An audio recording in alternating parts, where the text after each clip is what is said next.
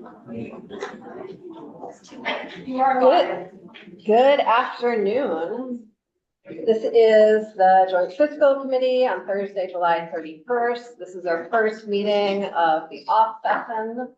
It's remarkably cold in this room, and we have a very tight agenda in front of us. It is not huge stuff. So big picture today, we have, and I promise I won't do this at every meeting, but I'm doing it at this one. So we have sort of our standard revenue forecast and then an opportunity to talk about the impacts of the federal reconciliation bill and its impacts on Vermont and what, how we want to sort of frame some of our work on it going forward. And then we also have sort of the standard summer work of the Joint Fiscal Committee, which is, you know, checking in on things that were set up in the budget bill or otherwise for us to have some measure of accountability during the off session. And so because the agenda is packed with sort of both deeper work and very big picture work, we're going to need to move fairly efficiently through agenda items. I know I sent an email about it, but it was in an effort to try to keep us focused. There are some agenda items that, because they're updates in a process and not the final pieces of a process, we've moved it to just a Q&A. And so if no one has a question, we're going to move on, and with an acknowledgement that we've all sort of read the materials ourselves. And then we'll have opportunity at our likely September meeting, though possibly an August meeting. We haven't decided that yet. I think that is the extent of my housekeeping. And we need to, the first motion is to call to order and approve the minutes. Does anyone have anything they want to discuss about the minutes before that happens? I will do it. Minutes. Thank you so much. Representative Harrison moves that we approve the minutes. Any? I'll second. Thank you. I don't think you need a second necessarily. But which is what? Seconded anyway. Anyone have anything they want to add on that? Any discussions? Great. Seeing no discussion, if the clerk could please call the roll. That would be you, Senator Beck. Yes. I don't know that we need a roll call. We don't need a roll call on that? No, I think Great. we just say all those. Okay, all those in favor? Aye. Aye. All those opposed? I do believe we passed that unanimously. Thank you. So we are Representative now. Kornheiser, can I just ask a question? I don't see it on the agenda, but hopefully we'll get, or maybe I just missed it. Will we get to future meeting? We've been holding a bunch of dates. Okay, I just want to make sure, because I might need to release some of those dates that we're not. Want to get through this whole meeting and Yeah. understand if there are action steps from this meeting. And so basically probably by tomorrow, we'll decide about August releases and September. But thank you for holding all of them until now. Okay. Administrative fiscal update. Adam, I saw you walk in and I don't see you. There you are. Hello, welcome.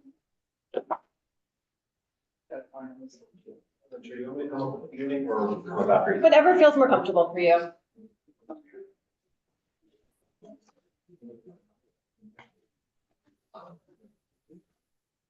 And I'm gonna let you get through each item and then we'll ask questions. Okay. Afternoon, everyone. Delighted to see you again after so short a period of vacation. So you received fiscal year end 25 fiscal year end operating statements, which represent the closeout documents for our three major funds: the transportation fund, the education fund, and the general fund. I'll say that closeout was done with little fanfare with two of the funds, the general fund and transportation fund, and small, what I would call very small fanfare with the education fund. So in general, I think we're in very good shape financially for all three of them. For the general fund, we ended the year with about a $257 million operating surplus. About 137 million of that was anticipated. You knew it from a revenue upgrade in January. You appropriated it in the fiscal 26 budget. so as to be carried forward from 25 into 26 and put to work. The remaining 120 million or so was not anticipated. That was from additional revenue coming in over forecast. So that adds to 257 million. That 120 million that was unanticipated, we carry that forward into 26, and that will almost exact, in fact, a little more than your 118 million of contingency appropriations that you put into the big bill. So that hits the contingency appropriation and leaves about $2 million in excess. That will roll into the statutory waterfall. Half of it will go to the balance reserve. The other half will be divided between the state employees pension fund and the state teachers enhanced benefit fund. So that's how that will be handled. Anyway, I would say that's a very comfortable close for the general fund. We're adding a little bit to our reserves, adding a little bit to pensions too. The transportation fund is, closed with really no hiccups. I mean, they're dealing with, the ongoing process of constrained revenue environment, which Senator Westman, among others, has addressed on regular occasions, but they closed as anticipated.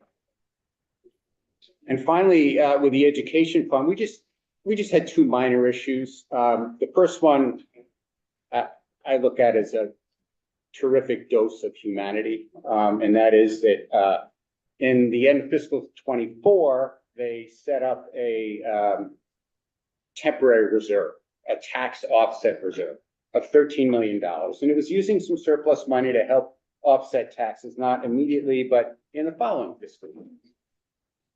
The humanity part of it is it was never unreserved. You have to unreserve a reserve in order to use it. So our operating statement reflects it's still reserved, which is current law. However, it's really not a big deal. That can be unreserved in the budget adjustment or in technical corrections and the like. But the taxes that were set reflect $13 million of unavailable revenue. That will be changed, I expect, in this coming fiscal year. I think we can guarantee. The other issue is also, I think, will end up being minor, but that is that you have estimates as for property tax payments from municipalities, and when we added up all the numbers, we were slightly shy of what we thought they would be. And there too, that took a little bit of time to kind of figure out, but we're reasonably certain that that came from a couple of towns that had remitted their taxes as they should, but it was never recorded in Vision. And our statewide accounting system, Vision, you could say it's kind of a garbage in, garbage out mentality. If you don't put the numbers in the system, it doesn't reflect it. So our Schedule 2s at the end of the year are reflecting actuals, which do not reflect these additional payments. Those two will be put in fiscal 26 as prior year adjustments, and everything will roll together handsomely. So anyway, and there too, the education fund is in fine shape. The only other thing that you had wanted me to address is the unencumbered balance transfers. There really, I would say that you make estimates in the budget of what sweeps will be in certain funds, and you ask me to report what they actually are. For unclaimed property, the amount came in about 1.8 million below what the estimate was in the budget. But as it turns out, because we had extra revenue, that's not as big a deal. The one thing I did want to point out is you'll notice that we swept nothing from the Attorney General. That was a $2 million projected sweep. And typically we sweep $2 million from their fees and reimbursements fund. This year, we did not sweep that money. They had spoken to us earlier about coming to us with a budget ask this fiscal year, and then coming to you guys with the same. It turns out that they have some needs. And so we thought it would be better to leave it with them. They've got a Medicaid fraud and abuse unit that's typically self-funded, combination of federal and state funds. That's been falling short of what they do need. They were going to ask for additional general fund They also have the annual cost of a new case management system that is going to require some funds. And they also, there was a small loss of federal funds for the domestic violence and firearms work that they do. So we thought we would leave the money in their special fund, and, you know, that's something that you guys can reverse if you like, in budget time, but we think it was well sent there. And again, we didn't need the extra money for closing. And then the final thing you asked me to report on is the cannabis regulation fund. This year, you made estimates as to what the take would be. Turns out that they came in about $1 million in excess. So that will flow in the following fiscal year, which is this year, fiscal 26. 70% or roughly $700,000 will be available that you did not anticipate in the general fund, and about $300,000 will be available in the substance use and prevention fund. So that's, I guess, good news. I went pretty quickly. There were a lot of details there. I'm happy to answer any questions. Thanks. Just a quick question on the $10 million that was embedded within H91. Yes, And is that also considered within the unencumbered dollars in the Yes. general fund? that's right. That dropped to the bottom line of the general fund and was part of the. And are there any, does the administration have any plans for those funds? I'm sure we do. I'm sure you do. And that might be a conversation. I have a question, Jeff. Yeah. And I don't know the answer to this, but I'm going to ask it. Sure. I'm familiar with the AG's transfer, typically $2 million is what we budget from there too. Yeah. In some years, it's, you know, they've had settlements and it's more than that. Keeping that money there, do they have the spending authority to use it, or is that something they need to come back at BAA time? That's right. Okay. The latter. Okay. The money's there. They don't have the spending authority, but That's what I thought, but I just, okay. So you could have swept it and then put it back, but that's fine. It's parked there for now. Thank you. You're welcome. Thanks, Adam. Appreciate it. no, actually, You can stay. They're my That's better nice half. of you. Thank you. Floor's yours. Madam Chair. For the record, Douglas Farnham, Chief Recovery Officer, reporting on behalf of the Agency of Administration. So on a quarterly basis, the Agency of Administration is directed by Act 27, 2025 to report on the status of American Rescue Plan Act State Fiscal Recovery Funds. So that was the 1.049 billion that was received back in 2021. At this point in time, through June 30th, so through the end of last month, we've exceeded 900 million in appropriations. And I was able to transmit at the very last minute, I don't know if it's made it way to you, but a one-pager that you'll be able to reference later that has some of this information. Yes, good, thank you. And I will be following up with the detailed spreadsheets, share those with Joint Fiscal Office that show every program's appropriations. But the actual federal reports are due today. So we've been making sure those are accurate and complete, and I still have to certify the annual report when I come back from testimony this afternoon. So we do want to make sure that everything's accurate before we release the detail. But for the broad strokes, out of the 109 appropriations that were created, 58 of those appropriations are fully expended. So from a program count, we're roughly halfway there. 51 of those appropriations remaining with a balance, and some of those balances are extremely small, and some of them are rather large.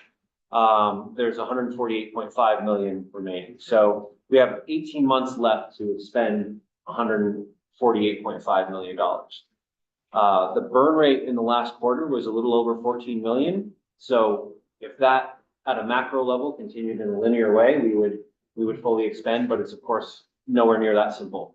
Some of these programs are on a path to expend and finish spending early, and some of them have less ideal trajectories that we're going to have to monitor. So the way that's playing out, about a third of the money is in our broadband and VHCB programs, and their burn rates, their track record over the last couple of years has shown they're moving the money if they've got projects lined up, that money, I'm confident, will be expended in advance of the deadline. The next 50 million is in a handful of larger programs, and those we are keeping a very close eye on, continuing to work with those programs to see if there's anything we can do to move that forward. Some of them are having milestones hit this fall that we hope will push forward the expenditures and get us a little bit closer to back on track. But with any financial tracking, I'll believe it when I see it, right? When it's actually reported and when it's done. So we are watching for the reports that come in this fall and winter and watching those closely. We are still able to, through the process established in Act 113 of 2024, the administration can propose reallocations between ARPA programs with the approval of this committee. So we do have a means of shifting that money around. And I would anticipate we're starting to hear about programs that are getting close to wrapping up and will have remaining balances. That is just starting to make its way to us. So I think that a good portion of that may be able to be included in the 2026, sorry, losing track of the years, 2026 legislative session. And then if we have anything that happens after the session, then we'd still have that joint fiscal committee process to handle any last minute shifts in money. Obviously wanting to avoid last minute shifts in money, but primarily between May timeframe and September timeframe. And then hopefully not having anything change in the last 3 months, and we're just reconciling and closing out those final programs. But with just over $1 billion, even the remainders of programs can be financially significant. And we have seen in Treasury's administration of several of their pandemic era programs, the current Treasury administration is rather aggressive on demands for repayment. It's not necessarily a conversation. If they identify an issue, there is a demand to pay. They've demonstrated that with Massachusetts, New York, some other states very recently, where as soon as an issue is identified, there's a demand to pay with interest accrual if you don't pay within 30 days. So we anticipate, I'm doing everything I can to stay off of anyone's radar and make sure that the reports are clean, complete, and filed ahead of time. And so far, I think we're doing a good job of that. And we also have it going for us that, some of those other states have much, much larger dollar amounts than the state of Vermont has.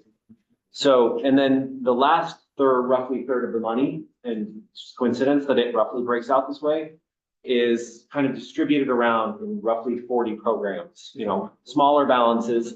Some of those small balances are still actually a large portion of the program, and some of them are a remainder of the program. So in some cases, it's problematic, and some it's not. And that's the analysis I want to do with my team over the next couple of weeks. And we can send you a little bit more comprehensive information in addition to the line item details so that you can ask questions on any programs that you'd like. In Act 113 of 2024, there was also a little over $240 million of ARPA that was applied to payroll and revenue replacement usages. And then the programs were moved back to continue the legislatively created programs from 21 and 22.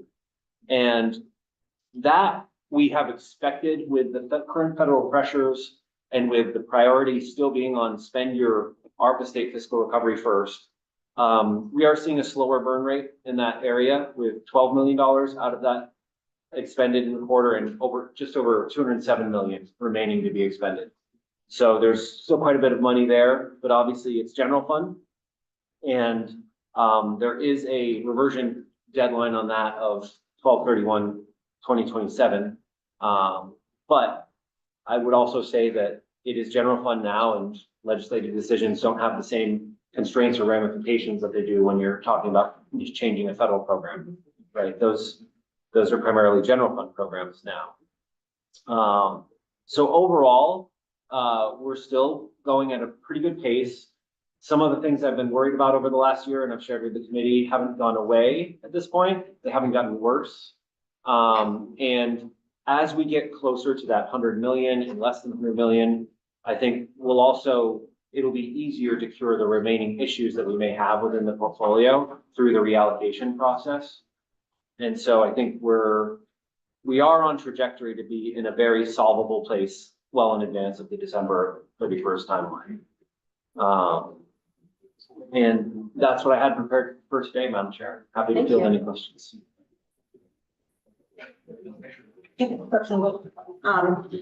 So, I found the document you were referring to, so it appears as though someplace between 50 and $100 million, you might be seeking to reallocate to other uses. And I'm just wondering, at what point do you think that you'll be ready to, make those recommendations? I think that there may be a handful of those situations that are ready to be addressed within the regular budgeting or budgeting adjustment. Probably, there's not a, because we have until 12/31/2026. I do think we'd be able to handle those conversations during the budgeting process. With sufficient time after that process winds its way through, to expend those funds in the newly allocated areas? Yes, and I would primarily say that because Treasury at this point only allows ARPA state fiscal recovery to be reallocated to existing obligations within that portfolio. But one of the obligations that we created within our ARPA state fiscal recovery portfolio was our payroll obligations for 25 and 26. When we did transfers back in 2024, we did not try to proactively pay for any payroll in 25 or 26. So that's still a source of reallocation that then the legislature could either choose to restore the program that the money came from, or to send the general fund that was created by that payroll swap to a different location. I think a lot of it depends on just the priority of the program and the current environment. I think the ARPA portfolio was constructed very well, has a lot of water investments, housing, climate investments. So they're good investments, but I think the General Assembly would have the opportunity to reevaluate that in the current context. So anything we bring as a reallocation, we being the administration, we would have a proposal on how we think it would best be used, but I think it would benefit from the full legislative process because the timing will work out and we'd have plenty of time to make the adjustments. Thank you very much for your time and look forward to the update in a couple of weeks. Yeah, thanks for all your work. Madam Chair, I just had one question before he goes. Oh, so sorry, Representative Kimball. I'm not looking up at the screen very well. All right. So Doug, is it safe to assume that there is $100 million potentially at risk if they can't be reallocated within the time frame you were talking about? No, I apologize for my language. The three broad categories that I outlined by reviewing the data that was sent to me last night, that is the three big buckets. Within that, they're still burning, they're still spending that money. So the amount at risk is significantly lower than that. That's the amount outstanding at this point with 18 months to go. So we have to update our projections to see, okay, if we were to do our projections, where would those programs likely come in? But it will be significantly less than that 100 million. It will be, I would think, at the most more in the $10 to $20 million range. And even that, some of the programs we've discussed, they do have program plans that show a big spike in expenditure after October. And that's where, you know, we kind of take the program's word for it, but we also watch them very closely and we're going to follow up. So I think, I don't think, I would be surprised if reallocations at this point, because we already did over $20 million of reallocations last year. I'd be surprised if they exceeded 20 million again. All right, thank you. Thank you.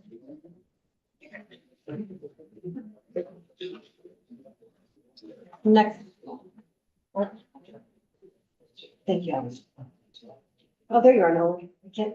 There's a lot of blind spots in this room. Thanks for joining us. Morning. Morning. Afternoon. Good afternoon. For the record, Nolan Langwell, Joint Fiscal Office. I'm here to just talk about the Medicaid year-end report. It's a consensus report done by Joint Fiscal Office and the Agency of Human Services. We present it to the E-Board every July. So these are just some of the highlights of that report.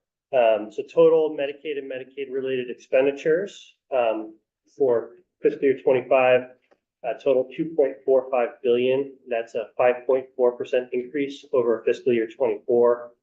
Overall administration was around 7%, which is consistent with previous fiscal years. AHS will carry forward 12.6 million of unexpended general fund for fiscal year 26.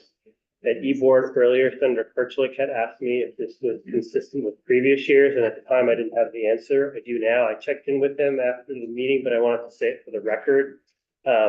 Last year, the carry forward was 3.7. In 20, the year before that, it was 12.6. The year before that, it was actually 46 million, but half of that was for the last quarter of the enhanced FMAP, 6.2% carried forward. So just to say that all on the record. Caseloads, and for fiscal year 25 tracked very close to our projections. The post-pandemic trend of decreases in enrollment continues, and actually almost every eligibility group. Overall enrollment in Medicaid as a primary source decreased by roughly 12,000 people. That's 8%. The biggest decrease was in the childless new adult group. That was 6,000 people. This is a sidebar on this is the expansion population. These are the folks that we get the 90-10 match on. But also not surprising, it's also one of our largest eligibility groups. So the number of people receiving cost sharing reductions for the Vermont Health Connect also decreased by 30%. That was 900 people. The groups that saw enrollment increases were CHIP. They saw an 18% increase, and that's 817 kids. And then our aged, blind, and disabled group saw a more modest 4% increase of about 286. We also report on healthcare revenues. These are the cigarette and tobacco taxes, the healthcare claims tax, the employer assessment, and the provider tax. These all go into the general fund. They have gone into the general fund since 2019. However, we still report on them as these healthcare revenues. Overall, those were $1.1 million over our projections. Overall, these increased 7% over last year. Not surprisingly, this was driven mostly by the hospital provider tax, which is our largest revenue in this category, and that was an increase of $20 million for a total of $212 million. The claims assessment came in on target, and cigarette and tobacco came in slightly above. So looking ahead, first, the good news. The good news is that our FMAP is once again expecting to move in a positive direction. This is the third year in a row. This will be roughly $15 to $16 million to the good. As you know, this is cyclical. Some years we do better, some years we do worse. Unfortunately, according to FFIS, they're anticipating that next year and the year after, FMAP will probably go back down again. On the bad news side, as you know, the federal reconciliation bill includes a lot of provisions that will significantly impact Vermont. I'm not going to go into this like I did in the E-Board because Jen and I are going to cover this in a little while. So other than say that the executive branch and the legislative branch will continue to follow this closely. That's all I have. So I just have a specific question on the choices for care closeout. And it might not be one that you're able to answer, so I think Commissioner Bowen's gonna be around here at some point in time, and I'm just, there's, Representative, can you speak up a lot? The Yeah, white noise is yeah, very high. sorry. Yeah. Nobody's ever accused me of not speaking. I know, I don't think I've heard that myself. Right, gonna have to make note of that one. So there's 9.6 million in choices for care to go out to 3 specific nursing facilities. Do you know what those expenses are about? I don't. I would have to defer to AHS on that. I had asked for someone from AHS to be in the room to answer these questions if they come up. I don't see anybody from AHS, so I'll have to defer to them. Okay. All right, I will ask Commissioner Bowen, who I think will be here at some point in time. Okay, All right. apologies. Thank you. And then my other specific one is about the, and this may be an AHS thing, it's about the GC closeout adjustments in the Department of Health, it looks like there's a substantial chunk of money, being converted from, GC to general fund. I'm presuming because it was not spent in GC. Yeah. And being transferred out of substance use services. And so I guess I'm registering concern about that, and wondering, really if you have any specifics that were provided to you, around that. They were not provided to me. Again, a great question. I wish someone from AHS were here to answer that more specifically. Okay, The Medicaid year end. okay, Yeah.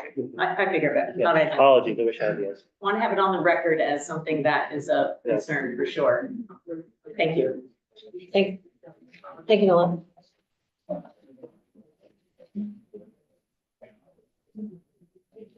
Mr. Cadet, thank you for joining us.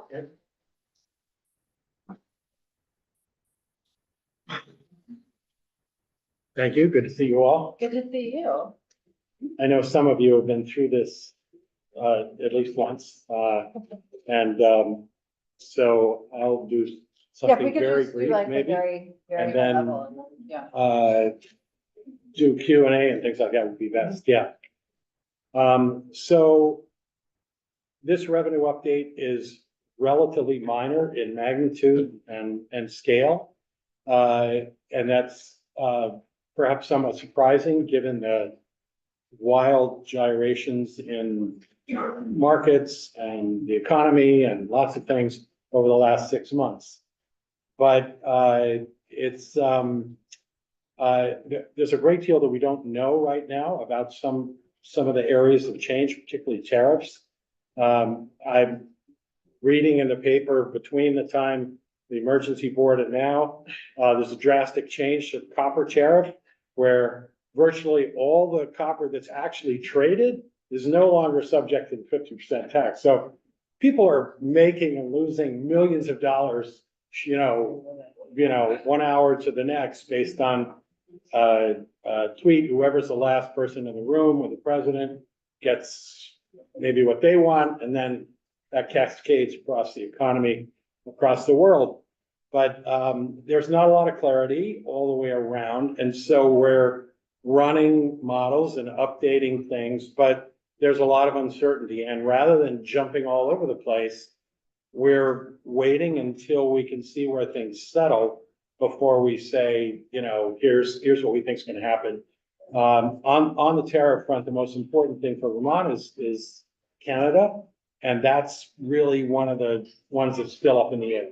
So, that's still outstanding. So this is a relatively steady state forecast relative to January, and only changes total revenues across all the funds between about 1.4 to 2% per year, going out 5 years. That's not huge between the funds, though. Sometimes there are larger variances with what had been previously forecast. So, when I heard the Federal Reserve Board's comments yesterday after their meeting, it reminded me that we're doing a very similar thing to what they are. They're saying, let's wait and see what the data says, and then we'll make a move based on it. And so that's where we're at with things. I don't know if we'll need to do an interim forecast before January. There's a tendency for things to come out in an extreme version and then to kind of get walked back, but who knows where it'll land. So that's where that stands. The two things the Fed's looking at that affect interest rate changes, which is an important part of the outlook, and we are still expecting 2 interest rate cuts in this calendar year, so in the next fiscal year, are the rate of inflation. So they're concerned about prices and they're concerned about labor markets. That's their dual mandate, and that's what we're looking at. And there are 2 charts, one on page 2 and one on page 3, that they reference. The one on page 2 is the inflation metrics, and this has both the CPI, which you hear about, and the one that they look at, which is the personal consumption expenditure deflator. And that just came out a few hours ago. So the latest read on that is similar to the CPI. It was higher than people expected, but it's not, way off the charts. But the core PCE came in at about 2.8, which is a tick higher than expected. And the regular PCE inflator is 2.6 on a year-over-year basis. So, that's the kind of stuff that they're looking at, and they're hoping to get it to 2 is their target. So it's going in the wrong direction. And if it goes up above 3, you'll probably see them, sticking with current rates for a longer period of time. The greatest strength in fiscal 25 was in personal income and corporate. Estate also had an extraordinary year. And the thing that all 3 of those have in common is that the revenues were based in large part on elevated asset prices. So in the case of an estate, someone passes away, there are stocks, bonds, real estate, things like that. And as those go up in value, then often there's an immediate sale. So that becomes taxable items. Same with capital gains, same with corporate mergers, acquisitions, things like that. A company that you thought was maybe worth 300 million gets bought for $1 billion, and all of a sudden, there's big windfalls and more taxable income. We don't see asset prices coming down, but they're certainly going to be more leveling off. There are different classes of assets. The things that matter for revenues are different, but those, through most of the gain in the forecast years going out are in personal income and corporate. So even though they're small percentages, they're fairly concentrated in the general fund. And those are all in the tables in the document and charts and things like that. Are there questions that people have after looking at some of the stuff?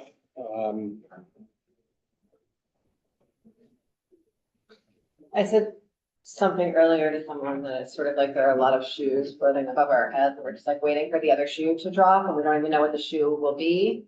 But until then, we're watching continuing on and watching. the Yeah. whole economy. Yeah. We're reading all the tariff stuff. I mean, the best quantitative analysis of the tariffs has been done by a group at Yale called the Budget Lab. And they dig way down into the tariffs by country. And they have models that estimate effects that are immediate when they announce a tariff.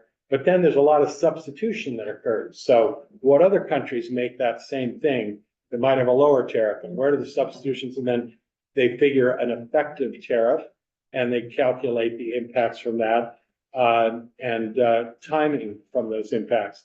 It's notable that the timing they're quite long lags sometimes before the implementation of a tariff and the time it works its way back into the any kind of cost measure and the ultimate payer of that.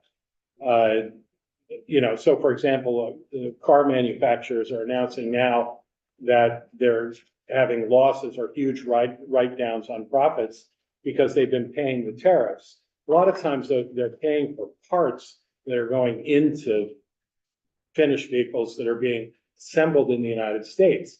But, so they paid for the tariff on the parts because they need that to build the car. But when they sell the car, they're not going to sell it at a loss.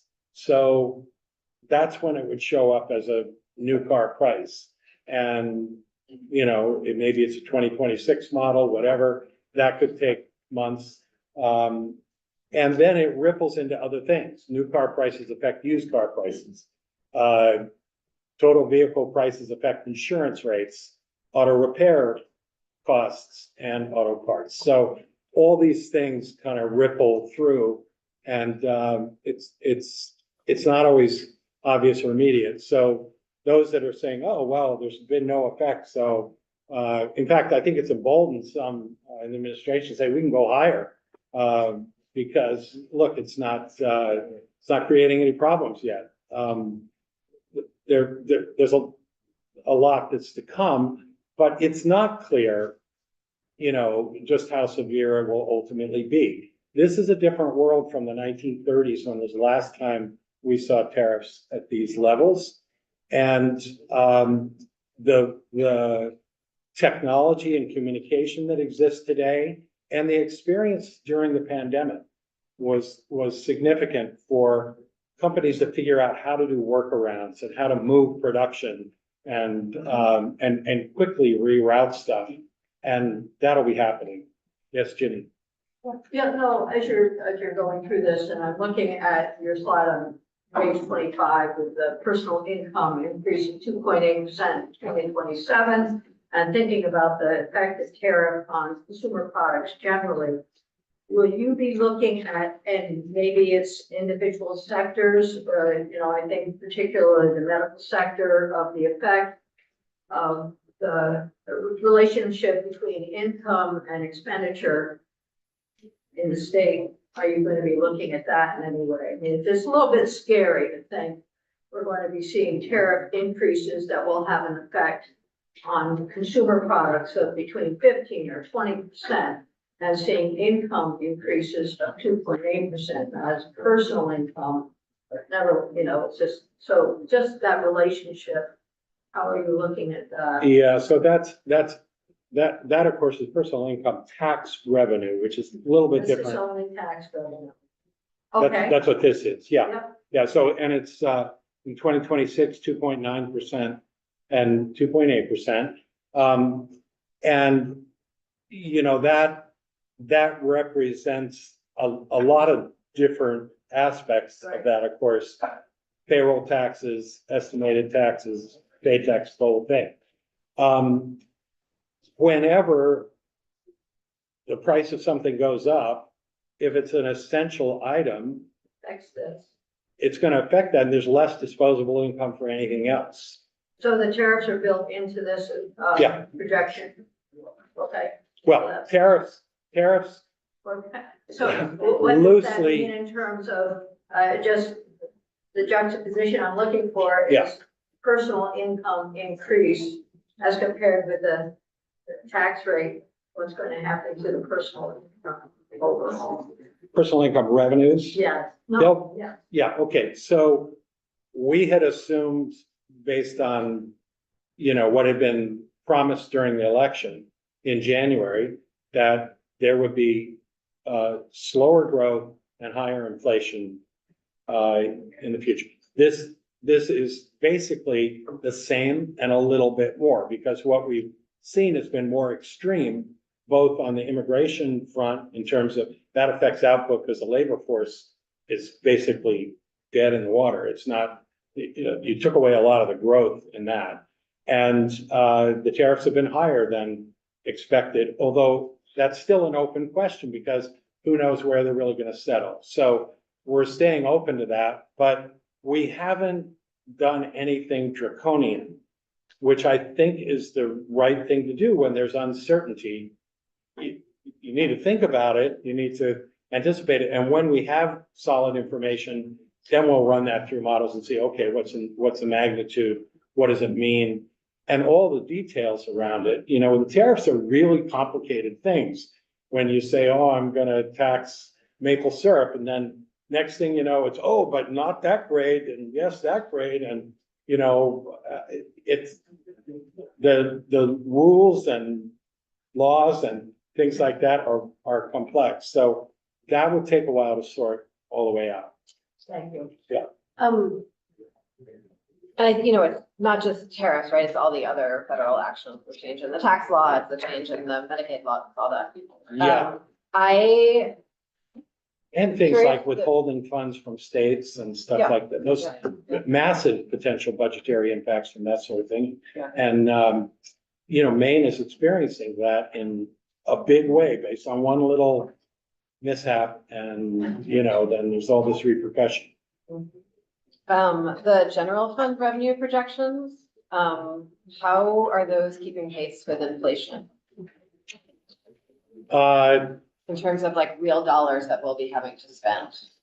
Yeah, so if you look at available general fund revenues in both the next year, 2026 and 2027, those would be, especially 2026 would be below levels, inflationary levels. So you'd be looking at real declines, in terms of things you're spending on.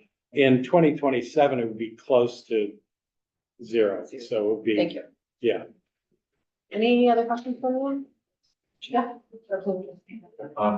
Most of the federal tax changes, this, my limited understanding, have to do with taxable income on the federal side, whether it's. That's right. Deductions, et cetera. Were there any changes in the adjusted gross income that would then impact Vermont tax revenues? Because that's our. And we're gonna spend more time on that later in the agenda. Yeah, but we've been working with the tax department and trying to find and identify all the things. We did not, prior to doing this analysis, find significant changes to pass through. Most of it was below the line. Okay. So, yeah, that's good. And that, the reconciliation bill is stimulative until the midterms, the cuts occur after that. So there's, that'll be a plus in terms of growth and income and that sort of thing. If it's too much, it might be inflationary, but who knows with everything else going. Thank you. Yeah. Going to be a way longer conversation that, the consistent down through all of this is the T. Yeah. And,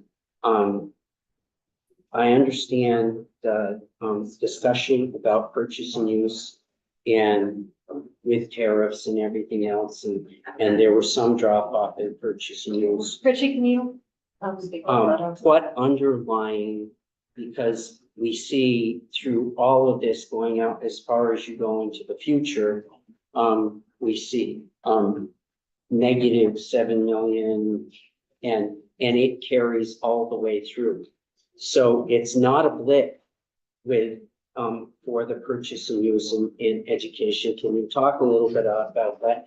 But my fear around this is because as we finish this bill, on the spending side for the T fund, we used 12.5 million in general fund, which is going away. We had ARPA money left over that papered over, and we knew that we created a scenario where we instructed the agency to do rescissions 5 to 10 million. So we were looking at ending, knowing that next year we had a $30 million hole. So this would suggest to me we're growing to near $40 million hole in state funds to match next year in there. What makes that purchase and use not a one-time act and going on? Okay, so purchase and use is generally speaking the fastest growing part of the T fund, and one of the only parts of the T fund that has very much growth at all. Vehicles will be some of the most affected items from tariffs, both because of the very high tariffs, commodity tariffs on steel and aluminum, unless those change. And then the vehicle tariffs as well that are affecting parts. Now, the dust hasn't completely settled, but I think we're probably looking, the analysis we had at the time we did this had prices increases in the $4,000 to $6,000 per vehicle range for an average automobile. That dings demand. And it's not like the price goes up. So the rate of change is a one-time event, but it stays there. So you have to have the income to pay that, and then other prices, keep going up. So you've raised that level relative to everything else. So you'll have slower growth in the next 2 years, and then it should pick up again with that same bubble of uncertainty around all of that. But that's what we're projecting for purchase and use. So it does end up growing more quickly in the out years. You can see in the table on page 26, actually, you'd better to look at the 5-year tables if you really want to see what that does. So source transportation fund on page 41, you'll get purchase and use growth above 4% when you're out to 29, 30, 3.8% in 28. But next year in particular, that's gonna be dinged by it. And even though it returns to higher growth rate, it's not like the price goes down. It just doesn't keep going up. It's that, in that way, it's a one-time shot. Generally, when we talk about this, we'd say the risk is on the upside or the downside. And so you would characterize, it sounds like what you're talking about is for the T fund, the risk is all on the downside. I think for almost everything, almost every revenue category that we've done in the economy in general, there are elevated downside risks just because there's a tremendous amount of uncertainty. So when we know more, we'll be able to refine some of that. This isn't kind of an extreme position. There's certainly some announcements that at times would have made this much, much worse. What happens with Canada and Mexico are going to be really important. Mexico just got a 90-day extension, another 90-day extension. Canada seems to be in the crosshairs for some reason. I mean, it's just not as bad as Brazil, although they exempted a whole bunch of things from Brazil this morning too. So orange juice and stuff like that, all of a sudden, no problem, no tariff. But we'll see where it settles, and then we'll have greater clarity. But it's gonna cause problems near term. Already we saw advanced buying. I really can't explain the fourth quarter fall off because it was more of a fall off than you would get to balance the advanced buying that occurred before. It didn't happen nationally, so we'll see. I hope it's not something. I mean, we've pushed hard to look for processing issues and things like that, and we've been assured it's not like there's money misallocated or something like that. So we'll see. I hope it doesn't pop up the next month, but maybe, I mean, that would be good in terms of revenue, but we're not expecting. So I don't want to belabor the point, but what I will say is, as we ended the year, we knew that there would be a $30 million hole in next year as we're entering to make match for federal construction projects. With that growing to 45 million the year after that. So this now puts us closer to 40 million, and the year after you're talking well over 50 million as a whole to make federal match, and which I've said this on the floor of the Senate a number of times. I don't know how to put it together a budget with that. Mm-hmm. I think it's something we're gonna need to work on going forward. Other questions? Thank you, Okay, Tom. well, if Really you get appreciate more- your time today. Sure, Thank you. happy to do it.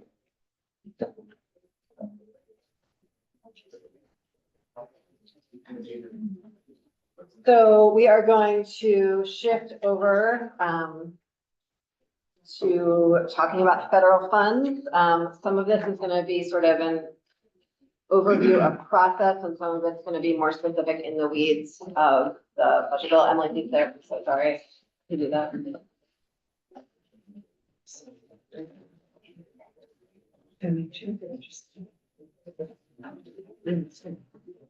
Hi, good afternoon. Bryn, do you want to come too, or do you want to wait?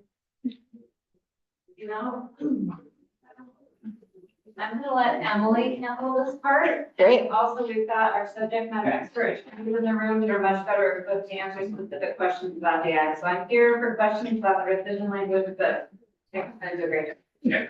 Her name was here, and they didn't think you could do it. No, totally. And I had like suggested an Abbott and Costello act and we didn't get a chance to practice, so. Do it myself. So, again, thank you. Good afternoon. Emily Byrne from the Joint Fiscal Office here to talk about federal funds. We have a lot of stuff to get through. There was a lot in the 2025 Federal Reconciliation Act that passed on July 4th. So I would ask if we can hold questions till we sort of get through all the topics. And I'm gonna kick us off, and then we've got the Ledge Council folks in the room for any like legal related questions that may come up at the end, and then we're gonna have Nolan and Jen will come and do the Medicaid section. Chris will talk about the revenue changes. Logan will talk about the Inflation Reduction Act changes. I'll come back up, do SNAP, and finish this up. So I have a presentation I will share. If I can remember how to do it. And Representative Kimball, we're holding questions till the end, but you're gonna get very small inside the screen soon, so feel free to just unmute yourself if you need to. Will do.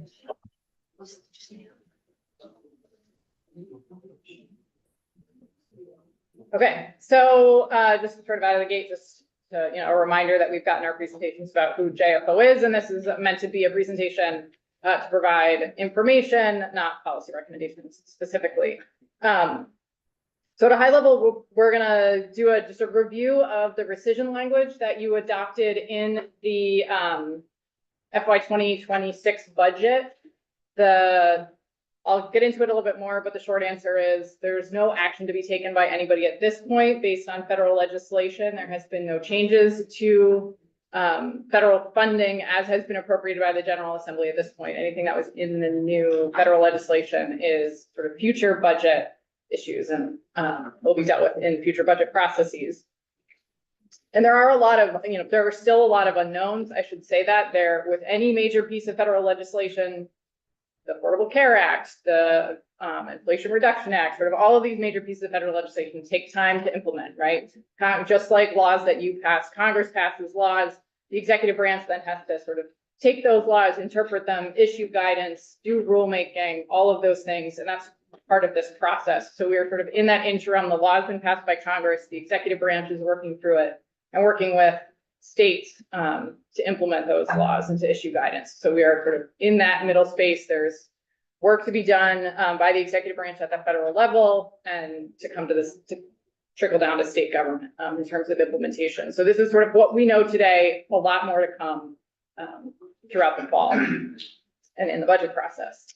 So when we talk about the Federal Reconciliation Act, specifically, as I mentioned, we'll talk about Medicaid and healthcare, the revenue implications, the Inflation Reduction Act, Supplemental Nutrition Assistance Programs, SNAP for Free Squares Vermont, and some of the other changes that were in the bill, and then sort of what's next for the General Assembly.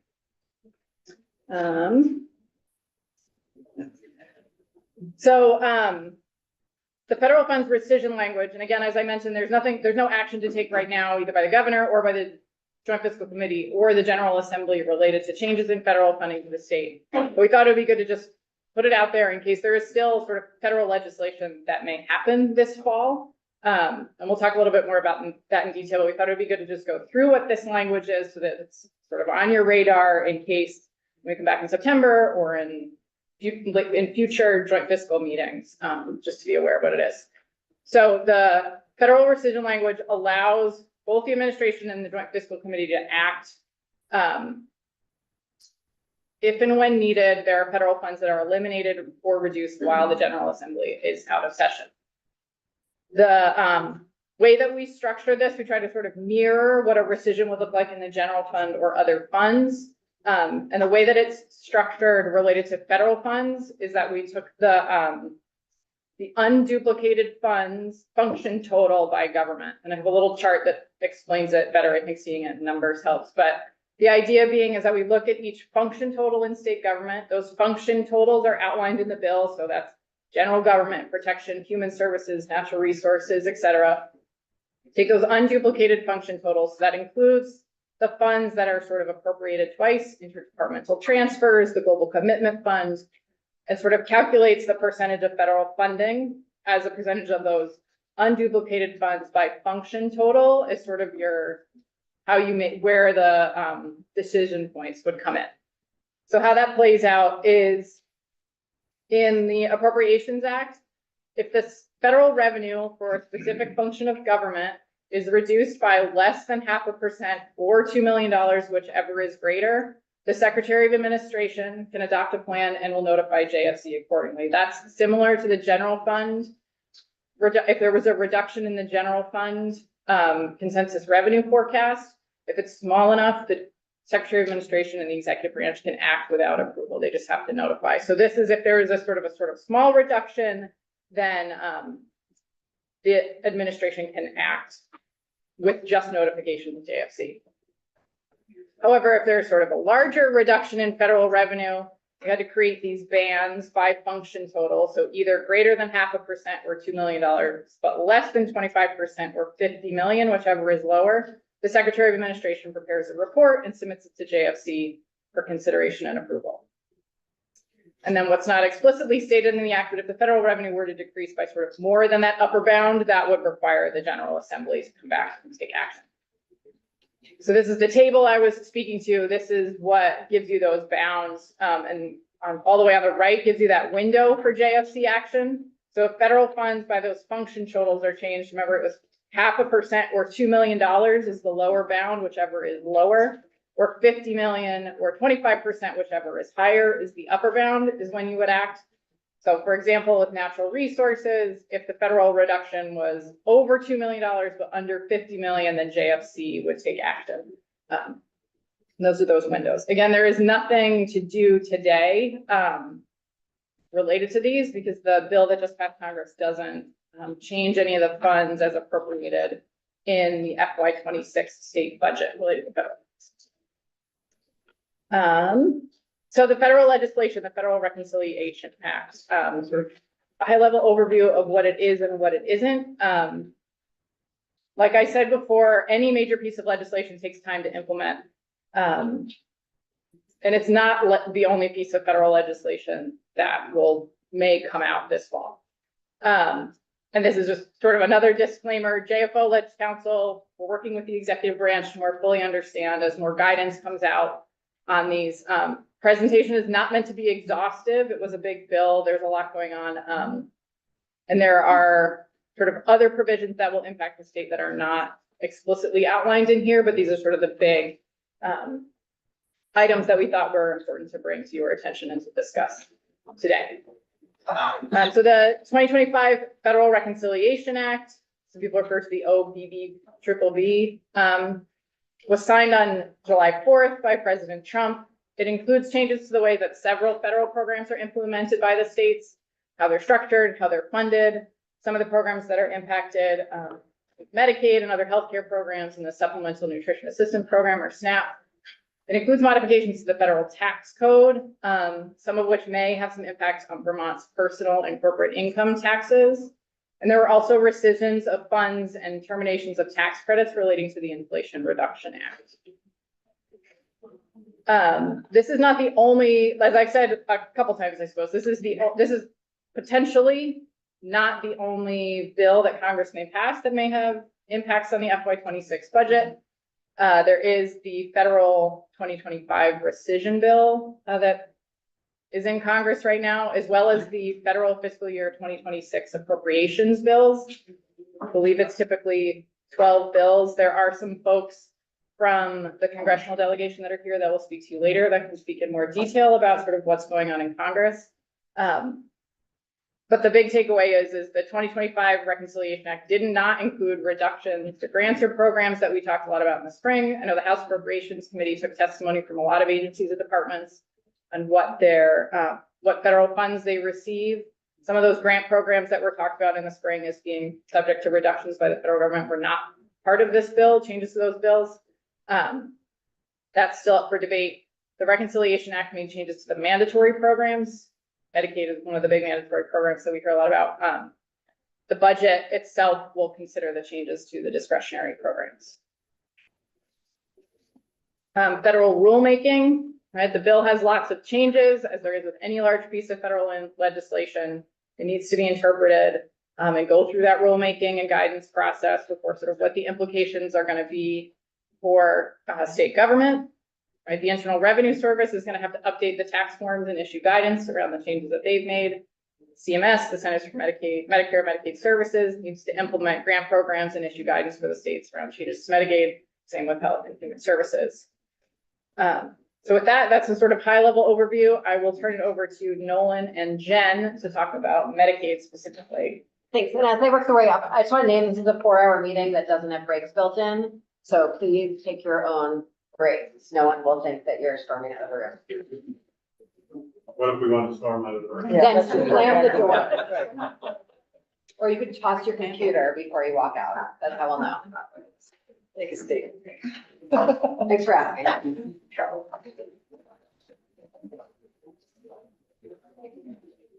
For the record, Nolan Langwell, Joint Fiscal Office. And Jennifer Carvey, Legislative Counsel. So we're gonna do a high-level overview of some of the impacts the bill makes on the Medicaid program, many of which won't go into effect right away. We've sort of broken this out into sort of 3 major categories. Loss of health insurance coverage and increased burden on beneficiaries, loss of federal participation and investment in Vermont's healthcare system, and increased administrative burden for Medicaid beneficiaries, providers, and state. So the preliminary estimates, as we may have heard, is that, and you'll probably hear more detail from the administration after this presentation, but as many as 45,000 Vermonters could lose coverage under the provisions that passed in this act. We're going to talk about some of the provisions specific to mostly Medicaid in this part, but there are a number of other Medicaid and other healthcare provisions in that act as well. So one of the big ones is work requirements.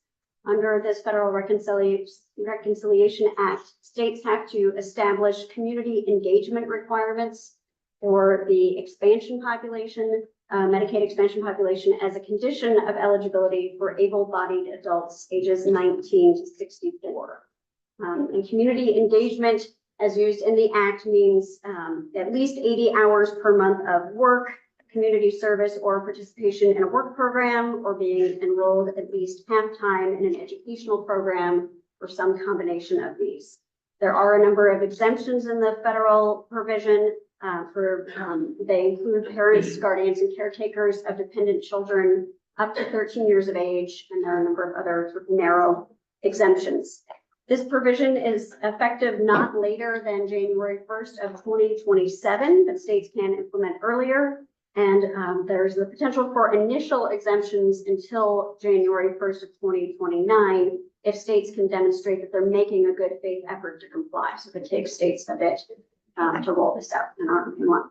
Questions? Can we hold them until just the end of the section? Sure. Thanks. Next, we have the retroactive coverage limits. So this shortens the period for which retroactive Medicaid coverage is available. These are for services provided before the person applied for Medicaid. And under existing law, that retroactive coverage applies for 3 months prior to application. Under this new act, it's 2 months for the traditional Medicaid and the Children's Health Insurance Program CHIP populations, and it is 1 month for the ACA expansion population. So that's a reduction in retroactive coverage effective January 1st, 2027. The act also increases the frequency with which individuals who are enrolled as part of the Medicaid expansion population from the ACA must have their eligibility for Medicaid redetermined. Under current law, that's once every 12 months. And under the new law, that will be once every 6 months, starting January 1st of 2027. The act further limits Medicaid eligibility for non-citizens. So it's limited to, eligibility will be limited now to U.S. citizens and nationals, lawful permanent residents, Cuban and Haitian entrants, and persons who are allowed to live and work in the U.S. under these couple of specific compacts of free association. This means that legal non-citizens with status as a refugee, an asylee, or a victim of human trafficking, among others, will lose their eligibility for Medicaid, and this begins October 1st of 2026. There's also a requirement in the act for some new cost sharing requirements in the Medicaid program. It requires states to impose cost sharing for the expansion population, for adults with incomes over 100% of the federal poverty level. And we've given you the numbers here. These are the 2025 federal poverty levels. So for an individual, that's $15,650 in annual income. A family of four is $32,150. Under the requirements, the cost sharing must be greater than $0, but not more than $35 per item or service. Certain types of care must be exempt, so they cannot have cost sharing. That includes primary care, prenatal, pediatric care, emergency services, mental health, and substance use disorder services, among others. Does not affect the current cost sharing limits on prescription drugs. We're still required to have no more than nominal. And there is a cap on total out-of-pocket costs for a family at 5% of family income. So their total cost sharing cannot be more than 5% of their income on either a monthly or quarterly basis. That's a state option. And that takes effect in October of 2028. So additional provisions, family planning, you may have heard some of this. It's been in the news even just this week. It bars or prohibits federal Medicaid funds for 1 year to certain nonprofit providers that are primarily engaged in family planning, reproductive health, and related medical care that provide abortions in circumstances beyond rape, incest, or life-saving, and that receive more than $800,000 from Medicaid in fiscal year 2023. This would be effective for 1 year beginning October 1st of this year.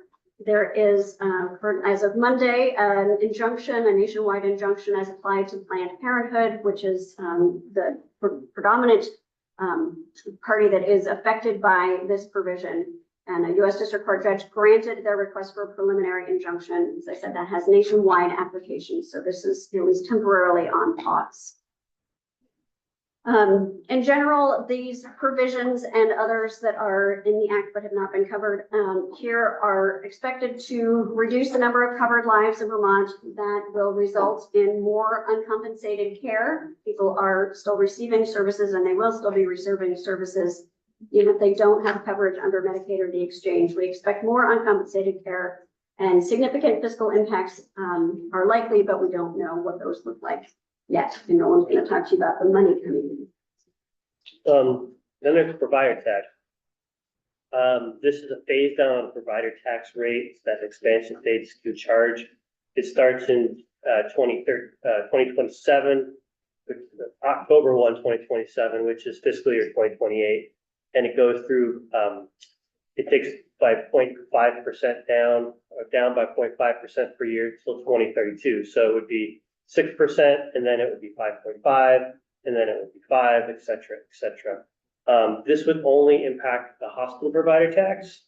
It doesn't, the nursing home provider taxes and the intermediate care facilities are both exempt. We don't actually have any intermediate care facilities, although we do have provider tax on the books for them. And then we have an ambulance provider tax, but they're at 3.3%, which is below the 3.5% threshold. So it would only impact the hospital. That said, the hospital provider tax, as I mentioned earlier, is the largest provider tax. What I have here is these are JFO estimates. These are not consensus with the administration. But what I've done is I've looked at what is provider taxes are based on net patient revenue. So I took the net patient revenue and I grew it at 6% per year. And then I took it down, the percentage down by 0.5%. So you can see that in fiscal year 28, this would be a $16 million effect.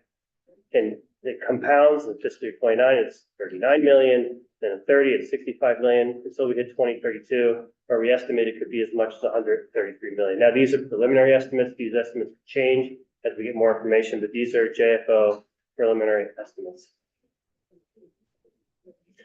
The last category is the increased administrative burden on beneficiaries, providers, and the state. So implementation costs, the implementation of cost sharing, the work requirements, the eligibility changes, increased frequencies of eligibility determinations. They all require significant IT changes and significant increase in the amount of staff that do that work. So that's an administrative burden that is on the state that we will have to pay for on our own. So that's going to be a fiscal impact on the state.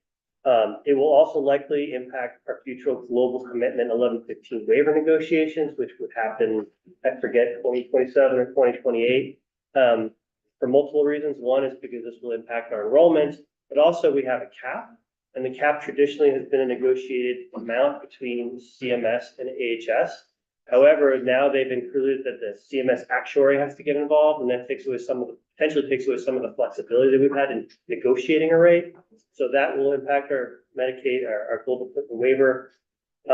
It makes changes affecting our exchange plan enrollees, including effectively eliminating the automatic re-enrollment that was initially put in place to make it easier for people to enroll. You take it away, it becomes harder for people to enroll. And then finally, it allocates $10 billion per year, from 2026 to 2030 to states to support rural providers. It requires an approved rural health transformation plan. From what I read, half of that amount that they've allocated is supposed to be evenly distributed to the states, and then the other half is supposed to be based on need.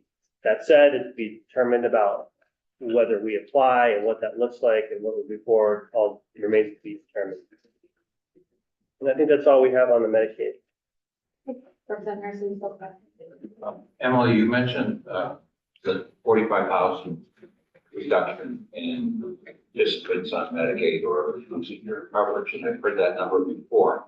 I'm curious, how is that number derived? Is it because the income guidelines are going to be different, and therefore some people will no longer be eligible for Medicaid, or is it because there's an assumption made that people won't want to work and meet the work requirement? Just where does that number? That's a great question. I'm going to defer to AHS when they're up because we got that number from them. I read it in Digger. That's sort of the number that's being thrown around. How they derive that, I'm going to defer to AHS and the secretary on that question, if you don't mind. But I do believe it's some combination of changes in eligibility and the sort of churn from the increased requirements to remain on. Whether it's eligibility redeterminations or requirements, they can say more about how they came to this. Okay, I mean, I just, you hear it in the news all the time. Yeah. Whether it's our congressional delegation, whether it's the Congressional Budget Office, I just don't know. I believe those numbers originated with AHS, and I think that's where the congressional delegation, other folks are quoting. But again, I'll let them correct me or discredit some of it. They're coming up soon enough. Thank you. Okay. Yeah, thanks for this. I'm wondering if you have started to try to figure out what the actual cost of implementation is going to be to the state, or is somebody else going to do that? I mean, those costs could be high. I think at this point, we're still in, and again, this is a good question for AHS, but I think we're still in that trying to absorb it. Yeah. I don't think they've got to the point of what would it take, what would they need, costing out what an IT changes. I think that they're still figuring it out as well. So I think it's very early. Great question, but I think it's too early for us to know. This one's for Emily. It was in the part that she was presenting. I'm just wanting to make sure I understand the chart about when JSC can act. So in human services, essentially, AHS can act on cuts up to, $18.3 million or so on their own without any. So there was no like guidance about prioritizing how any cuts might be made. Just that 0.5%. That's it. Thank you. The provider tax reduction over the years, with that money, I understand it's a loss of revenue to state coffers, but it's not, is it a loss of revenue to the state, or is that money that will stay in hospitals because they're no longer paying it in provider taxes? That is money, great question. That is money that the state will no longer be receiving in general fund revenue. Okay, thank you. Anyone else? Okay, thank you all so much.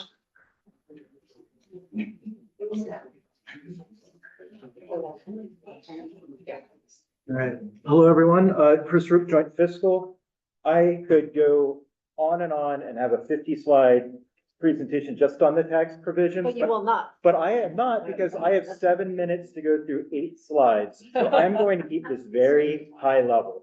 So, as you all know from reading the news and everything else, that, the bill, one of the most significant aspects of the bill is its tax provisions. And one of the sort of cornerstones of it is that a lot of the provisions in the Tax Cuts and Jobs Act from 2017 that were set to expire have been extended or made permanent.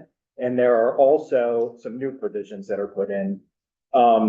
There's been a lot of inaccurate information circulating out there about what is in this bill and how it works. I want to give tremendous credit to the tax department for working very hard with us over the last month as we've tried to understand and unpack how these things are really going to work. And to Representative Harrison's question earlier, the vast majority of the changes that you've seen in the news are not going to impact Vermont because they're not going to change the calculation of AGI, but there are a few provisions that are smaller that likely will. So this will be the Jim Harrison slide. When I say things about whether or not something flows through to Vermont or not, what we really talk about is that, Vermont is decoupled from federal tax laws in many ways, but the starting point that we use for calculating our income taxes is the federal definition of adjusted gross income, or AGI, that shows up on line 11 of the 1040 form. And our corporate taxes work similarly with federal taxable income flowing through. We also have a few tax credits at the state level that are tied to a percentage of the federal credit. So if those federal credits change, then the impact will change here in Vermont. We are, just to remind everybody, we're linked up to the tax laws in effect as of the end of 2024, and you all typically update that date every year. So I'd So, like to give huge thanks to the legislature past that did all the work to decouple so that we do not have to do it this year. so you all have seen this chart probably before, but this just sort of walks you through in a picture how this works. That, we start with federal AGI when calculating our income taxes. Then Vermont will add in some things to AGI. We'll also make some subtractions from AGI. So, we have our own state level standard deduction and personal exemption. And there are some things that, we don't tax, but the feds might tax. But all of this, once you start at the federal level and you account for all of the, Vermont specific provisions, you end up at Vermont taxable income. So I'm just going to focus on some of the big headlines that a lot of you have seen in the news. No tax on tips. A lot of these are limited just for a 4-year period from tax years 25 through 28. And these are some new deductions. The ones I'm going to talk to you about in these next couple slides are not going to impact Vermont revenues though, because they're not expected to change the calculation of AGI. A lot of them actually depend on your AGI to determine whether or not you're qualified for them. So the no tax on tips, to be eligible for that, you must be employed in an occupation that is listed by the IRS as customarily and regularly receiving tips on or before 12/31/24. I don't expect legislative fiscal analysts are going to make that list. The IRS has a few more months to put that out, so we don't yet know what occupations are going to be eligible for this deduction. Also, no tax on overtime. That's a new deduction for the half portion of time and a half pay for occupations that are covered by the Fair Labor Standards Act. For both of these deductions, there are AGI phase outs that begin at $150,000 if you're single filers, $300,000 if you're filing jointly. And something to keep in mind is a lot of these provisions you can be eligible for regardless of whether you take the standard deduction or you itemize. No tax on car loan interest is another one that we're still waiting for a lot of details on. This provision allows eligible filers to deduct interest paid on loans used to purchase qualified personal vehicles. The vehicles must be new, subject to weight limits, so you're not buying like a fleet of heavy trucks, must have final assembly in the US. These deductions are also capped annually and with AGI and can be available for itemizing and non-itemizing taxpayers. Again, we don't expect this one's going to flow through to Vermont and have an impact on us. Some of you may have received a communication from the Social Security Administration recently about taxation of Social Security. I want to be really clear that the bill did not change anything with regard to how Social Security income is taxed. What the bill did was create a new deduction that filers 65 and older can claim, $6,000 per qualifying individual on top of the current standard deductions. Those have AGI phase outs available whether you itemize or not, limited time period. The practical impact of this will be that it wipes out federal income tax liability for many people who receive Social Security, but it does not inherently change the taxation of Social Security benefits. Again, no direct impact expected to Vermont, not expected to flow through. So in addition to those new deductions, there's also some changes to existing federal deductions and credits. So the base standard deduction was enhanced. The state and local deduction, the SALT cap that many of you have heard about, that cap increased from $10,000 to $40,000 for a time limited period with a phase out that begins at $500,000 of AGI. After 2030, the cap reverts to $10,000.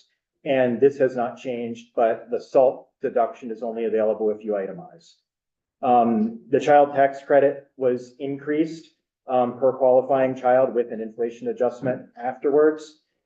There's a new charitable contribution deduction that is now being made available for people who don't itemize.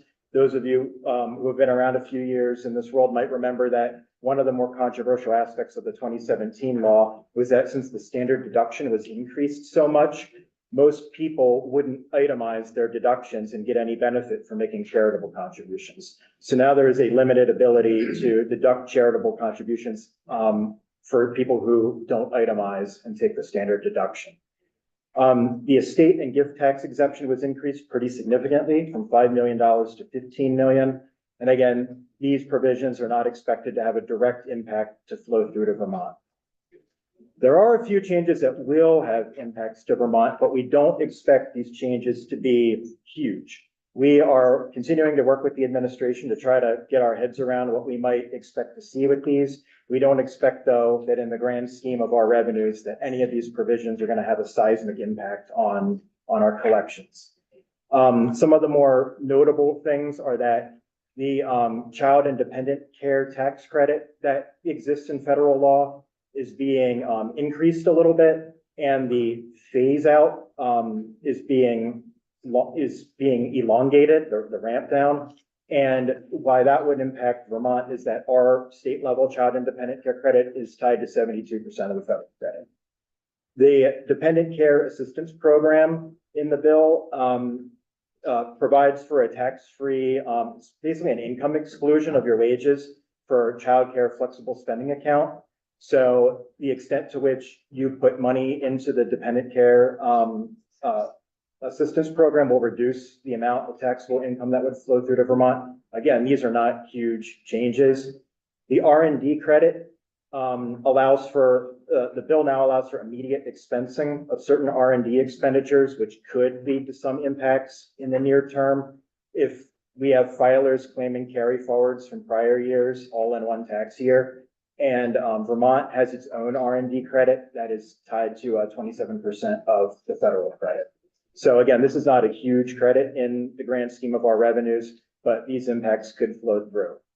The Trump accounts that were created that provide a tax advantage savings vehicle for children born in the next few years. Federal government would put $1,000 into the account, but employers are allowed to put up to $2,500 a year per account into an employee's account.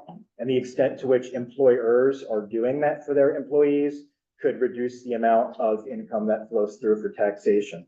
There's also a lot of other miscellaneous provisions related to business and corporate taxes that would likely flow to Vermont, but it's not yet clear how significant those impacts will be. As many of you know who have been around the revenue discussion, business and corporate taxes can be very opaque because so much of it depends on the individual accounting and business practices of these filers. So it can be a little difficult to parse out how and put a dollar figure on what every single provision could translate to in Vermont, but it's something we are working with the tax department to try to get a good understanding of. And we continue to get our money's worth from our Wall Street Journal subscriptions, because I think every day there's new articles coming out of, about new things that are coming out about these provisions and how they're going to work in practice. So that's my speed round of the tax provisions. If you all have more detailed questions, you know where to find us. And our friendly ledge counsel, Kirby Keaton's also here as well. Don't run away quite yet. So Joe, really quick question. I noticed that some of these begin in 2025. Mhm. Whether there must be dates for each one of these that are, Okay, so tax year 2025 translates to like FY 26. okay, is that for all of them or are there distinctions depending on the tax? There are, generally, the way things work is most people pay their taxes on a calendar year basis, and then we would get the money like in the subsequent calendar Okay, year. it's So, into effect, boom. yeah, so some things would have like a relatively small impact in beginning in our fiscal 26. Yeah.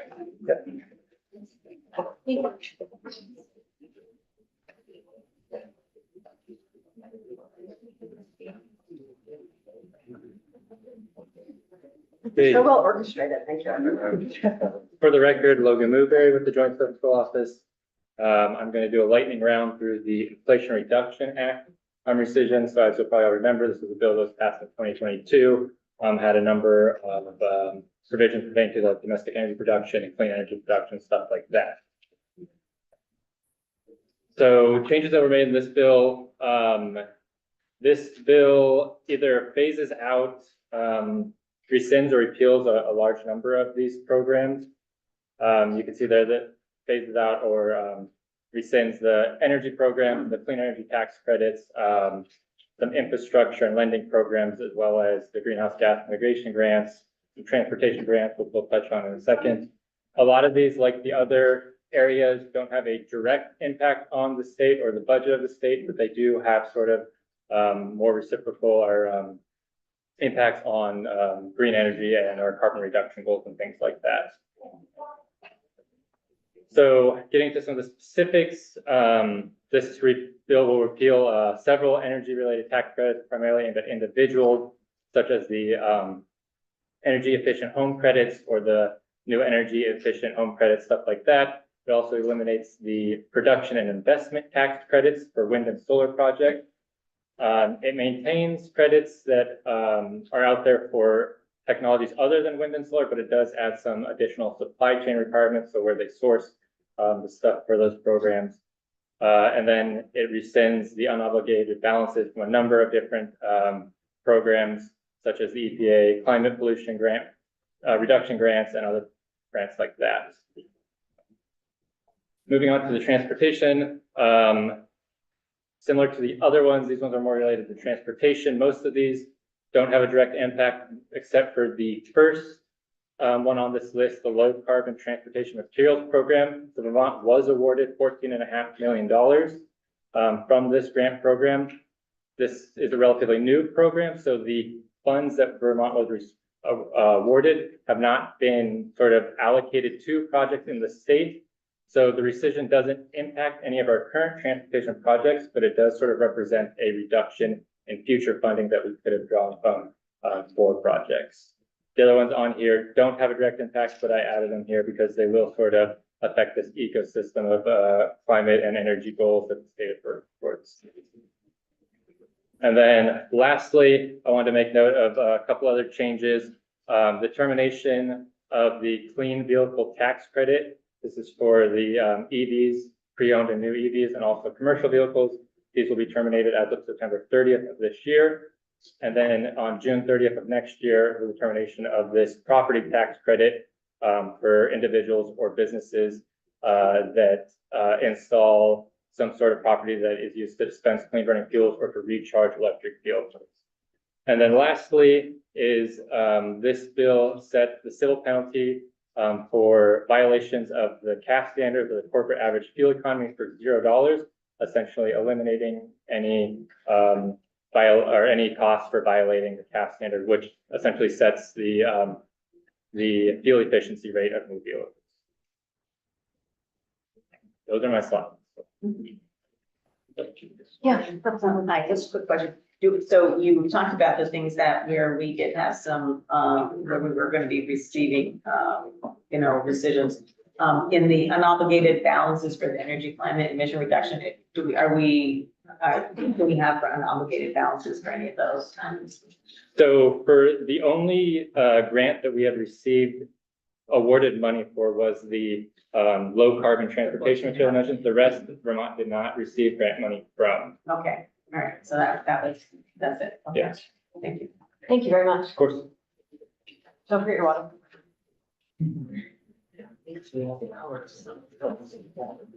All right. I am back to wrap this up, with the last piece will be, SNAP program, and then a few just sort of other programs, and then, close it up. Before I get into it, to qualify this, I am not an expert in SNAP. Maria, who does a lot of the SNAP stuff, had some doctor's appointments today, so I'm going to do my best. I think Katie is here from Ledge Council, to help, and AHS will be up later, so I'll just put that out there to start with. So Supplemental Nutrition Assistance Program, referred to as 3 Squares Vermont, in Vermont.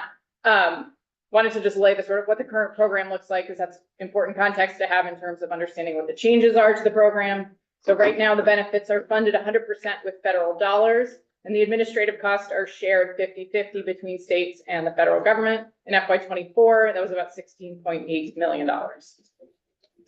The eligibility for 3 Squares, your household income is less than 185% of the federal poverty level, or you have children and get the Vermont Earned Income Tax Credit.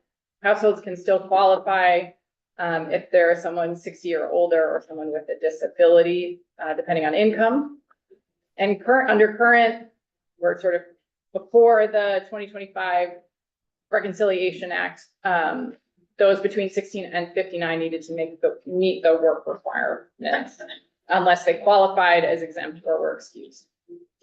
So for there's sort of 3 different sub-programs, as I would think about it. So for clients under 65, the funding for the program is directly transferred by the federal government to the clients. It doesn't run through the state budget. It's the sort of largest category of 3 Squares beneficiaries, and it goes on the electronic benefits transfer card. There were nearly 40,000 households, representing 67,000 individuals. And it was about $155 million worth of benefits. So again, that's the federal government puts it directly on the EBT cards. It's not part of the state budget. The summer EBT program, this was started during the summer of 2024. It helps families buy groceries on summer break when school meals are not available. 22,000 households with about 37,000 children. $120 per eligible child. It was about $4.5 million. Those federal funds are administered by the state, and they are appropriated in the state budget. Finally, the third one is the cash out. This is for 3 Squares clients who are over 65 and individuals that are on SSI. It's deposited directly into folks' bank accounts to sort of deal with technological accessibility, to ensure nutritional access for those who are unable to shop for and cook their own food, and to help reduce stigma. This also runs through the state budget and is administered by the state. And was at about $46 million last year. This is just a quick summary. So it was about $205 million of benefits paid out last year for 3 Squares Vermont. So there's still some, like I said at the beginning, more federal guidance to be issued, but a provision in the law is updating the cost share of administration of the program from 50-50 state federal to 75-25 state federal. That will go into effect on October 1st of 2026. So that's the FY27 budget, which you'll be building starting in January. That's estimated to cost the state $8 million annually. That's not prorated for the fact that the state fiscal year and the federal fiscal year are not the same. So you can think of it as 3/4. It'll be about $6 million next fiscal year, and then a full $8 going forward. The bill also eliminates the funding for the nutrition education and obesity prevention programs. There is also a change to state cost share tied to the error rate in a state. So a state must pay 5% of the benefit costs if the error rate exceeds 6%. Then I believe there's sort of a tier up. If the higher your error rate, the more cost share you incur. The payment error rate your error can be both underpayments and overpayments to individuals. An error is not a measure of fraud. It is you incorrectly paid beneficiaries. In 2024, the payment error rate was 5.13%. There is a methodology in the law about a sort of a 3-year look back in terms of which error rates you use. According to DCF, 5% benefit cost would be about $7.5 million per year. There's a handful of states that are under that 6%, that if it was based on the error rates most recently published, would not be part of this cost share. And then there are states are sort of at all different levels. I believe I read a statistic somewhere that every state, at some point over the last 20 years, was over that 6% error rate. So it's going to depend sort of on what happens, and the state will have to react accordingly when that happens.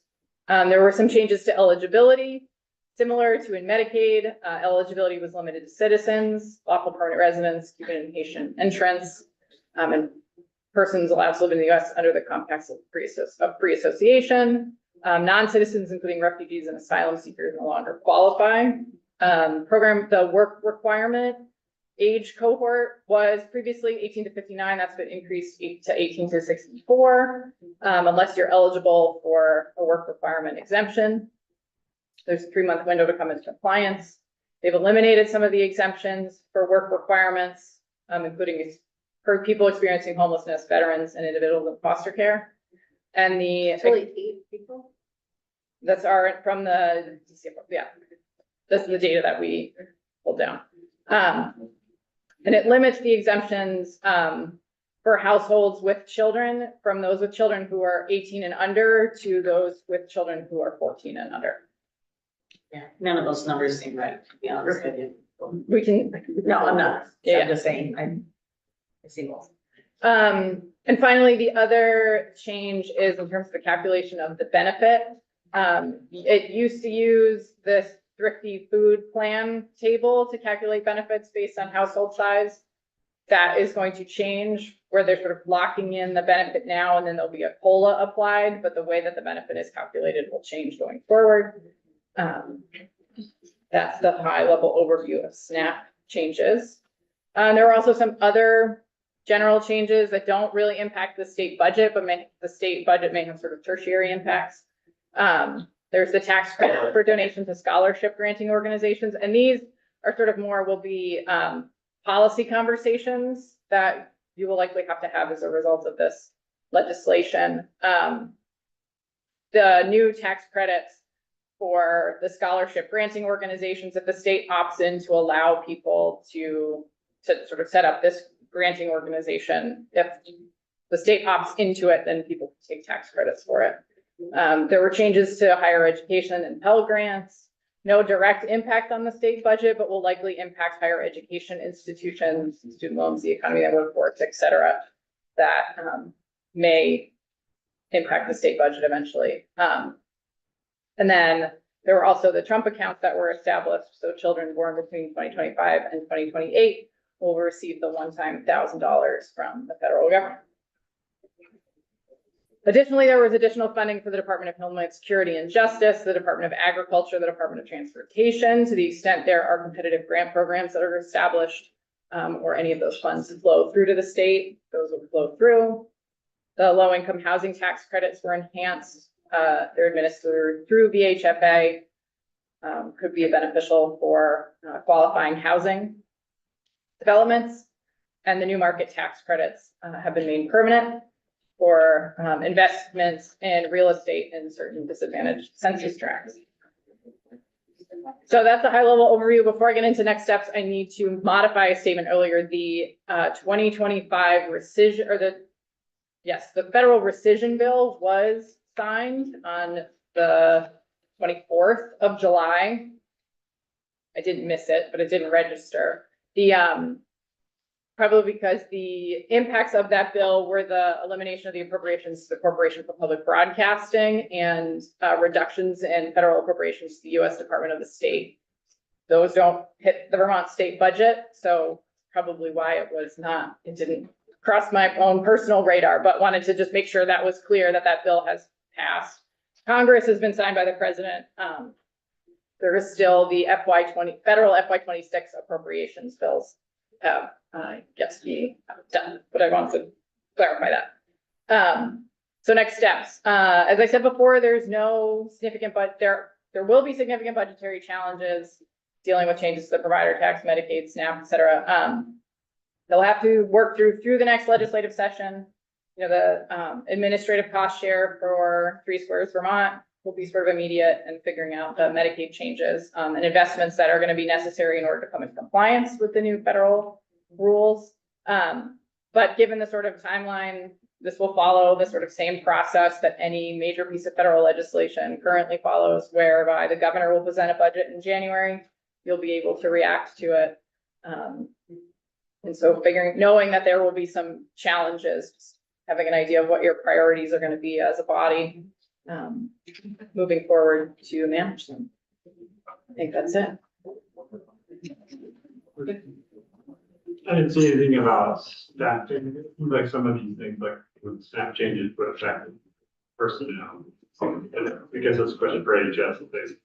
That is a question for AHS, and I think, but that is a good thing to flag. I think once there's additional federal guidance, there will likely need to be some investments in IT. I know the bill did set aside funding for states to make improvements to their like Medicaid eligibility systems to deal with the changes in work requirements. But the sort of rules and how that money will be distributed, I think I don't know if it's been determined yet, but I assume it's in the works. And AHS will need to adapt accordingly. And this might be a question for Katie and not you or someone else. But the provisions preventing refugees from being eligible for food stamps or Medicaid, is that a ban on refugees being eligible, or could it be fully funded with state dollars and just the removal of federal dollars into that mix? We can look and you can look into it and tell me later. Okay, thanks.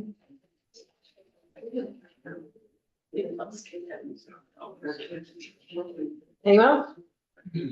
Thank you very much for that entire comprehensive presentation. Really appreciate it.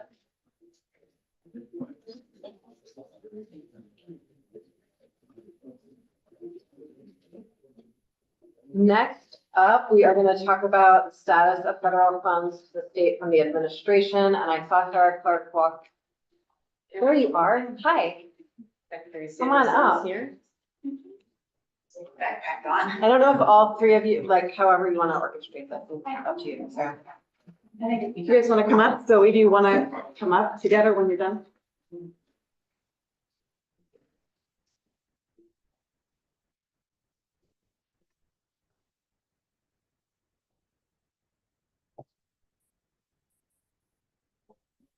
Welcome. Thanks for joining us. Thank you for having us.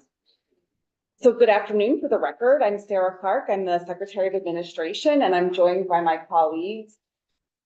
Jenny Samuelson, for the record, I'm the Secretary for the Agency of Human Services. Hi, good afternoon. I'm Zoe Saunders, Secretary of Education. Great. So I think we each submitted presentations. I'm not sure if we want to share them or if folks have copies. We all have mine copies. looks like this, the green cover page. And so I'm going to just briefly touch on our approach in general to how we are assessing changes at the federal level and what we're doing to understand and collect information across state government. So the first slide, just to give some context in terms of the federal funds in Vermont, you may have received some background on this from some of your earlier testimony. We wanted to look at how our federal funds have changed over the last decade, which no one here is surprised to understand that they've increased significantly. When you compare the state budget for FY 26 versus 10 years ago in FY 16, it's about a $1.1 billion increase in federal funds across all of the functional areas of government. And you can see that progression on this slide from FY 16 to FY 21 to FY 26. The kind of steady and then large increase in federal funding. I think the other thing that's notable from my perspective, when you look at the functional areas of government, where you see some of the largest increase in spending, and no one's surprised to see that the Agency of Human Services received a large increase, as well as natural resources stands out to me a bit. So that's just to give some kind of big picture context of how much money, $3.1 billion in the FY 26 budget. On the next slide, I've had similar conversations with some of the members here about what is our overall approach to understanding the federal budget and federal activity as it impacts Vermont. We very recently issued a memo to our extended cabinet on July 21st describing our approach to federal funds, which is a continuation of what we discussed last session, where we are taking a very disciplined and factual approach to evaluating the changes in operational response, because it continues to evolve every day. And you're going to really hear some of that when Secretary Saunders talks to you about what her agency is doing to navigate and how the landscape has shifted for them. So we're really trying to focus on making sure we understand what's the actual funding reality before we pivot and respond. You heard a great presentation about some of the components of the federal reconciliation bill. We are also doing the same thing and really making sure we understand what's in it and how it's going to impact our operations. Another important conversation that we are having is engaging with our federal partners, both at the kind of agency level and the delegation. You've got a presentation, I think, after us from the delegation. And we've asked all of the agencies and departments of state government to communicate with the Agency of Administration so that we can consolidate and take that statewide view of what's happening as we work together to understand the impacts with the legislature, but also our ability to prioritize as we look across the entire landscape of state government. In a lot of ways, what we're doing now, having spent 20 years in a financial capacity as a financial director for state government, in a lot of ways, it's similar to what we would do every year, where we're really every month trying to evaluate the changes that we see, both programmatically and financially, and being able to take that information and respond as appropriate. So you see a decline in your special fund revenue, for example. You have to be able to pivot operationally, or at least escalate that concern up through the administration and eventually over to the legislative branch.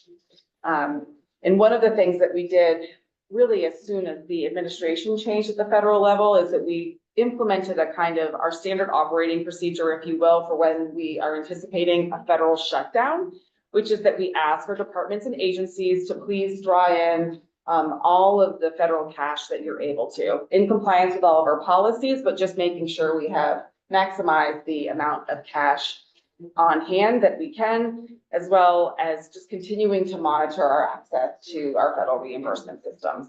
So we're staying on top of it as nimble as we possibly can be. So more specifically, and in responding to the language in Act 27, the big bill on the next slide, and I've included the language that was in that bill that directs the Secretary of Administration to monitor changes in federal funding. We implemented, Commissioner Gresham on my behalf issued guidance to the departments and agencies of state government, where we are soliciting monthly data related to federal funding reductions or changes. Those updates are due to Finance and Management on the first of the month, so tomorrow would be the first time that we would get reporting from our agencies and departments, so that we can aggregate it statewide, as well as understand, like, as we work to operationalize the language that was in the big bill, this is how we'll operationalize it, because this is how we'll measure what we're actually seeing. And so you can see on this slide the data elements that we asked for, pretty standard department dollar amount, the federal grant title, what's the impact that you're anticipating to see, and any supporting documentation. And so you don't have any of these numbers yet? We do not. We issued this, I think it was on July 4th. Or not July 4th, because that would have been a holiday. I think July 3rd and August 1st tomorrow would be when we would expect to hear back. And so it may be useful, you know, as we collect this data, we can update maybe the staff of the Joint Fiscal Office to communicate to you if we're seeing anything. So I think with that, I will hand it over to, I'm not sure who's next or who'd like to go next, but, hand it over to my colleagues. Good afternoon, thank you for having us. I'll provide an update on federal education funding. So federal education funding. Two things. One, the white noise behind the corner is very loud, so if you could speak up a little bit, that would be great. And two, I heard a rumor that both of you have someone online to operate your slides for you. But, Someone from age. okay, but not someone from AOE. No, you go Okay. first, and I can bring my computer to bring up our Okay, slides. sorry. Great. Thank you. If you could also speak up, that would be great. Yes, and please let me know, my voice doesn't always carry, so if it starts to drop, we'll go from there. So similar to Secretary Clark and how she described it, the Agency of Human Services has been monitoring the federal landscape for any major changes. Our approach has generally been, and as you've heard, is to assess the impacts. And typically what we have seen so far is oftentimes there'll be an executive order. There'll be a lot of speculation about what it actually means. But it isn't until we actually see the federal agencies who are being ordered or a federal legislation for us to actually know what the impacts. So today I'm going to focus primarily on HR 1. That is the most clear of what we have seen for federal impacts. I know that you've already had a briefing from both Ledge Council and from JFC about JFO on these issues. So I'm going to try to keep it at a higher level. Under HR 1, there are required changes, as you've already heard, to Medicaid, to the insurance marketplace, and to SNAP. What I want to emphasize is that what we have learned is that while there are a lot of things that are articulated that and how we are to implement, of what we are to implement, the how we implement it is left to the discretion of Vermont. And those changes, many of them are phased in over time. And I think that those are two key things in how the agency is managing it, is to really understand we are in a driver's seat in terms of determining what the way that we implement it, and that many of the changes we don't have to implement today. I want to. Quick question. I know that sometimes we receive federal guidance and it allows for some flexibility between the administration, executive branch and legislative branch. Is the guidance is given here specific to the administration, or will the legislature have an opportunity to weigh in on some of the provisions for implementing this? So for implementing things, there are very specific provisions. In some cases, we don't have them. In some cases, we have them already. In some cases, we don't. I do anticipate on a number of areas and issues, some of which you've already brought up, things like staffing, how we implement the technology that's going to be necessary. What are a lot of the changes from at the federal level are coming down very last minute. And right before changes are necessary to be made. And we may need to update some of our rules. So emergency rulemaking and other legislative things. What we have determined so far is a lot of these changes, again, happen out over time, but some of them that happen immediately, we're getting the guidance on it a little bit. We either don't have it or we anticipate getting it later. And that's where we're going to have to partner together with the legislature very closely. So it's a great question, Senator. How we implement these changes will specifically impact the outcome. And for many of them, we were here last year, and I want to acknowledge that, trying to estimate what those impacts are. At this point, now that we know, it will take us time, and it is too early to estimate those impacts, because how we implement it will change that. And a perfect example of that I've been out in the communities, and many of them, for them, the sky is falling and everyone's going to come off Medicaid. But what we know from the last couple of years doing redetermination is that was our sense before we did redetermination following the pandemic. And yet, through some of our operational implementation, we were able to reduce that impact and keep our uninsured rate up. And so I think it's important for us to acknowledge that at this point, the estimates that if we were to estimate what it is, that doesn't take into account what we have yet to determine are those implementation steps that would impact that. The other thing that I think is also important is that there are some discretionary tools that we have. For example, in SNAP, as some of the individuals come off of potentially SNAP, you can go back to the previous slide, Brendan. You can come off of SNAP because of the eligibility requirements changing. There is some discretion that the state has that will allow us to that will allow us to be more planful with clients than folks on the ground may anticipate. And so we are assessing and leveraging those types of opportunities. That many of the things that had major financial changes go into effect over time. It's not the provider tax is not that dissimilar than what folks who've been around a long time might remember around things like IMD, the Institution for Mental Disease, where our federal rates come down over time. And so it gives us an opportunity to plan through those changes. There are also opportunities, which I haven't heard us talk about in federal legislation. There's $50 billion that is going to come down for a rural health fund. That will happen in the next couple of months, and we will have less than 6 weeks to respond, and that will be before the session. So I just want to point out that there are opportunities within what we're seeing at the federal level.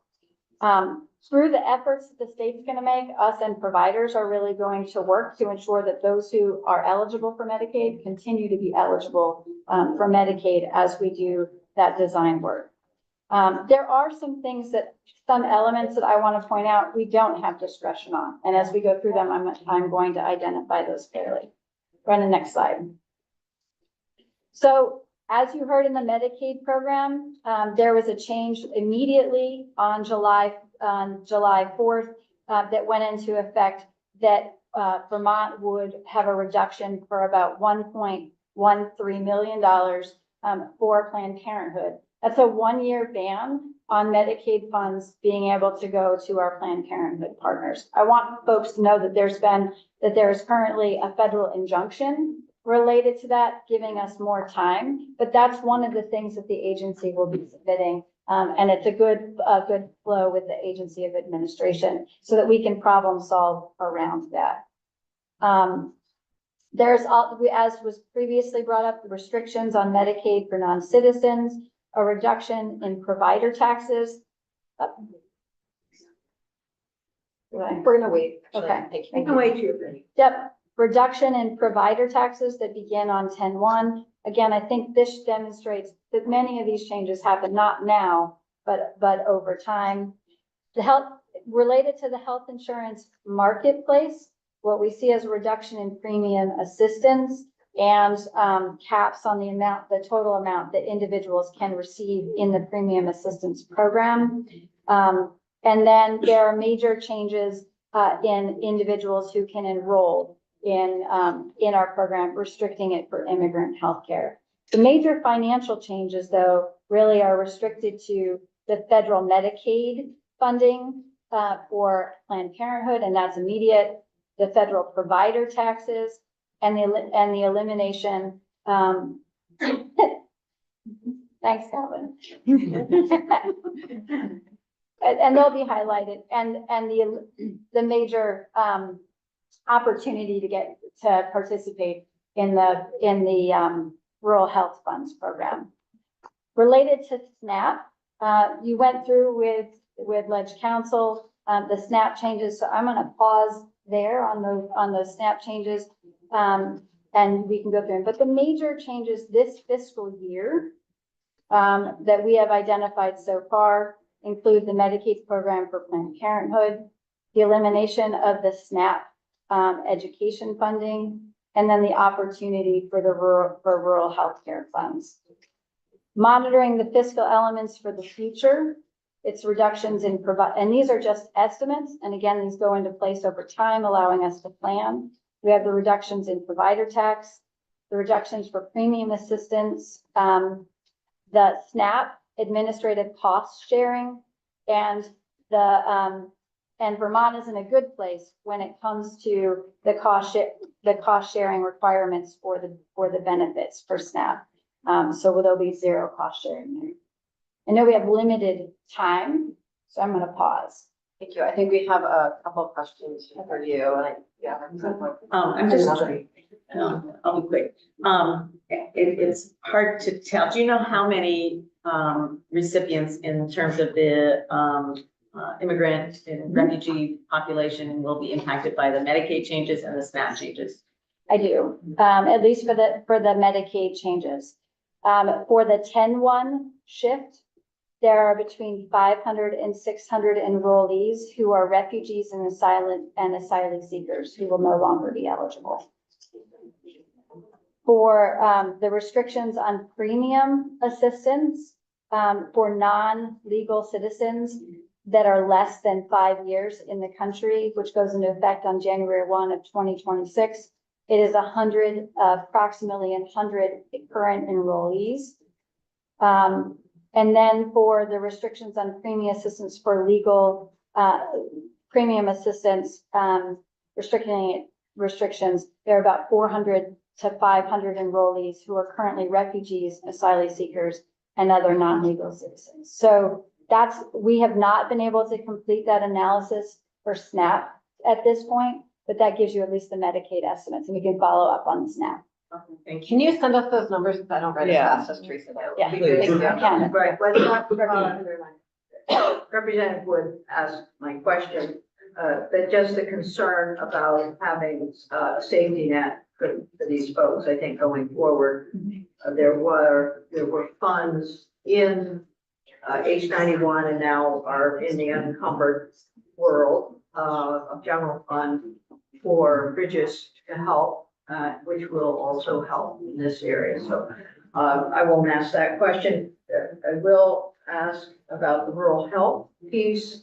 And it just goes back to the rules and guidance that are coming at some point and how very specific or detailed the rules and guidance is around that, and what role we will play legislatively. And then there are other folks, I know some are in the room now, primary care folks, F2HC folks, VMS folks, people who are very interested in how those funds will be appropriated. Just a general comment. Yeah. We'll get there. I know we'll get there. I'm gonna ask a question and then I see that you have a question. I know that you have a question. You said you said something about Medicaid enrollment. I hear you trying to keep us from worrying about the sky falling in, and I really, really appreciate that.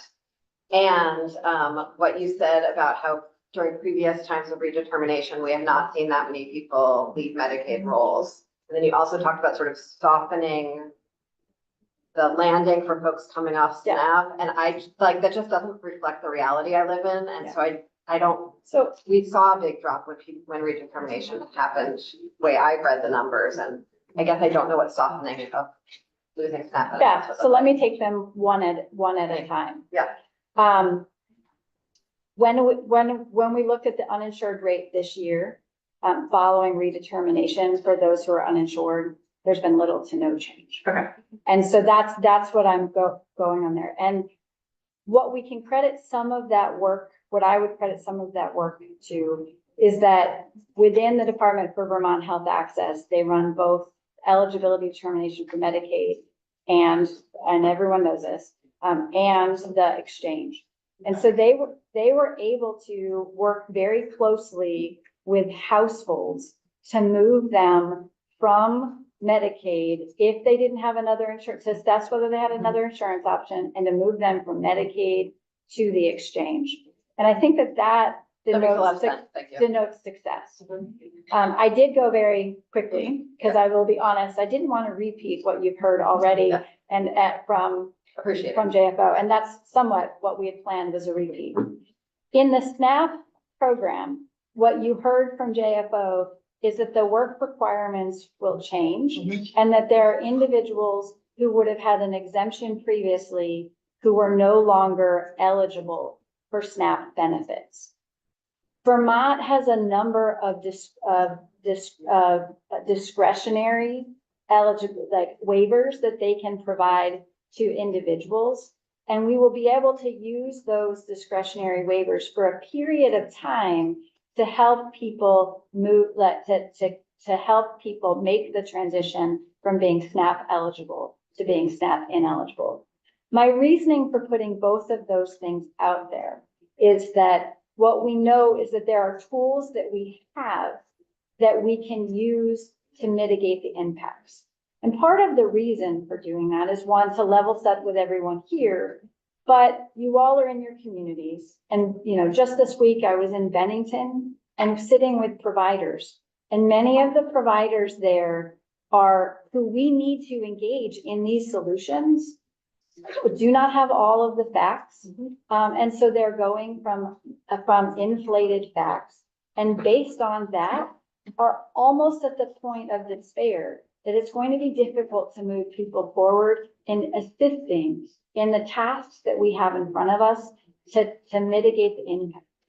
And so that's why I think it's important for us to both note that these changes will take place over time, allowing us to do planning, and that Vermont has a strong record of other federal changes, whether they're fiscal changes like IMD or the redetermination changes, of mitigating the impact of federal changes. Yeah, I just want to repeat my earlier question to my fiscal office. There's estimates out there that said 45,000 people would lose their health insurance to the Medicaid change.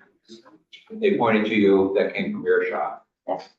Where did you get that number? What I heard you just say is a non-citizen, which is clearly a change in who's covered. It might be 500 people. So where did the other 44,000 come from? Yeah. So I want to take a step back and recognize that we know that the immigrant changes, which are happening very soon, because we've been able to calculate those. Before the end of the legislative session, we were looking at what was the potential federal changes, and we didn't know the timing of when those would go into place or actually what they were. And so we drew on two things to create those estimates. What were other states experienced in implementing work requirements, and what was our experience doing determinations several years ago, not in this past redetermination period. And based on those estimates, we were looking at what would potentially be the impact. That is if we did nothing. If we changed nothing today related to the way that we do redeterminations. And at this point, I've continuing to perpetuate that as the number of people who are going to lose health insurance, I think is in many cases, is not fully responsible for us as an agency to do. Because we know there are things that we are going to do to mitigate, to plan and to shift the outcome in order to make sure that individuals who are eligible for Medicaid still have access. And so that number, I no longer believe is accurate. And so I would like us, we as an agency are moving away from that. And as I said, we don't have an accurate estimate at this point about the number of people who are going to fall off of Medicaid. We've never implemented work requirements here in the state of Vermont. And we have not recently done redetermination on a 6-month basis. Thank you.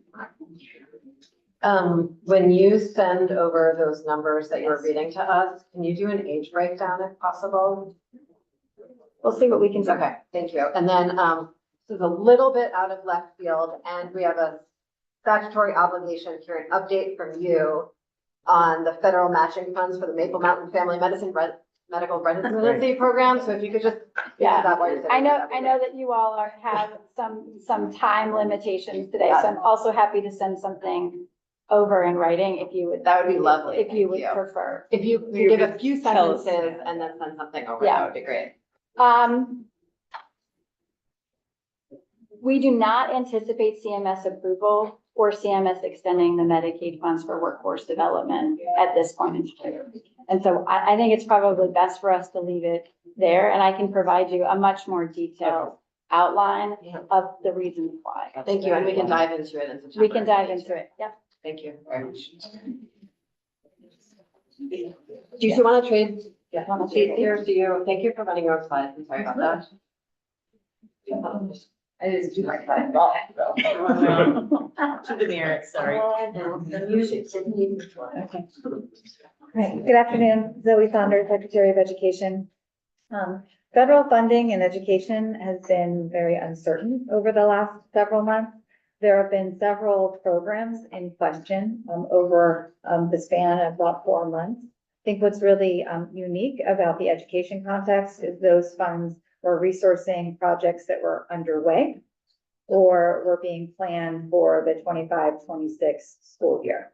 So I'm pleased to say that those funds have been restored. And so that is the positive and the upside that I can communicate today that I wouldn't have been able to say a week ago.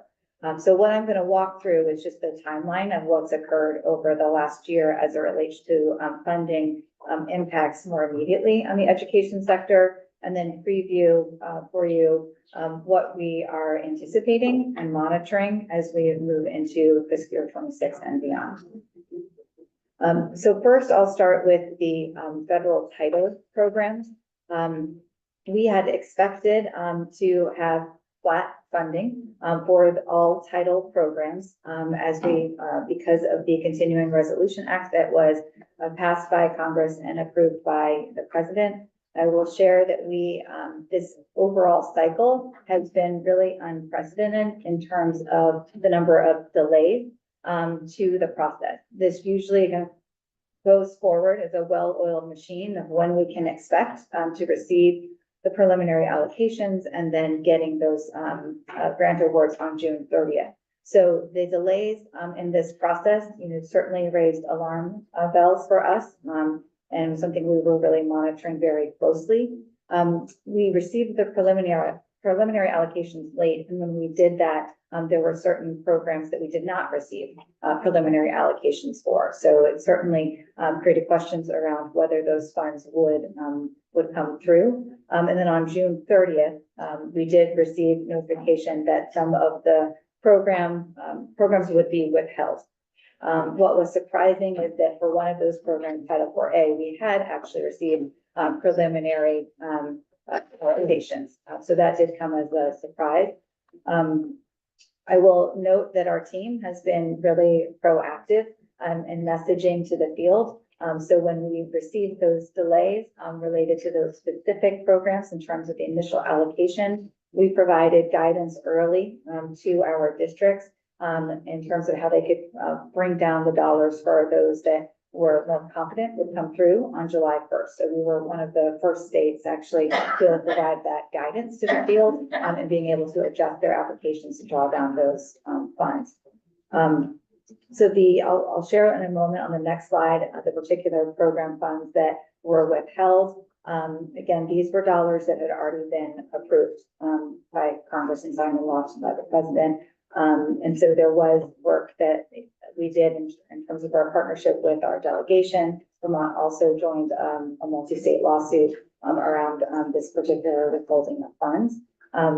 Pleased to share that we received notification last Friday that those program dollars that were being withheld will be released starting on July 28th. We have received those grant award notifications and we're reviewing them. At this time, they're consistent with what we would expect to receive based on the continuing resolution. These are the programs that were temporarily withheld. Important to note only as we think about the future and understanding where there may be areas of vulnerability. So the specific programs related to funding for migrant students, also funding for Title 2A, which is our professional development for teachers, Title 4A, which provides resources for a well-rounded education and academic support, Title 4B, which impacts which funds summer and after-school programs, and our adult education and literacy programs. We are really pleased that the funds are now going to be available and that our districts can move forward with resourcing critical services with these dollars that have been promised. I do want to call out that there has been an impact in terms of the delay. So some summer programs, because of the delay, might have pared back some of their programs and resources. Potentially, there's an impact on some of the training and development programs that were scheduled for August, simply because of the timing of when districts would need to enter into these contracts and hire staff. So it has been very disruptive to the education sector. So I don't want to undermine that, but we are very pleased that now those dollars are going to be made, are available. And we're working to make sure that our districts have those through their grant management system. The other impact on education that occurred earlier in the spring was related to late liquidation requests. So through the COVID relief dollars under the Biden administration, there was approval to extend those funds to support critical projects that were part of the allowable expenses under that program. Then under the Trump administration, they did reverse approval for those programs. That was funding projects that were already underway, including projects related to tutoring and construction and a number of other really critical projects that had already been approved. I want to really thank Senator Sanders' office and Senator Sanders himself for working very closely with us to ensure that those dollars could be made available, and also supporting us directly in submitting waivers. So when those dollars their approval for those dollars were reversed, there was a process put into place to apply for waivers. And at the Agency of Education, we supported our districts in submitting waivers at the time before this decision, at the time before the funds became available. We had 79 projects that we had submitted in terms of a waiver request. We had received one denial and one approval, and the other were pending at the time that the changes happened. So on June 26th, we did have received notice that there would be flexibility and that now those funds would be made available. This was U.S. Department of Education communicated this as an issue of equity and fairness. There were states that had joined a lawsuit and an injunction, and they were actually able to access these funds. And so it was an issue for states that were not part of this lawsuit accessing those dollars. So that now allowed all of the states to be able to access those approved funds. I do want to call out that in addition to the funding being defended, then waiver process being implemented. In addition to that, there's a lot of administrative changes that have occurred over this time, which requires a lot of different accounting in terms of in terms of eligibility for approval. So the actual process of reimbursement has changed significantly, which is why the Agency of Education is providing a lot of intensive support to our districts to ensure that we can appropriately request those reimbursements according to these new requirements. I do want to call out that there's also some challenges in terms of timing of when projects were approved and when this relief came into place. And so we are in the process of working with USAID to identify those amounts that are still outstanding. And there are about $7 million that are in question right now that we are continuing to work through in providing information to USAID and working with our congressional delegation to that our districts can access those funds. So as we look forward, before you go forward, can you summarize about how many dollars are still outstanding that you're expecting from all of it? So with the 79 projects that we submitted, it's about $11 million in requests, and it's about $7 million that right now are in question. They're still waiting on. Okay, thank you. As we look forward, it's likely that there will be a continuing resolution, which could be a positive development in terms of continuing to have stable funding moving forward. Our thoughts on that are simply because it seems a little challenging to get to that budget by the end of September. So we're certainly tracking that. In terms of the impacts of the big beautiful bill, we're looking at, how changes to Medicaid, would impact, school-based Medicaid programs related to changes in eligibility and funding.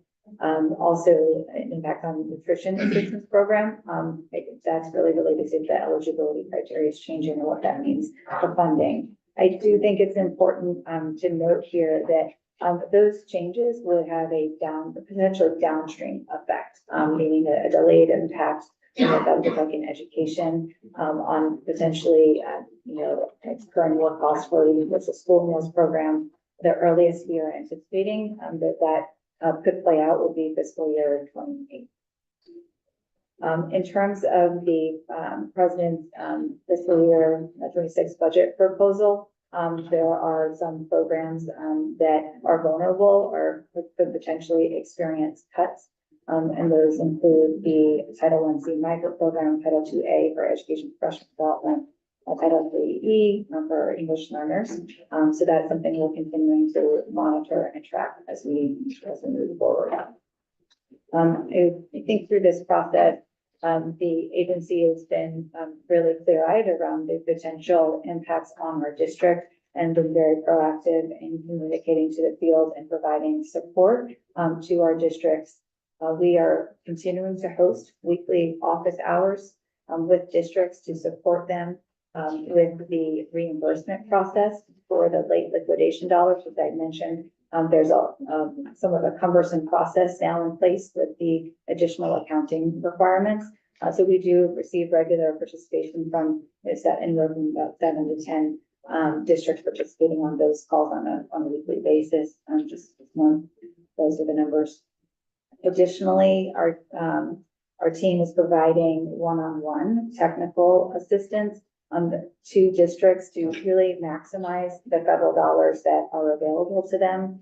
We've been proactive in exercising all the flexibilities that are within our purview as a state agency. Examples are included here on the slide. Specific to Title IV-A, in a normal year, your budget has to be allocated a certain portion of dollars to fund specific priorities within that program.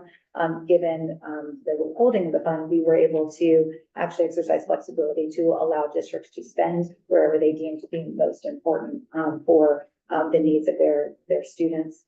We also provided guidance around how to avoid violating supplement versus the plan, because some districts, given the uncertainty with federal funding, we're accessing local dollars to cover expenses, which is allowable during a period of when federal dollars are in sequestration. So we were able to provide that guidance. And also just really thinking clearly around what are those allowable expenses and how to draw down those funds in a strategic way. So the agency is really well positioned to continue to support districts in navigating the uncertainty, and definitely want to give a particular shout out to our finance team and our comprehensive federal programs team. It's been really intensively working with districts on a day-to-day basis. I'll say that I've been taken aback by reading about your hiring freeze in the paper. And I'm wondering how that fits into the federal fiscal landscape and how you anticipate being able to do the enormous amount of work that we all work together to give to you for these upcoming few years. So hiring freeze is a very specific term within the context of state government. Yeah. So I would call that what I put in place was a hiring pause. So there were, and reevaluation. So what we were looking at is there were certain positions that were fully funded by federal dollars that were being withheld. And it was an opportunity for those vacancies to look at job descriptions for those particular roles to ensure that we could staff appropriately with the funds that are available so we can sustain those positions. And so it's really part of a broader effort as the agency as we're looking at how we're maximizing the resources that we have at our disposal and leveraging the skills and expertise of all team members. So we're not on a hiring freeze, but we are certainly thoughtfully reviewing our vacancies and looking at those job descriptions to ensure that they are being crafted in a way that's going to best support the priorities of the state. So we are not on a hiring freeze, but we are thoughtfully reviewing certain job descriptions to make sure that we're hiring for the right expertise that we need at this time. And if I may, at a state level, we continue to monitor and assess, as I've said, and at this point, we are not issuing any sort of statewide mandate for action. But encouraging secretaries and commissioners as they manage their budget, just like they would in any year. If you know you're facing financial pressures, like just be cognizant of that when you make decisions, which I view as kind of regular financial monitoring, unless and until we get to a point where we really need to be more clear and more put more solid brakes on our spending. We're not there yet statewide. And I would love to have a conversation soon, and it doesn't have to be right now, right here, about your hiring pause and the speed of the unpausing to better understand, to make sure that you'll have the capacity to do all the work that you. So what I want to be really clear on, it was a pause that we were working on internally in the leadership team on certain roles. We have not put a pause on hiring for some critical roles. They've continued to go When through does the pause recruitment. stop pausing? What's the pause? So I think we are continuing to hire for critical roles. There are certain positions we're pausing to reevaluate before going out to fill vacancies. But we have actively been recruiting and are in interview process and have offered positions over the course of the last several weeks. So I don't want you to be concerned. Great, appreciate that. And the message was an internal communication to our staff around how we are reviewing our procedures. Thank you. Anyone else? Thank you all very much for all that you're doing, and then you had one with me. And I think the federal congressional team is next up, and I'm sorry that we're running a little bit late. No worries. Two of my colleagues are online. I see them. Excellent. Hello, Katie and Jessica. Do you want me to sit here? Yes. So we're doing it as a No, we team? want you to go in the hallway and zoom in. Okay, I could do that. I could go home, zoom in from there. I can see them now too. Thank you for being here. Really appreciate it. Great, thank you. Shall we introduce ourselves first? I'll turn it over to Senator Sanders' staff as the senior senator to introduce herself first. Hi, everyone. Sorry, I can't be there in person with you today. I think all of you, and I can see most of you. So thanks for bearing with me. And I want to save most time for your questions. For the record, my name is Catherine Van Haste, and I'm State Director for Senator Sanders.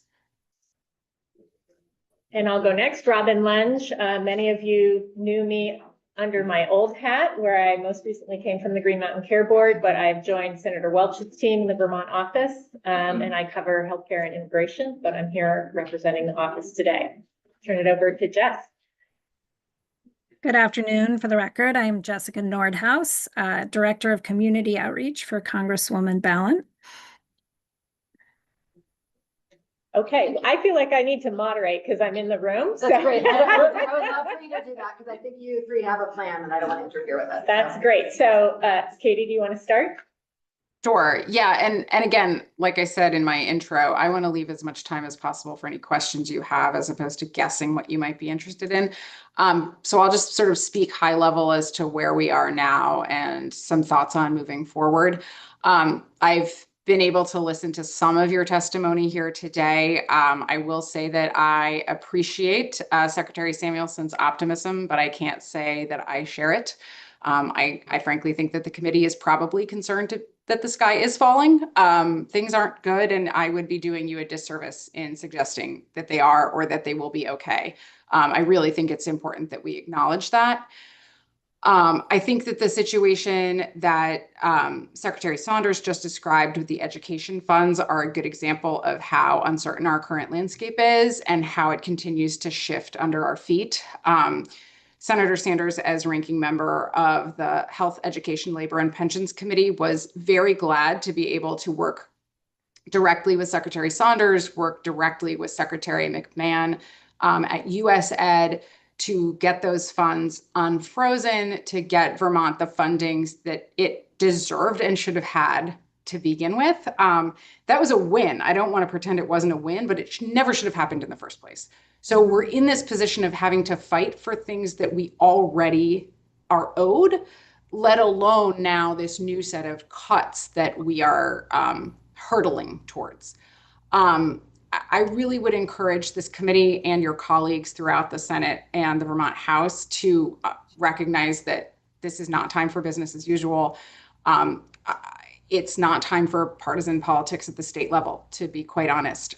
We need our state legislators to really be able to message the idea that what you all know is true. You do not have the ability to maintain a deficit the way the federal government does. You have to balance your budget. I don't envy you all. I don't know, to be perfectly honest with you, how you are going to approach balancing a budget that has just had a giant hole sliced in it from federal funding. It's not going to be easy. The Reconciliation Act and the federal rescissions package together are going to harm Vermonters, and I don't know how the Vermont legislature is going to stem that harm without causing a loss of services for Vermonters. I just don't know that it's possible. And I do not say that lightly. I really would encourage you all to communicate with our offices more than ever before, and perhaps differently than ever before. I know that Senator Sanders, as I have offered regularly that our staff can be an extension of your staff. As ranking member of the Help Committee, we have a tremendous number of people working in our office, and they specialize in healthcare, they specialize in education, they specialize in labor issues.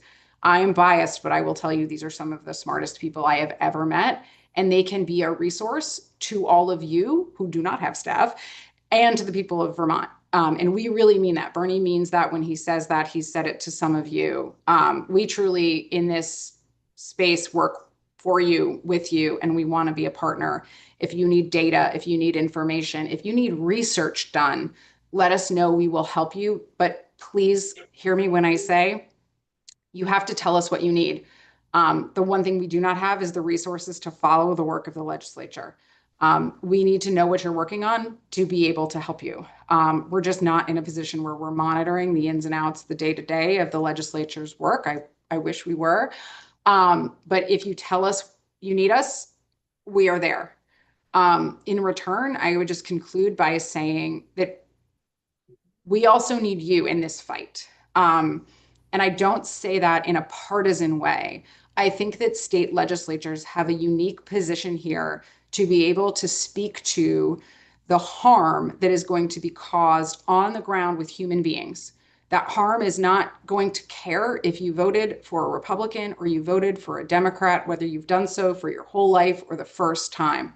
It is not going to matter if you are upper class, middle class, working class. You are going to be harmed by what is ahead of us. And we need state legislators to be able to explain to us what that harm is going to look like.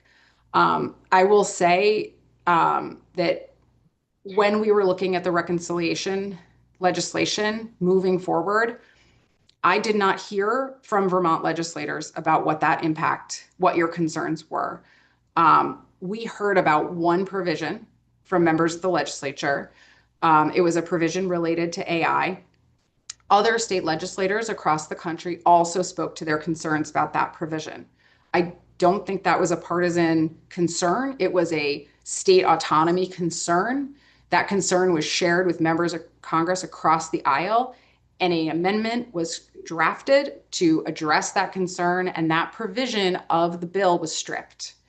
That, to me, is an example of what can happen when state legislators speak up for how this bill at the federal level will impact states, and we need more of that. We need to know what your concerns are, what these harms might be, and we will then work with you at every level that we can to help solve them. But once they're in law, it is much harder for us to try to undo the damage. There are a bunch of bills potentially being introduced that would hopefully limit the damage of what we're seeing right now, but I don't want to pretend that those are likely to pass. We just passed these bills. They were supported by the majority of the Senate and the majority of the House and by the President of the United States. They passed because they were supported by those majorities, and it is unlikely that we're going to see those changes soon. Those changes are going to happen when there is a very coordinated and organized effort to explain why some of those provisions were problematic. We need that information to be shared with us, and we stand ready to work with you however we can to protect Vermonters and to keep federal funding that Vermont relies on coming into your work so that you can pass legislation to continue to support and protect our shared constituents. I'll stop there. Okay, I'll jump in next. So I think one of the things to keep your eyes on is the federal appropriations process. There's sort of a small package of bipartisan pieces of the Appropriations Acts that are moving forward, maybe this week, but maybe not until after the August recess, whenever that starts. The appropriations bills do pass sometimes as 12 different bills, sometimes they're combined. So it's not like here where you have one bill and it's easy to follow. But I think we'll certainly be keeping our eye on those bills and trying to help you understand where there might be impacts that would impact the state budget. So that's certainly a package of things that could be coming down the pike. There's also been some news reporting that there could be another rescissions package, maybe on education. That's, again, I'm getting that from news reporting. I don't have any inside information there, but those are the types of bills that I think your staff is going to have to keep an eye on to understand what additional impacts you might be seeing. As Katie said, there are some bills this week that have been introduced to push back on some of the provisions in the OBBA. That includes a caucus-wide introduction of a full repeal and an extension of the ARPA premium tax credits, which are currently set to expire this fall for next calendar year's insurance. There's a Restoring Essential Healthcare Act, which would repeal the prohibition on Medicaid contracting with Planned Parenthood. And Senator Welch has introduced repeal of the Medicaid copayment provision, which is paid for by repealing some limitations on which drugs Medicare can negotiate for. So again, to Katie's point, these may or may not go anywhere, but I think from my boss's perspective, he feels very strongly that there are provisions in this bill that were really harmful to Vermonters and on average will be, over the course of the whole bill, will be harmful to the state. And he is certainly going to fight to do whatever he can to remedy that. In terms of working together, I totally echo everything Katie said. I've worked with many of your staff in the past when I was at Legislative Council. They have my phone number. People should feel free to call. I think any of us at any time. Senator Welch, his committees of jurisdiction are the Senate Ag Committee, where he's the ranking member on the Rural Development Subcommittee. So certainly there are folks in our office who can help with Ag, USDA, SNAP benefits. Judiciary Committee, which I think has limited impacts on the state policy. Finance, which includes Medicare, Medicaid, CHIP, TANF, and social services programs. So we have folks in DC and in our office who work on all these issues. We are happy to work together with you. Please give us a call when you need help. And certainly I'll do my best to keep, if I notice things, having been at the intersection of the state budget and federal programs, sometimes I spot things. I certainly will pass those along to your staff as I see them.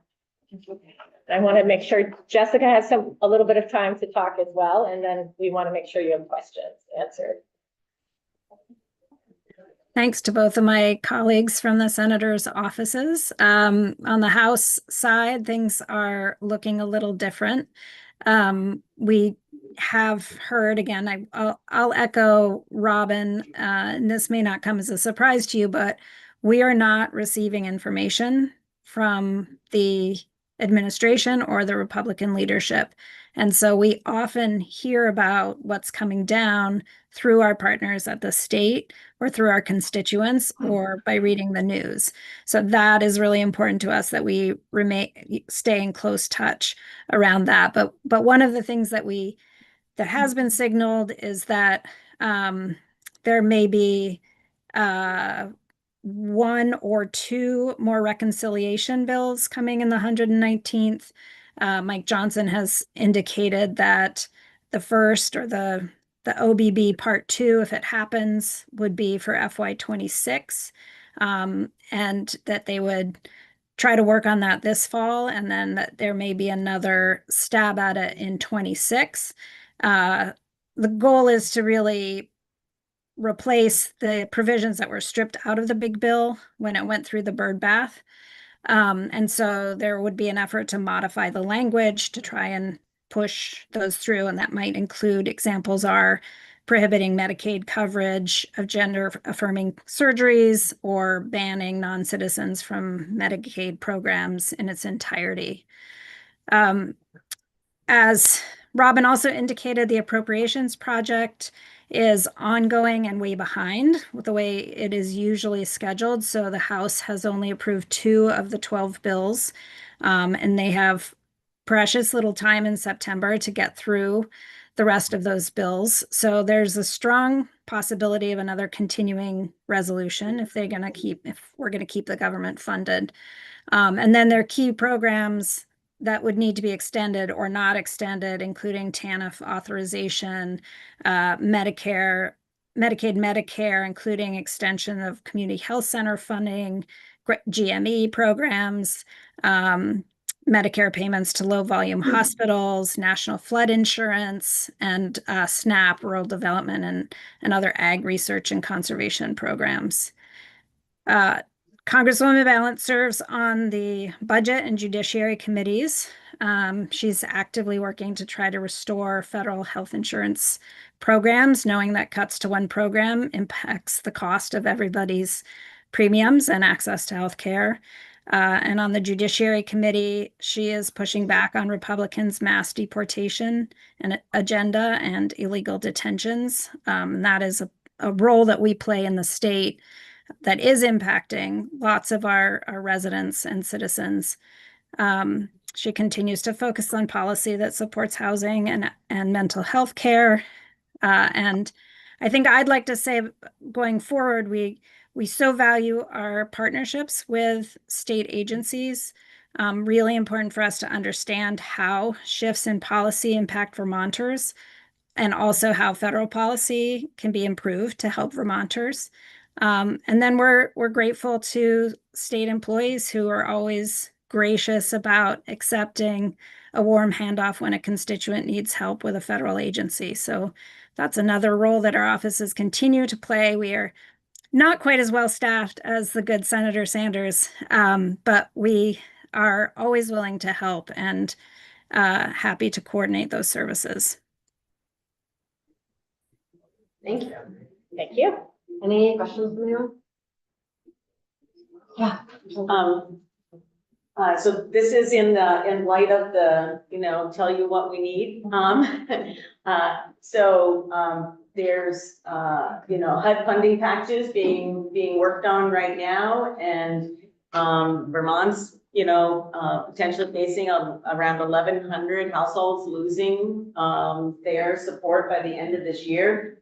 Vermont's already facing record-breaking homelessness numbers, and we have right now, this is before those potential cuts happen, we have nearly 18% of all of Vermont's children are homeless. 18% of Vermont's children. So whatever you can do to make sure that we don't further lose any kind of housing subsidies at this point in time would be helpful. The end. Thank you. May I ask who just shared that? I can only see your arm. Yeah. Representative, my arm is good, that's all I want. Yeah. Thank you. And Chair of House Human Services. Yeah. I really appreciate you all being here. I know it's not the way we usually do business, but it seems like these are unprecedented times and we need to strengthen our communication to be more regular and less haphazard. So I'm hoping this can be the beginning of a lot more information sharing in all directions. And I appreciate you all for taking the time. Thank you. Well, thanks for having us. Listen, it might be useful just to have contact I was just information gonna from say, each of you. yeah, if you could just send our group all your contact May have info, it, but we may Absolutely. not have the. then we have it in one place. Aaron can send that around to all of us. That sounds Thank good. you. Thank you. If I can add one thing, I'm sorry, before please. we go, I would just say an offer that all three state directors have made in the past is that we are happy to come to each of your committees and give you the sort of 101 about how our offices work, how we work together, how we handle casework, appropriations, congressionally directed spending, project requests, the kind of soup to nuts of our world and how it's similar to yours and how it's different. So if that's something your committee hasn't done and you'd like to, we're happy to take the second year of the biennium to do that. Thank you very much. Thank you again for having us. Thank you, and we'll pass it Thank on to you. all the chairs. Yes. Thank you.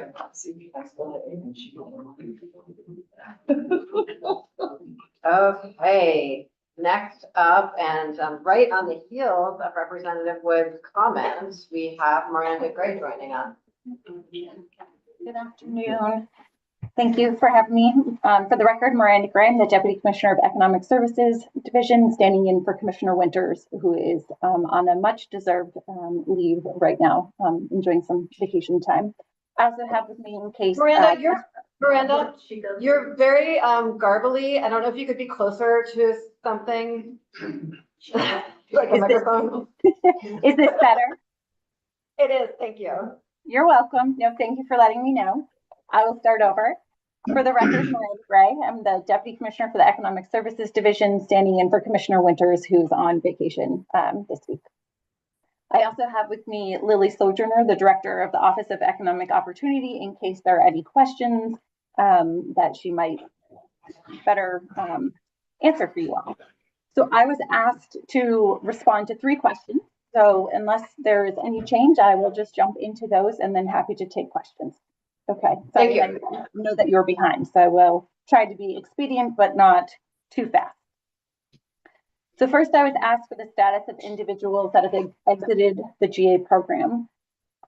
Typically speaking, the General Assistance Housing Program doesn't receive formal notification when clients exit the program or information regarding where they go to.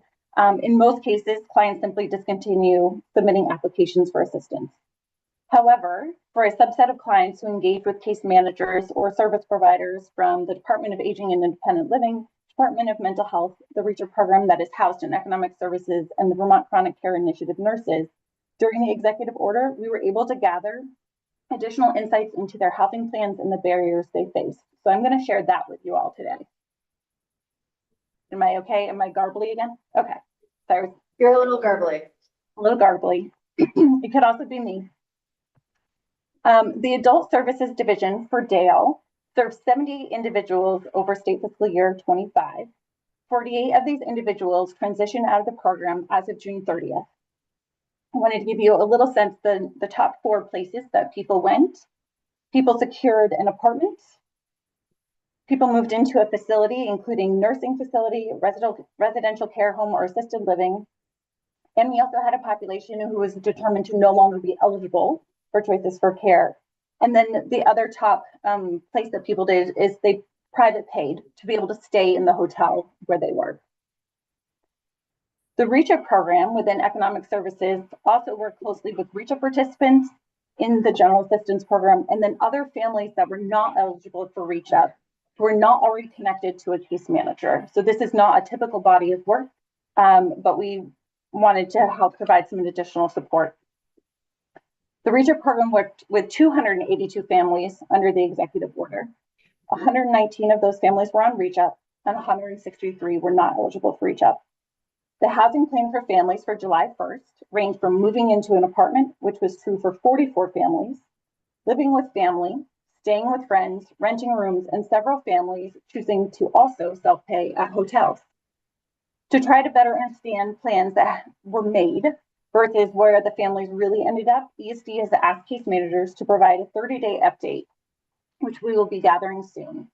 However, this will only be for those on REACH-UP. Non-REACH-UP families were transitioned to community case managers if they wanted, and there were resources available. but there's no statewide case management system to capture data at this level. So we're really just trying to get a subset of this information, knowing that everyone would like this information.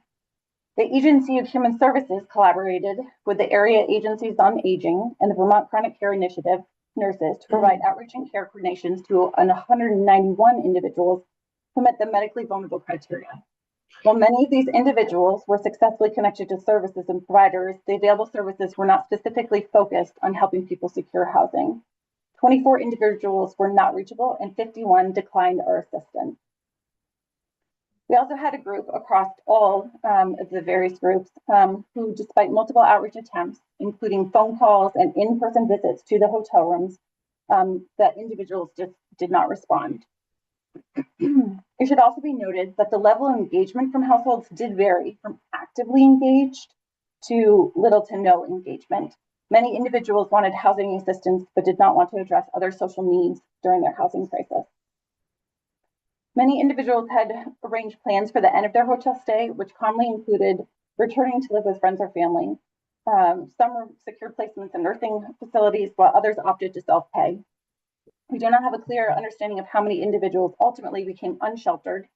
However, only a small number of cases, 4 statewide, were brought to our complex care teams by local communities through July 1st. And those complex care teams are through our field services, so those that are out and connected to our community partners. A number of individuals also initially reported having no plan or alternative option, but managed to find a solution as the July 1st deadline approached. Some of the common barriers that we found included the lack of affordable housing that is available, poor rental history, so those that had evictions, had owed back rent, they have pets, wanting their pets to be able to stay with them, having partners or spouses who act as caregivers and did not want to be separated from them. They had a justice-involved history. Miranda? Yeah. I'm sorry to interrupt you again. One question, is it safe to assume that you're gonna send us this testimony so that we can review it ourselves? These were just talking points, but I'm happy to put something together for you if you'd like. Yeah, I think having sort of the numbers of where people are and where they've gone in writing would be a really helpful update for us. Sure, and again, it's just because this is a small subset, right? This isn't the typical, you know, what we know of everyone that is MGA, but happy to do that.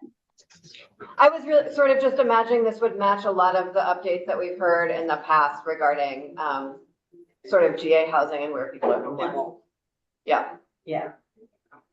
I was just, sorry, Marie. In terms of just some degree of precision around what you do know and what you don't know. Right, and this was just because we have now for a subset more information than I normally am able to tell you. Typically, I cannot tell you where people went. And so knowing that that's usually a desire, I was trying to do that. But if you want me to move along, I'm happy to do that too. Well, part of the reason I asked about if you have written testimony for us is because we still can't really understand you very well. If you want to give me I don't think it's you personally. I think it's a computer thing. It's a computer. Yeah. Okay. Yes, I'm sorry. I don't think it's your fault. Do you want me to keep going or?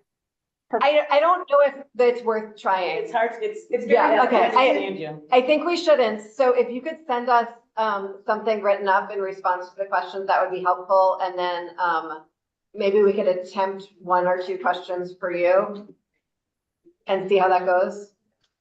I'm so sorry. Representative Wood, did you have a question? I do have a couple of questions. One of the things that I just use as an example, I received an email this morning. Can you understand us here? You can, okay, all right. So it's just one line. So one of the things that is concerning to us is that I'm continually getting information about people who I think that we would all classify as being very vulnerable. This morning was a most recent one with an older individual on oxygen, uses a wheelchair. Her 80th day was today, and she has no place to go. And It's hard to imagine these people on the streets, but that's where they are. And I'm trying to figure out exactly what it is that the department, is going to do moving forward. And I realize this is part of a larger conversation about what you have in terms of plans to transition to a more sane system. I realize that's also a value statement on the current system. I understand that. And what we are hearing is that the hotels right now, unless you have more up-to-date information, are underutilized. You're not at the 1,100 person cap. Is that accurate? So I can hear you. And is this better on your end now for me? Yes. Yes. Okay. AirPods for the win. So we are not at the 1,100 room cap. We are at 649 households as of this Tuesday.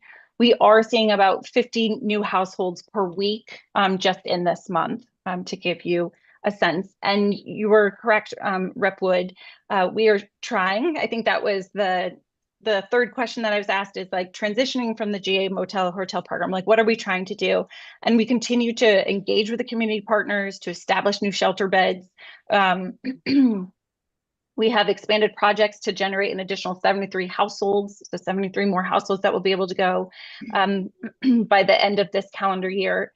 This includes additional capacity in Burlington and Rutland. And again, you are sitting in a place where I can't see you. I get the arm too, so that's okay. Well, I can see, I just can't see your face to see like, yes, this is what you're looking for or not. We are also bringing on additional capacity for seasonal shelter beds. That's 42 beds that will operate during the winter. And we had done some expanded scatter site emergency shelter apartments, which we find to be an effective model for families, and that will be in Rutland, Springfield, and Central Vermont communities. And we acknowledge that we need more shelter capacity. We have been trying, we engage, we are happy to go to any community that wants to talk with us about it, but it continues to be, a challenge for all the reasons that it takes time and money, a community that feels that they can take on a shelter, and of course, having the staffing to be able to have more beds.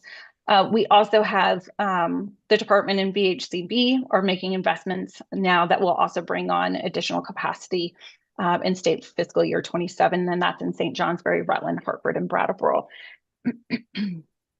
I should also go ahead. I should also add that we know that there are households who have days left to be able to stay in hotels, but they are making a choice to save their days. So even before we got to July 1st, we heard from households that, no, I don't want to renew. I'm going to save my days for when the weather is cooler. So there are some folks who are potentially unsheltered right now who are saving their days for when it is cooler weather. Okay, so I mean, and that's an option for sure. I guess it is troubling because what I continue to hear is that, well, we need to continue to build shelter beds. Okay, we're never going to go from 602 shelter beds to 5,000 shelter beds. That's not going to be a reality. Yet what we're doing now should also not be a reality, which is, there's space and there are resources, which there should be exceptions being made for people who've got significant healthcare issues, on oxygen, in a wheelchair, reaching their 80-day limit. And there should be a way for people like that to be able to continue to be sheltered without it having to be a legislative action. It just befuddles me. I'll just be honest about that. And it's more than a handful of people who are in that situation. And so to have people, literally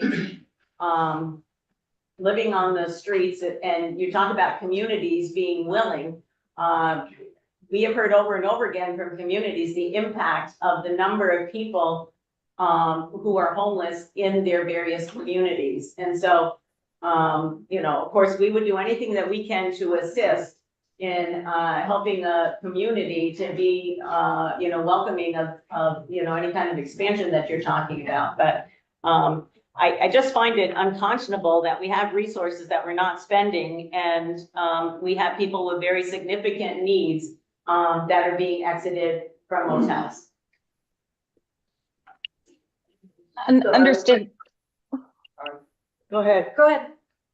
I was just going to say understood. And the law is very clear about people only having 80 days and there isn't exceptions. So, but I do understand and hear what you're saying.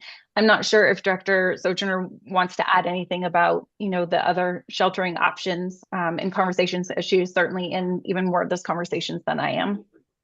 Have you requested any flexibility from the legislature? Have you requested anything with regard to that, an emergency rule, given the fact that you have resources and you know that people are in this situation?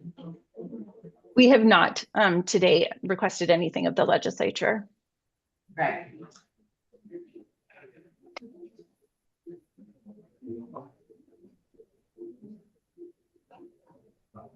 Oh, so, thank you, Miranda.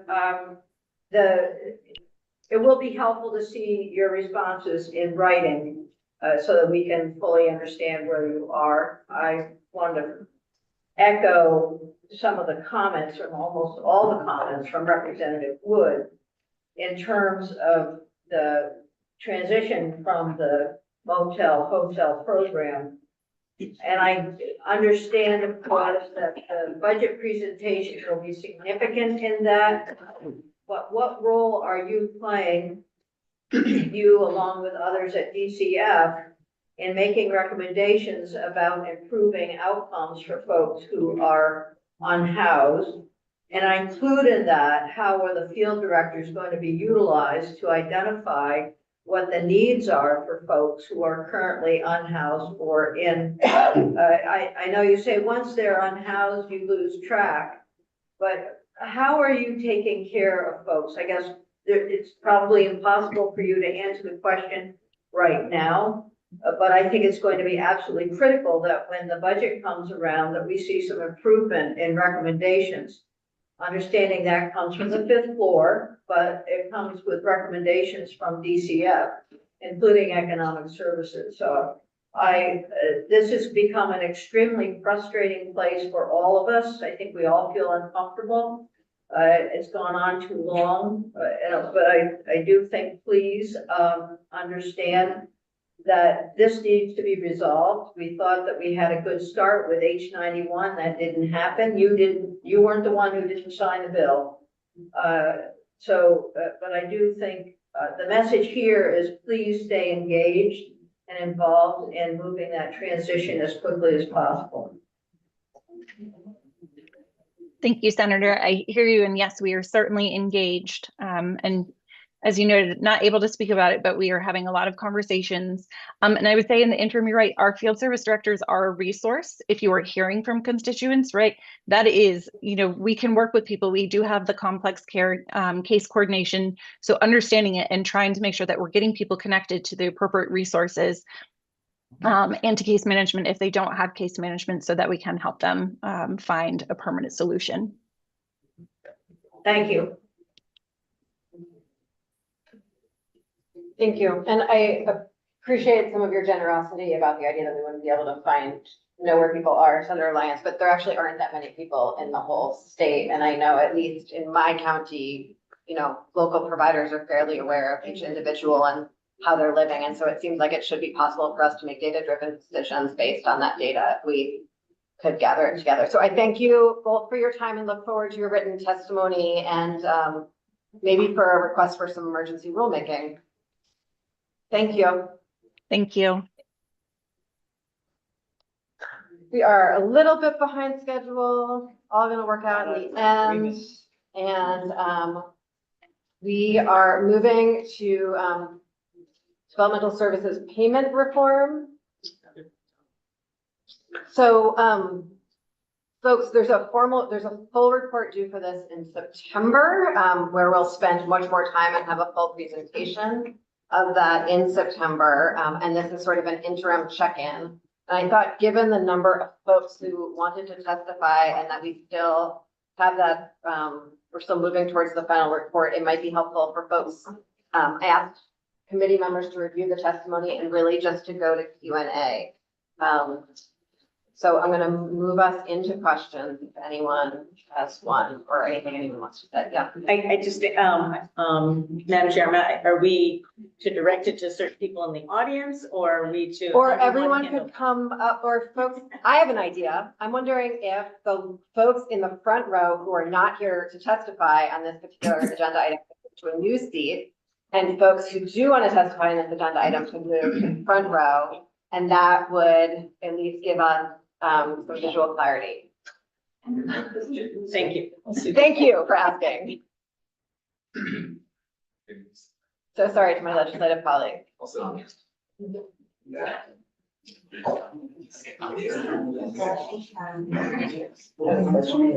And so I would say, rather than directing your questions personally, I would say you could say like provider, jail.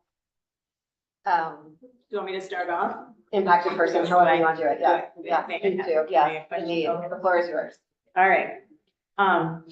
So probably won't come as a surprise that I have a number of questions. And thank you all for being here, and for some of you for sitting through the whole afternoon, and I really appreciate it. So just for some context, I want to make sure that the audience and the rest of the committee understands that there's actually 3 significant change processes underway right now. So it's a needs assessment process, it's payment reform, and it's conflict-free case management, all of which have some interrelation, but they're really 3 separate processes that relate to one another. And it's massive change. So, you know, recognition and appreciation for, you know, we've been at this for over 7 years in terms of this process. It took a brief, not so brief, you know, hiatus during COVID, and then, you know, back at it now. So I just thought it's important for people to understand that this is a very significant change in the designated agency and specialized service agency system and payment reform. So I guess I just have like a couple of really basic questions. One is, there are things that in the governor's budget, there were requests for additional resources, which we provided, particularly around conflict-free case management, which is supposed to be fully implemented by October 1st. And there's also a relatively new agreement with an organization called PCG for administering the CIS-A and doing initial eligibility. We never received any request for new funding for that. So I guess one of my questions is, I'm wanting to be assured that there's not money being reduced from designated agencies and SSAs for that. So that would be directed to the department, I believe. And then I'm wondering, because we have such massive changes happening at one time, if there's any consideration being given to, I guess what I would essentially call a hold harmless year during implementation, while all these changes are being undertaken, and we don't really know until the actual changes happen what the specific impact is going to be. I've heard estimates that, you know, up to over 50% of individuals may have some significant changes in their services, and there's an exception process. But if it really is that high, then that would seem to be an awful lot of exceptions to review in a very short period of time. So interested in hearing some responses to those questions. And if you want to come up when you answer, that would be great. Okay. Thanks. It's just the, We might be moving back. you might be moving back and forth. Yeah. Well, I can speak loudly and I can do it from here. The mic won't pick you up. It's for the at home. That's fine. Why don't I come here? Thank you, Commissioner Bowen. Really appreciate it. Sorry for the weird way we're doing this. Okay, I'm Dr. Bowen, Jill Bowen. I'm Commissioner for Dale, Department of Disabilities, Aging and Independent Living. And happy to answer the questions. We'll get right to it. We did submit a report. We have the details in there. So let's see. There's 3 processes you referenced: needs assessment, the payment reform, and conflict-free case management, which we do see as very related one to the other. The funding that was requested was specifically for conflict-free case management, and that includes some of the efforts that we're doing that is for contractors, and I think Jen probably could answer that particular question more specifically, but also for staff to focus on data analysis, quality, oversight. And that's for both the DS system, but there's 3 positions for the DS and 2 for the adult services. So as far as ensuring that we have sufficient funds and that nothing's being pulled from the designated agencies to apply someplace else. The entire system is designed to take into account what is currently happening with the designated agencies. How much are they currently providing services? What would the assessments show? Using all of that information, which was gathered over years and is constantly being updated, the providers are looking for as much up-to-date information as possible. So we're continuing to do updates for them so that they are providing the information that helps us determine the best way to begin this process.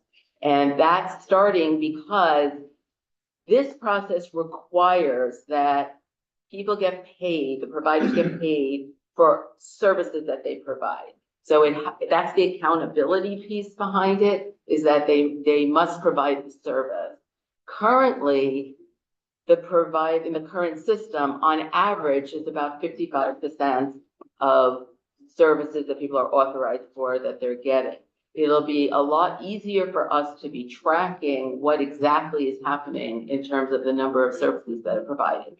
There's also tremendous variability across the providers. So another hallmark of the new system is standardized rates. Those rates themselves are quite a bit higher than what the current rates are.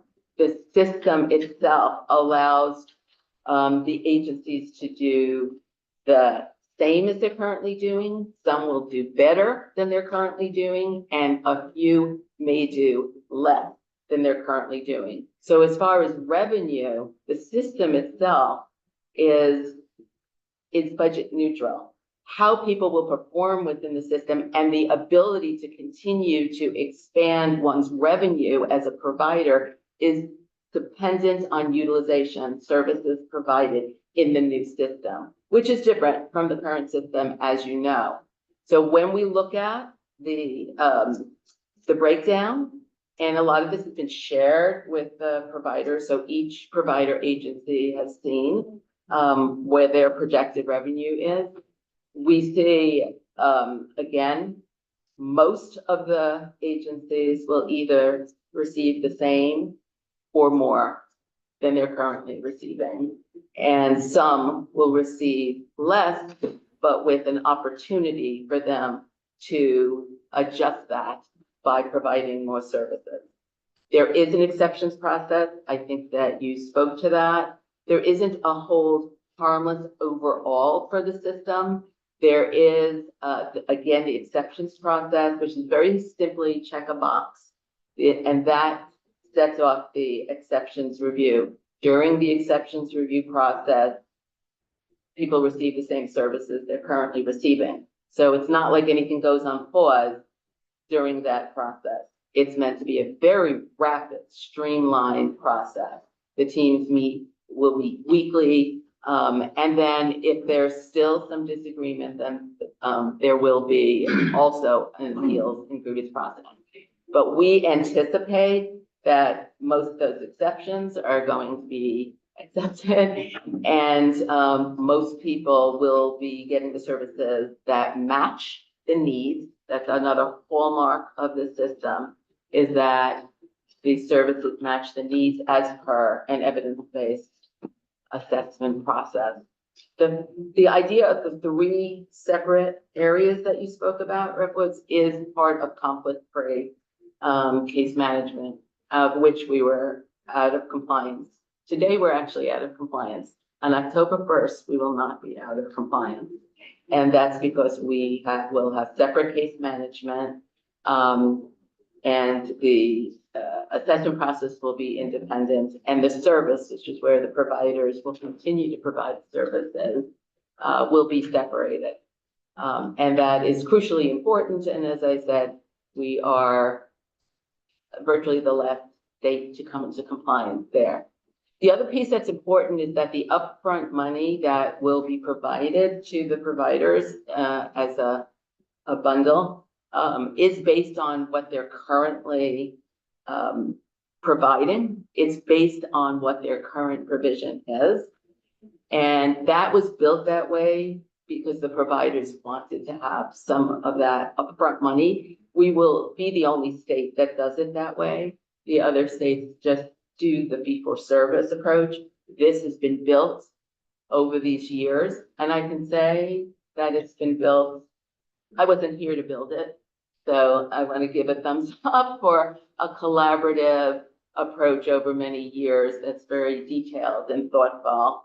And where it has landed is a balance between what the providers were asking for, what the people on the ground, the people receiving the services were asking for, and what is necessary to be in compliance and meet regulations and Medicaid regulations, as well as the conflict-free. There's also the necessary requirement to know exactly how the money is being spent. I won't be the only one asking questions. If other people have questions, I mean, You can finish your questions. And okay, ask all right. So I I understand all You do, that. I know Yeah. you do. Okay, so, and I think that you probably understand that sort of the history of inadequate rates have been offset by lower utilization. So that's what's provided the balance in, keeping agencies afloat. And I'm trying to understand whether the department's done any analysis, looking at days of cash on hand and the impact of, a significantly changing reimbursement system for services. And then likewise, I guess paying providers at whatever their utilization rate or whatever the service utilization rate was plus 5%. On the flip side of things, we've certainly received comments from families and the DD Council, et cetera, about inadequate, from legal aid as well as ticking off the people, inadequate service provision, where people's plans are X and they're getting a lot less than what their plans are. So if we're only going to reimburse agencies at what X is over here, which is already deficient, plus 5% potentially, that's not doing anything to promote actual full service provision until 18 months later or whenever the reconciliation process may happen. So what you're talking about in terms of the percentage of the services provided is the current state, and that's what DD Council and the, the Green Mountain Support Advocates and all have been concerned about. What you are saying about the percentage and you're only paying is a fundamental misunderstanding of payment reform model. Okay. Fundamental. That design is to allow folks to get some upfront bundle payments. The ability of the system to provide for 100% of people's authorized services is there in the system. In order to do that, the providers need to be able to provide the services. That can happen throughout the course of the time that they're providing the services. It has been part of the communication with the providers that the bundle payment upfront is not the be all and end all of the funding that can be provided. It's all ties to services. The services drive the funding. It's not the funding is driving the services. What you're talking about in terms of the percentages is really the way to have, because this is based on a reconciliation process. What you don't want to have happen is at the end of the year, they've either been underpaid or overpaid. It's a way of setting up as close to possible the reality of what services will be provided so that they continue to do their good work in terms of the service provision and will be able to have the money already to be able to pay for that. They, at any point, that can be adjusted up if the services are that they're able to provide goes up. So 100% of services can be provided through the system. I don't want people to think that process, which was a way to help get upfront money, is in any way a limit to what people could ultimately get. So, okay, thank you for that clarification. And Representative Wood, I asked this to you. Yeah, I'm just asking my final question. It doesn't actually make sense that people can get 100% if you haven't received additional funding, especially if you're raising rates. Because we've only funded people at the rates, we've only funded the department at the rates that have been in existence currently, right? So if you raise the rates, that automatically, unless you have additional revenue from appropriations, I don't understand. This is a little more detailed than we need to get. Yeah, that might I be a guess little more what reading, my, but. can I just jump in? I think what is flagged for me, by your use of the fundamental misunderstanding as a phrase, Yeah. is that we need to do a lot more between now and your September report for you and the field and the folks here to really all get on the same page of what's needed. And I think we're happy to participate in that process between now and September. So we're more than happy to do that. I have to say the engagement with the providers, the families, the new case managers, the advocates, it has been profound, constant over years and still is actively happening. There's work sitting down directly with providers. There's ongoing, so there's a lot of avenues for that to happen. And I do think that there's tremendous variability in where we're on the same page and where we're not. So it's not across the board system. So could I offer maybe a potential way to move forward? Love that. Because this has massive impacts for, thousands of people and our entire designated provider system. So we're only really talking about developmental services, but it impacts the whole agency. So I just was wondering if perhaps maybe we could draft some maybe potential issues, questions, clarifications needed, and expectations. And then, maybe that will help inform our September meeting and That sounds great. Hopefully we will have more time. That sounds great. That would be fantastic, especially if you take a lead on it. And I'm more than happy to do that. Yeah. and I think then, and we will schedule a lot more time for testimony at that meeting. Yeah, because that's the final report. We're close to go live. And it's good to see all of you, not just your arm. So Thank you very much for your time. Thank you all very much. So we are going to move to our next item. It's an action item, so it's a good thing we have such a energetic and qualified interim clerk available to us. Yeah. So, Tried to get rid of him and it came back. Listed as an interim clerk. Boomerang. and judging from Senator Beck's outfit, I think he just left to go play golf, but who knows? The next up, we are going to talk about the public safety funding request. And I see Barbara Neal and Jennifer Morrison and Rick Hollenbeck there. We don't have time for a full proposal from you. but I do think that we, the folks on the, thank you all, the folks on the committee that I've spoken with, there's just there's some degree of confusion about what and why of your ask to us at this moment. So if you're comfortable jumping straight to questions, I'd really appreciate that. Or if you have something you want to say first, No, go for it. we'll do it however you want to do it, ma'am. We're here to meet your needs and to continue to move towards the finish line on the work of the task force. Okay, thank you. And I know this has been such a long haul that I really had to put some time into refreshing my memory on all of it, though I imagine you didn't because you've been doing the work all along. So thank you for that. Do you want to give just like a few headlines before we jump into questions? Okay.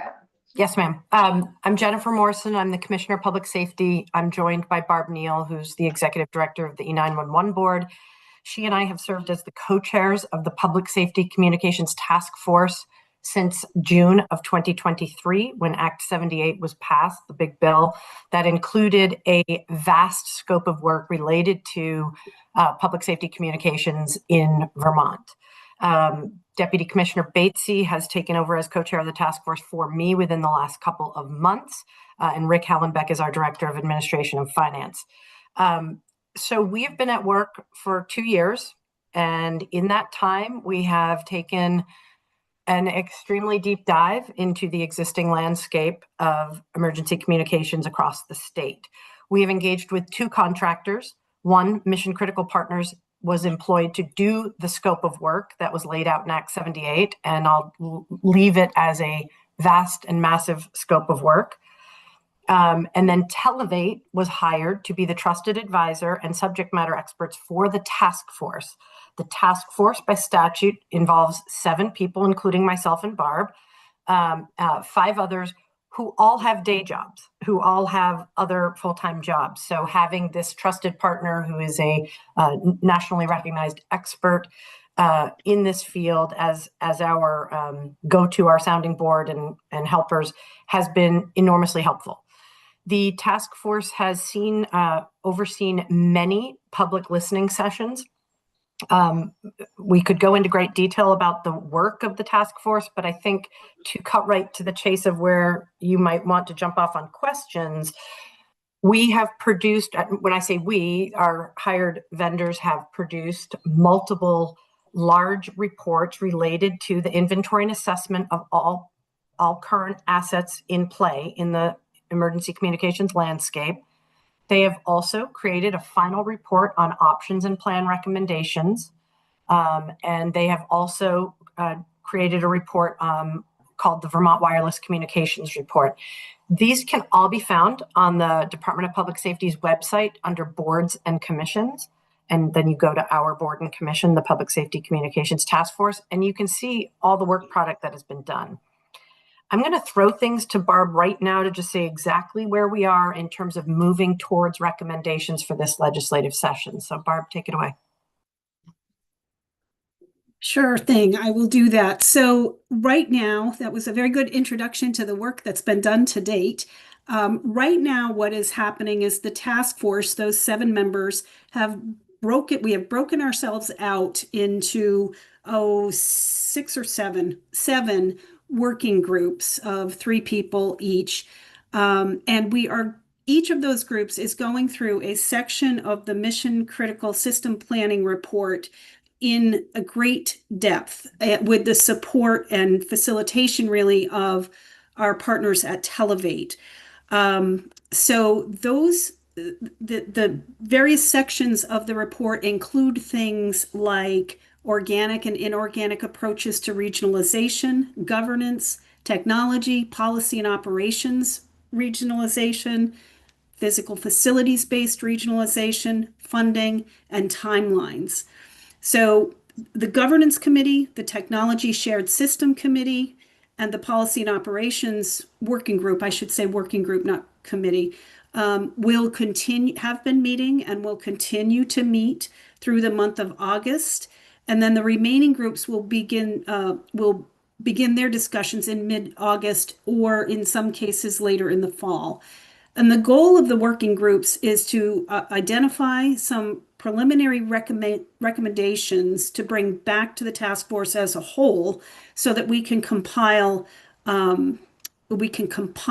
a task force report, if you will, or list of recommendations for advancing the task force's work next legislative session.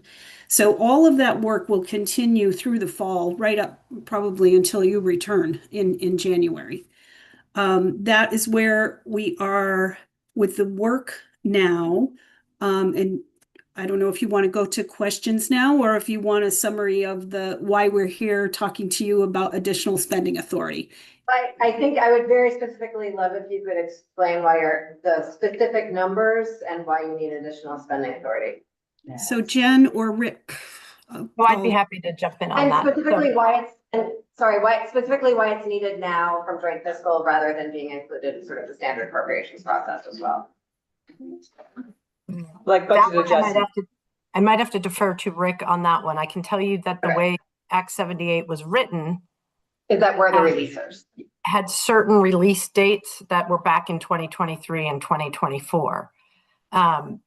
We submitted the memo that outlines what the money has been spent on to date. And I want to just say right out of the gate, we knew in 2023, when we saw the scope of this project, that this was more than a $1 million venture over way more than 1 year. And so in the initial appropriation, there were $2 million set aside. 1 million was made available to us immediately. And then we had to go back to either appropriations or to the Joint Fiscal Committee to access the second $1 million. That's the way Act 78 was written. Right. So you can see the breakdown of what we have spent the money on to date. And as stated in the memo, we estimate that to finish the work of the task force, we would have the balance of the contracts due to mission critical partners, who are the ones that have authored the reports, that we anticipate continuing to need the assistance of Televate as we go through the recommendation process and the legislative session. We estimated the amount of per diems based on what we had spent previously. And so we estimate that we would need $517,633 to complete the work of this task force as articulated in Act 78 back in 2023. And so to be more specific, the contracts of $540,000 that you anticipate needing to those partners, how does that divide up? Is it money that's already been expended that you have a bill owed on? Or is it work that still needs to be done? And then, So Mission Critical Partners has delivered all of the deliverables that were required in the contract with them. We know that we have at least one bill outstanding. Rick, I believe you said it was 85,000 with them. And 35.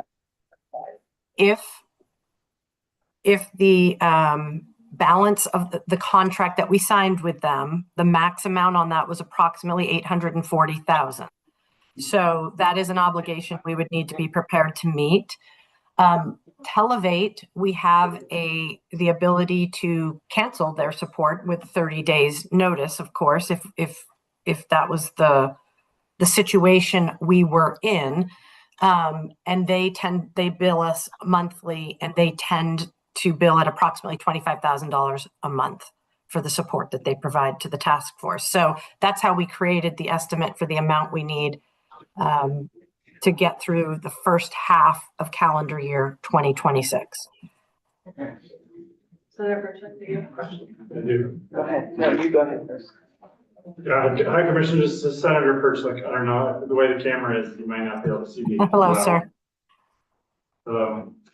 I just wanted to run through the stuff. So what, in preparation, I've looked at the statute and what things were, as you talked about, it was a lot of work.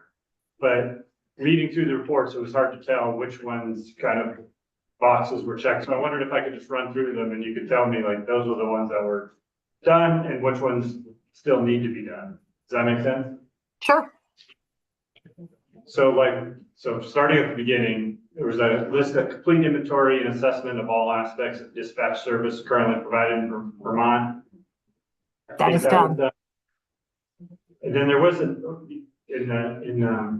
Act 78, there also was a thing about developing procedures and best practices for state agency cooperation and coordination on matters of overlapping jurisdiction. I didn't see that, but that was kind of in a different part of the statute than the report.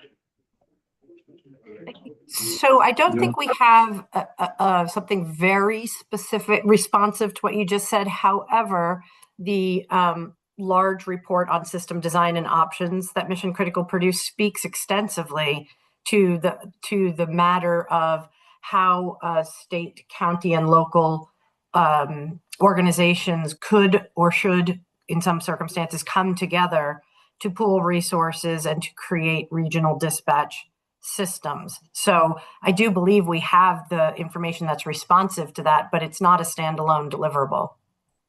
Okay, so back to the deliverables, the number of full-time and part-time personnel currently performing dispatch services.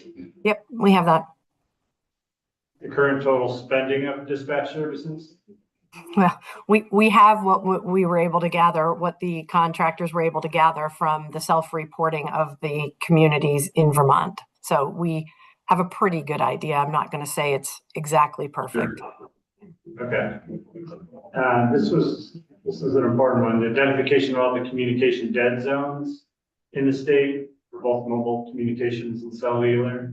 Yes, we have a very holistic. Is it going to be every single one? No, because they change as assets get moved around the state. But yes, we have a dead zone map. So was that redacted in the report? I believe it was. Can you explain what the point does? I assume there's some safety reason why you redacted, but I couldn't figure it out. Correct. There are numerous parts of the particularly, let me just go back to our website. There are numerous portions of the inventory and assessment and the wireless communications report that were redacted for safety reasons. Including where the dead zones are. Well, I'd have to go back and read the report, sir, to know exactly which looks parts. like a map. It was hard to get a map of where the dead zones were, so it didn't seem like that part, which I know is important for some of my constituents, that part wasn't done. But maybe the map was done, but it was redacted, so you couldn't see exactly where the areas are. And maybe if we were making policy decisions based on it, we would Yeah. need to go into executive session Sure. to see those pieces. That I would just like to point out that is a really important point about advancing the work of this task force, is that there's a lot of information that we're not comfortable sharing publicly, but Sure. we need to find a way to, maybe an impaneled group or inside executive session or some other manner in which we can work with a small group of decision makers to figure out what the best next steps are. But there is quite a bit of information that we're not going to put out publicly. Okay. In the assessment to determine where and to what extent there are gaps in dispatch service, is that similar to the dead zones? No, that's been pretty clearly identified in the large report. Okay. The assessment of services provided by each dispatch center and identification of particular challenges or vulnerabilities. Yes, that's in the large report. And then there's the whole part about the design and recommendations, which I'm gathering from your introduction that's what you're looking to complete the recommendations. But is the design part done, or is that also? So Mission Critical Partners offered, for lack of a better word, good, better, best options for each of the topical areas that they investigated and completed. Some of the recommendations, we could, start with operations, we could start with technology, are things that cost a lot of money. And that's where decisions have to get made about, do we go with good, better, best? Some of them really would just take time and cooperation and agreement amongst existing stakeholders that perhaps they want to create a parallel process, parallel to how 911 call takers are certified. There's currently no certification for a dispatcher, right? So there are things that don't cost money, but are going to cost a lot of social capital to get done. And we are prepared to make, the task force is prepared to take our own thoughts plus the information offered and recommended by mission critical partners and bring to the legislature what we see as various different paths forward. So that would be the timeline and the recommendations on a new public safety communication system. That's the work that you between now and January or next session that you want to complete with the fund that you're asking. The recommendations part, the design and recommendations part, yes. The timeline is driven by the choices that get made. It's impossible to give a timeline until we know what path we follow. So here's a list of recommendations to that are different designs or to get to the design. I didn't hear that question. Are the recommendations here are different good, better, best designs, or here are the recommendations so that we can get to the designs that you're talking about presenting next legislative session? I think they go hand in glove with one another. If you're talking about designing what the future of emergency communication should look like, for instance, instead of 37 independent dispatch centers, if the design is that we want to get down to, I'm making a number up, 6, then that drives a lot of recommendations from that. So the design and recommendations flow one to the other. And that's why we need to go very thoughtfully through each chapter of this voluminous report and create what the task force believes are the next best steps to move towards the goals stated in Act 78. I mean, let's be honest. If some of the steps could include investment in hundreds of millions of dollars of infrastructure, and that's just not going to happen this year or next year. So the potential options range from, as I said, things that don't cost a lot of money but take time and cost social capital, all the way up to things that could cost hundreds of millions of dollars. I guess I was just wondering if what we would get in January are the designs, or would it be kind of recommendations for more work that needs to get us to those designs? Does that make sense? I understand the question, and I'm not sure we're far enough down the road. Barb, do you have a different opinion? I'm not convinced we can answer that right this minute. I think that the recommendations that come back to the legislature in January will be for advancing the work. But I agree that I don't know that it will include a specific design in January. There's too many pieces right now to pick apart from those options that were provided. And I did just want to add one thing to what the commissioner said a minute ago about mission critical offering us, the good, better, best options. That was actually what we directed them to do, not necessarily good, better, best, but give us, we know that there are many paths that this could take. And we want to know what we need to be thinking about and what all the potential or what viable options might be out there for us to consider. So we specifically asked them not to come back with one singular plan. We want the task force to be able to decide of the options that they provided, what will work in Vermont, or hopefully what will work in Vermont. So those are the things that we are picking through right now. So I would not commit to saying that there will be a design in January, but we will be able to present where we're headed. I don't know, Dan, you have another opinion on? I'm going to jump in for a minute because I think one of the reasons that we sort of staged the release of this money is to force all of us to re-engage on this issue with you. And I know that you hosted a meeting at some point in the spring that a few of us attended to go a little deeper together, and I appreciated that. And it sounds like if we're going to be diving deeper in this session, we're going to need to be re-engaged with you all in November and December in order to prepare for that. I'm wondering, we are behind on time and we have very little time left to make this decision. I'm wondering if this is something, if it was a decision that we could table until September, or if you all would have to pause your work if we tabled it. You would need to table your work. Rick, I'm gonna let you chime in. Sure, we have contractual obligations that we need to meet with mission critical partners and with Televate, who's the vendor that's handling the project management side for the task force. How much do you need to make it to September and pay your past due bills? To make it to September, I'm going to do the quick math in my head and say $125,000. Rick, you can either give me a thumbs up or a thumbs down. I think Mission Criticals, as finishing up their work, I think had around 202,000 on their contract, and that could end up being the full expenditure. But it hasn't been all invoiced, and we have a 30-day window to pay. So I'm just trying to do the math to September. Sorry, I didn't jump in earlier when we were talking invoices. I think we have an 85,000 and a 77,000. If that is the end of it, we could be looking at roughly 160,000 for Mission Critical, and then probably another 80 to 100,000 for Televate. And we have 34,000 in balance. I think it was 30. Yeah, that's roughly accurate. It was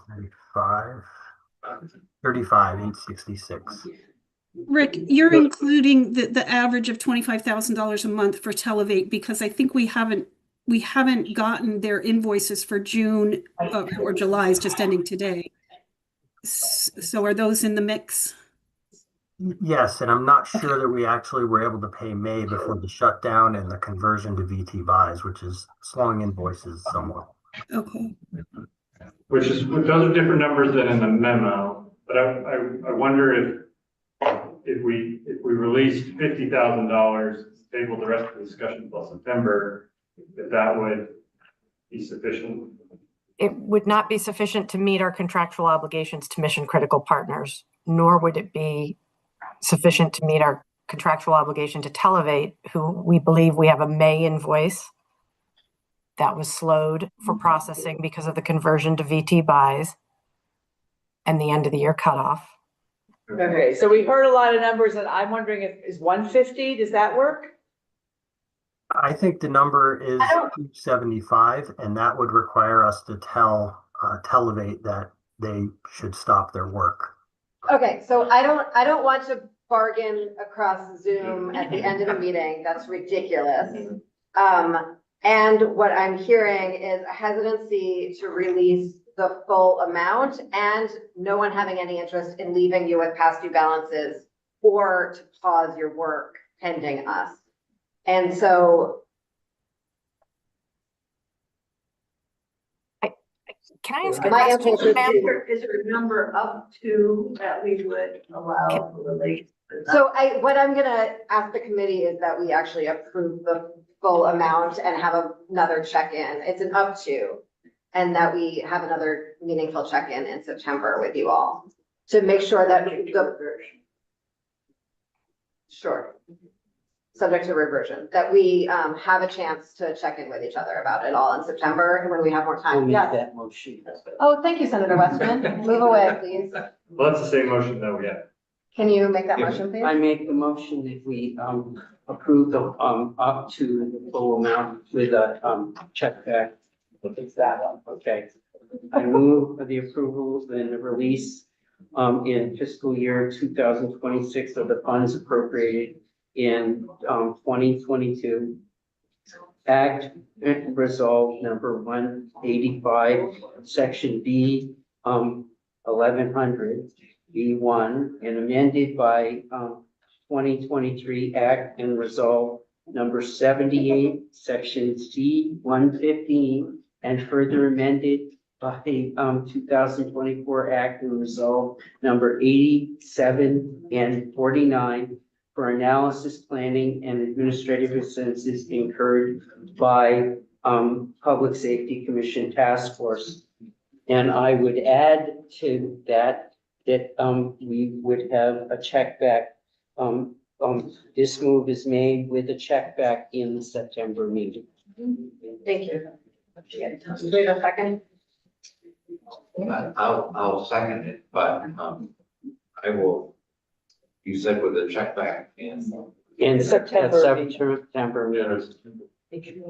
And Representative Harrison, I know you've been tracking this probably more closely than most of us, so does that feel comfortable for you? It does. Okay. My fear has been, and I know there's a lot of opinions as to whether any of the money has been well spent. And I also, but I don't want to throw away 2 years of work. Me either. That we've been doing. Right. I'm fully cognizant that when it comes to the legislature, you still may not come to a agreement plan. But we gotta keep working. And I think the reason I'm particularly interested in in a check back in September is to make sure that we are all so that the final edges of your report is well prepared for us to take action when we reconvene in January. And so we're not sort of starting from scratch there. Representative Kimball, hi. Hi, nice to see you all again. Just from a process standpoint, Senator Westman, when you made that motion, I'm assuming that the bill that was passed in 2024 just extended the dates, the time at which the Joint Fiscal Committee could authorize that. Is that safe to assume? I'm not, so it's not just in that 2023 approval date. The 2023 was stricken in 2024. Right, Yeah. there was amendments. Yes. All right. Thank you, Senator. Commissioner Morrison, did you want to add anything? I just wanted to point out that it is possible that in the new session that things stall or there's not an appetite for this. I acknowledge that there's a lot of competing interests right now. However, this is by far the furthest down the garden path of this topic that any effort has made, and I have suffered through many of them in my 35 plus years. This topic goes back to 1967 of the study of regional dispatching.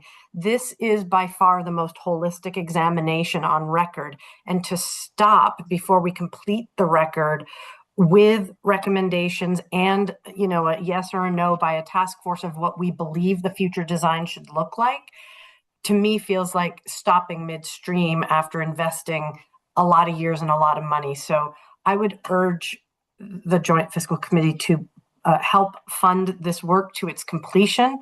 We are all eyes wide open that it could be shelved or come to not as much as big a project as we thought. But the work has got to finish because we have really gone 7/8 of the way down the garden path.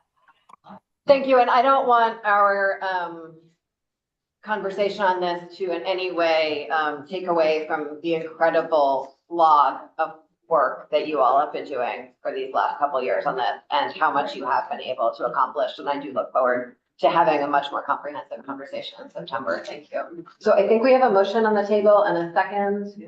Any further discussion? Okay. Would you like to call the roll? Senator Beck, absent. Senator Cummings. Yes.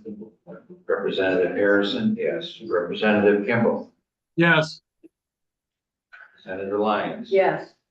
Senator Purcell. Yes. Representative Shaw. Yes. Senator Westman. Yes.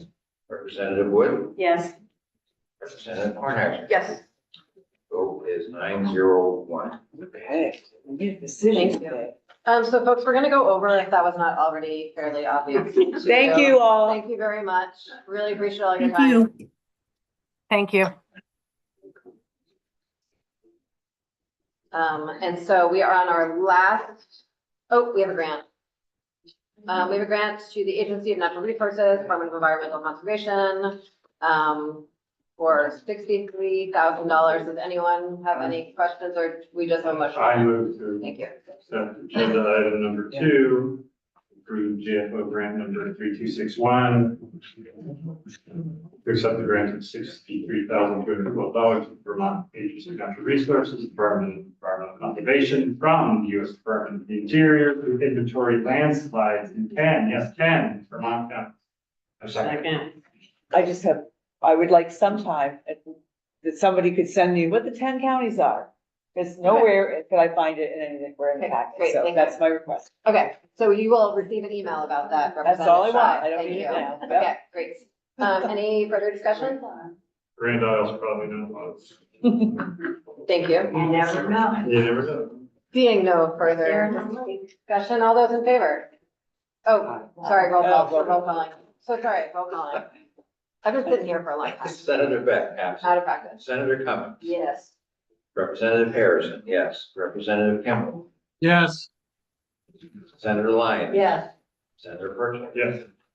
Representative Scheid. Yes. Senator Westman. Yes. Representative Wood. Yes. Representative Cornelius. Yes. 901. Thank you, everyone. And. Hi. Can I be? You may. You all have a fiscal officer's report. A lot of it you've heard about. I'm not going to go through it except for 2 items. For one of you, those of you who don't know, Maria Blair is retiring. And so we will be filling her position. That is an open position we will be posting soon and filling. I think you also all know that. And Maria will be at the September meeting, so we can give her thanks. Yes, Okay, great. thank you for asking that. Yes, we hope to have her here. She retires over 4 years in the Labor Day weekend. And so she's retiring at the end of October. So she's with us through the end of October. You're crushed. So I spent all my time here with her. Yeah. You feel our pain. She's been a gem, and so we will, anyway, she'll be Yes, here hopefully in September. So I also want to acknowledge, Erin Pedley, who has moved to the Senate office.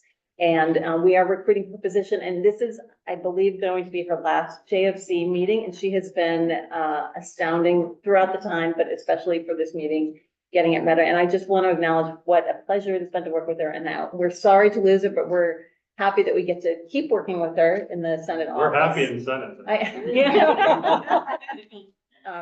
So I wanted to acknowledge her good work with the Joint Thank Fiscal you. Committee. And if I could acknowledge it as from appropriations, how much we love working with you, Erin, and 3 years wasn't enough time, but we will miss you mightily. Glad you're still in the building. Don't be a stranger to our committee. Thank you so much for all you brought to us. We're very grateful. Yes, thank you.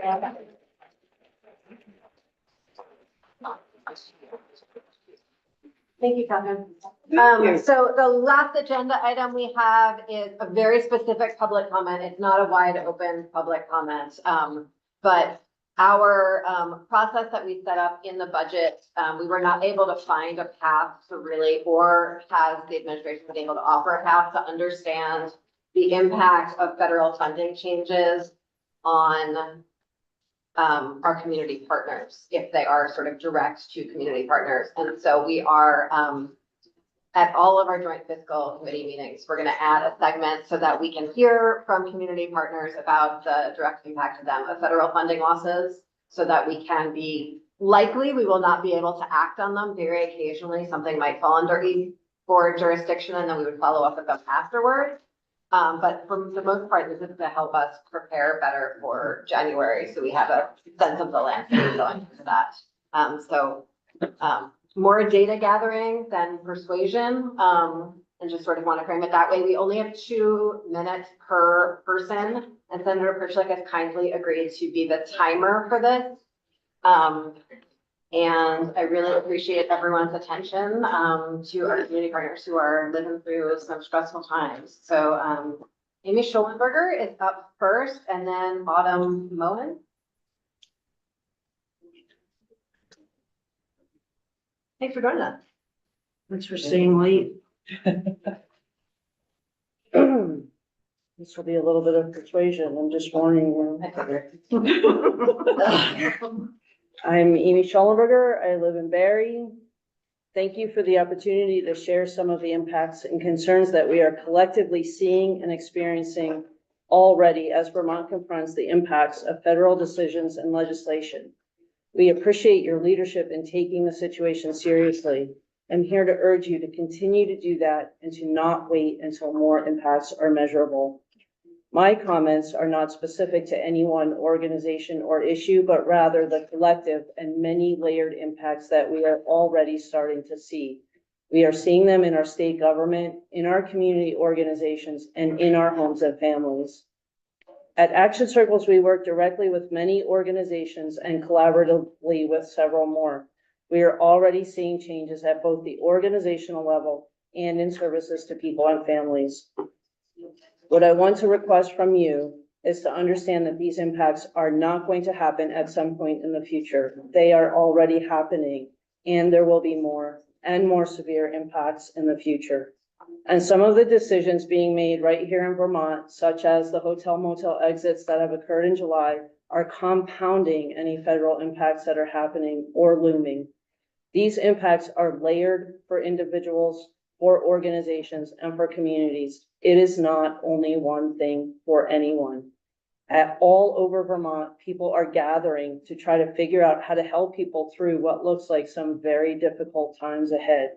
I urge you not to wait. Please hold committee hearings and begin as soon as possible to work toward helping Vermont and the people who live here have the best outcomes possible. In Title III of our Vermont statutes, we have 10 population level outcomes that the state of Vermont has committed to striving towards. Please stay focused on them as you work toward dealing with whatever impacts come to Vermont.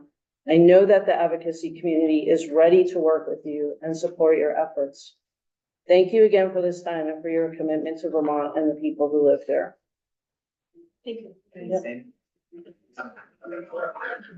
On Zoom. Hello, Autumn on Zoom, and then next up we have Matt Levin. Hello, everybody. Okay, thank you. My name is Autumn Moen with Hunger Free Vermont, and I live in Burlington. I appreciate the time to testify today. The cuts made to SNAP in the federal budget reconciliation bill marks the largest ever cut to SNAP in the history of the program. I provided a detailed analysis of all of the changes in my testimony materials, but what you need to know now is that there are changes to the state administrative cost to SNAP, as well as changes to eligibility. With an anticipated implementation date of October 1st, 2025, previously eligible refugees and asylees will no longer qualify for SNAP. Additionally, changes to SNAP work reporting requirements will burden more participants. The bottom line is that tens of thousands of people in our community are imminently facing changes to how they access support to buy groceries. Given the dismantling of our federal government, this is a time to really ask, what is the role of state government in serving Vermonters?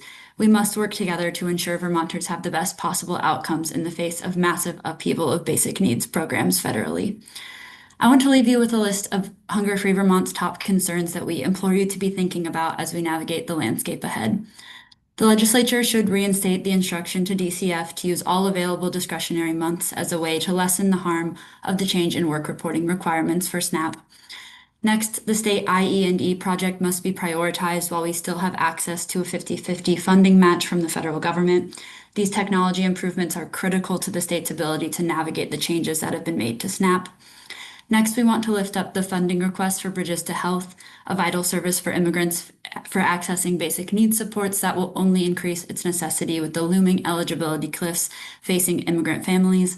And lastly, I just want to reiterate the point that these changes and the very harmful impacts of these changes are not some far off unknown that we can wait to handle at a later time. Washington turned its back on our communities, but we know we can choose a different path forward in Vermont. So I thank you for your swift attention to address these most pressing needs. Thank you. Thank you very much. Thank you, Matt Levin. And next up is Brenda Siegel. Good afternoon. My name is Matt Levin. I'm the Executive Director of the Vermont Early Childhood Advocacy Alliance, a statewide coalition focused on supporting public policies that benefit families and young children ages 0 to 8. Thank you for providing this opportunity for direct community feedback. As the legislature begins to grapple with the impacts of what will likely be several rounds of federal funding cuts, our main message to you is please do not wait to begin your response. The details of federal legislation are complex. Rulemaking can take months. Bill language is often vague. Direction from federal agencies can be hard to come by, and when it does come, it can be contradictory or otherwise unhelpful. But we also know that waiting until all the facts are in from the federal government means you are always waiting. In order to chart out a thoughtful response to changes that are already having impacts, your legislative committees have much to learn about federal funding processes, the use of federal funds in the state budget, and impacts to the community. Impacted service organizations, business sectors, and citizens will need time to prepare and present the kind of well-researched testimony that is vital to crafting good policy. Therefore, we encourage you to begin committee discussions and formal preparations as early as possible, likely well before the start of the legislative session in January. For example, workshops for legislators on the federal budget process could be held this fall. Committee chairs could be in touch with stakeholders and suggest what information they would find most helpful in their decision-making. Public meetings could be held to allow for open public discussion with state agency leaders to share information and set the stage for collaborative responses in the development of the state budget. Proposals for how to claw back some of the revenue lost because of federal tax cuts benefiting the wealthiest could be considered. All of these discussions will take time. We are ready to play our small part in what will be a very complex, stressful process working with too many unknowns for comfort. There will be many losers and few, if any, winners. But it is not a discussion we can avoid. Let's start sooner rather than later, so we can craft the most thoughtful, strategic response to this impending financial emergency facing our state's families and communities. Thank you very much, Ron. We have Brenda and then Justine Lucas. Are people submitting these testimony in writing too? Are people submitting their testimony in writing too? Fantastic. Okay, great. Brenda, the floor is yours. Thank you. Thank you. Hi, good afternoon. I'm Brenda Siegel, the Executive Director of End Homelessness Vermont, and I live in Newfane. Our organization works primarily with people living with disabilities and complex needs, and now most of those households are living outside. I want to say that while I appreciate trying to mitigate fear, our experience on the ground is not only that the sky is falling, but it did drop significantly on July 1st, and it keeps falling, and it's been very, very hard. While we don't get federal funds, we are seeing the impacts of the loss of federal funds among our clients. One thing that, and what's happening federally, what's happening in our state has compounded the problem. The choice to retroactively count the days that were used under the governor's executive order means that many of our very disabled clients are living outside for 5 consecutive months. Many of them will not be able to survive that. In addition to that, the districts, there was a limit to funds or not funding case management and street outreach. That means that these people that are living outside are not getting the case management or street outreach that they need, which means that a lot of that burden is falling on our organization. And it's very important to understand that VCCI nurses don't visit people outside, which limits the complex care options for people. Trump's executive order that was recently announced is extremely dangerous for our clients. It requires forced institutionalization for people who are living outside, living with disabilities, and essentially removes their civil liberties and their freedom. And we have to work really hard all together to ensure that we're not complying with that we're actually protecting people. And we're seeing that many of our clients are losing their Section 8 vouchers, which means they have no options for permanent housing. And the work requirements on both Medicaid and food and EBT will impact clients who are living outside, because very often it is nearly impossible to work while you're living outside, or people will not hire you. The effects of this executive order targeting people with disability, combined with the loss of housing vouchers, combined with the loss of health insurance, combined with the work requirements, combined with the continued inhumane unsheltering of people, combined with the funding cuts for street outreach and case management in hotels, makes survival and success fairly impossible for these folks. While none of this, thank you. Appreciate your time. Jess and then Allison Caldera. Hey, thank you. I'm Jess Hayes Lucas with NOFA Vermont, and I appreciate this opportunity and that y'all are staying late for this. NOFA Vermont is a statewide membership-driven organization of farmers and Vermonters who are invested in healthy farm and food systems, and we have a majority farmer board and a growing membership of about 2,400. Vermont farmers, including our farm workers, are absolutely going to be impacted by OBBA, and the federal shifts. I won't have time to address the full impacts, especially through Medicaid, SNAP cuts, and also the increases to ICE and Border Patrol, which farmers are very concerned about. But 2 immediate impacts that I do want to make sure to make note of, the rest of those are just overviews, are in this submitted testimony. 2 things I definitely want to point out that might otherwise, that we might miss. One, You've been hearing a lot about the impacts of OBBA on immigrants, and I want to echo what Autumn just said about Bridges to Health. This is a program that would help mitigate some of the targeted cuts and impacts to immigrants, including immigrant farmers and their children. It's a vital support for many farm workers and our agricultural communities. And we really appreciate the legislature's support of Bridges to Health in H91, but because it was vetoed, it faces imminent closure in January. So restoring that funding would help mitigate the impact of some of the federal policy shifts and cuts that are targeting immigrant farm workers and the agricultural communities that depend on them.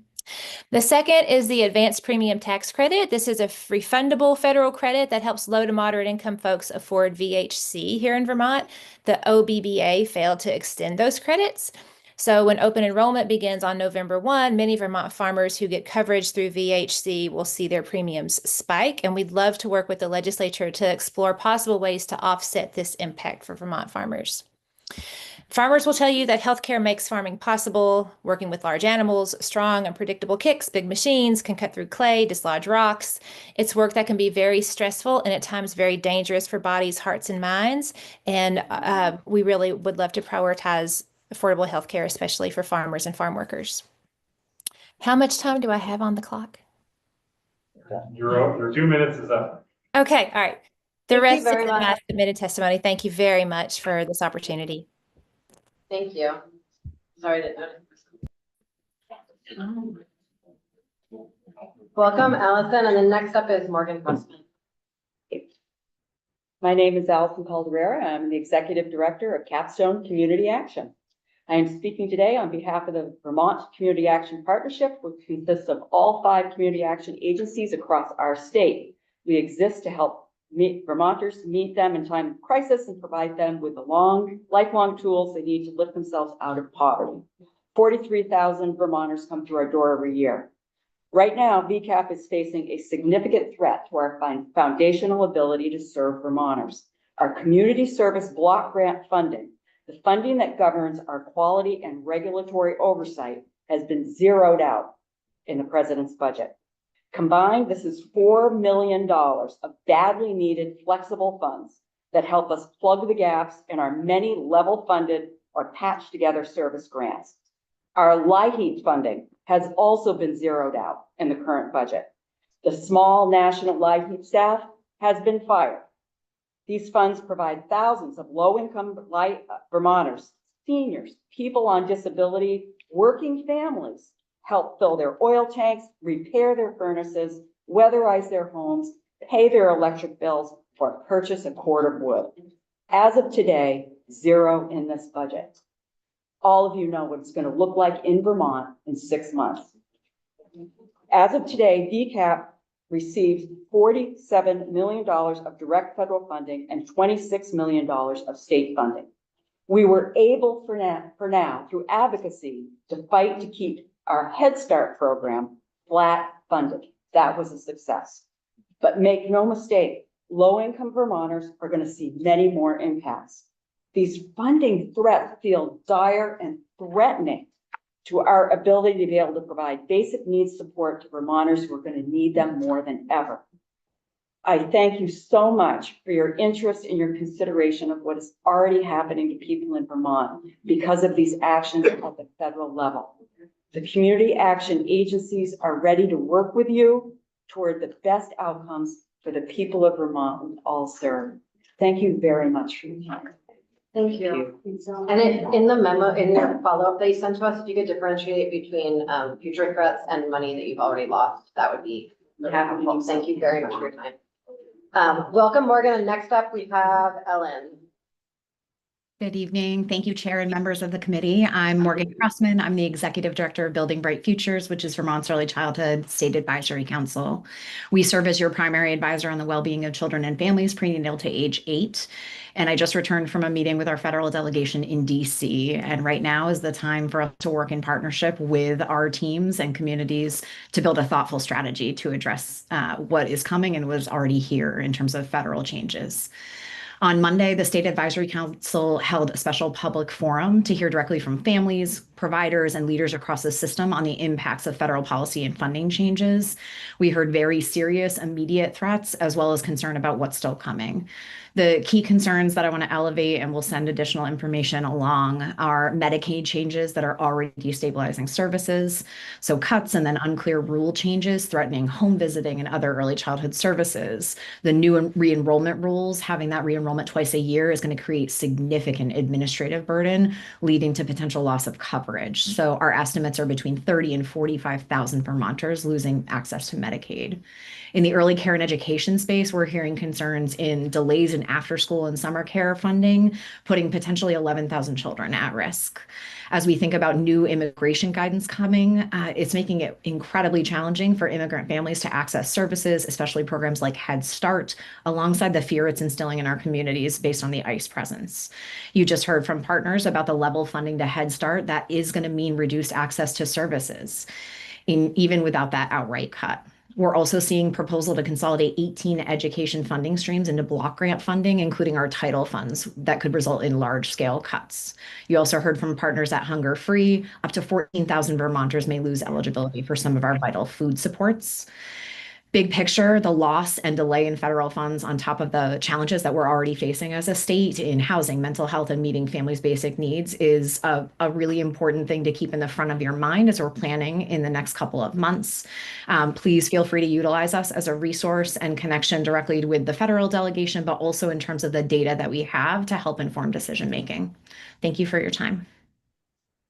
Thank you very much, Morgan. Welcome, Ellen, and then next up we have Betsy Rosenbluth. Hi, thanks for the opportunity to share insights from the 15 parent-child centers on the challenges that lie ahead of us with the federal cuts. You need to speak up. It's being turned up right now. We got it. Great, thank you. We've submitted more detailed testimony, but I want to give you some of the highlights of some of the things that we're seeing already that we anticipate coming up quickly. First off, immigrant families. Foreign-born parents are already hesitant to use the services that put them in contact with government authorities. Our PCC staff are working with parents to ensure that they know their rights and encouraging them to accept essential services. We are very concerned about the loss of health care, SNAP, and Head Start to immigrant families who will be very shortly deemed ineligible for these essential programs. We are anticipating and getting ready for increased administrative burden. We have always helped families apply for and navigate the administrative hurdles to apply for benefits and retain benefits.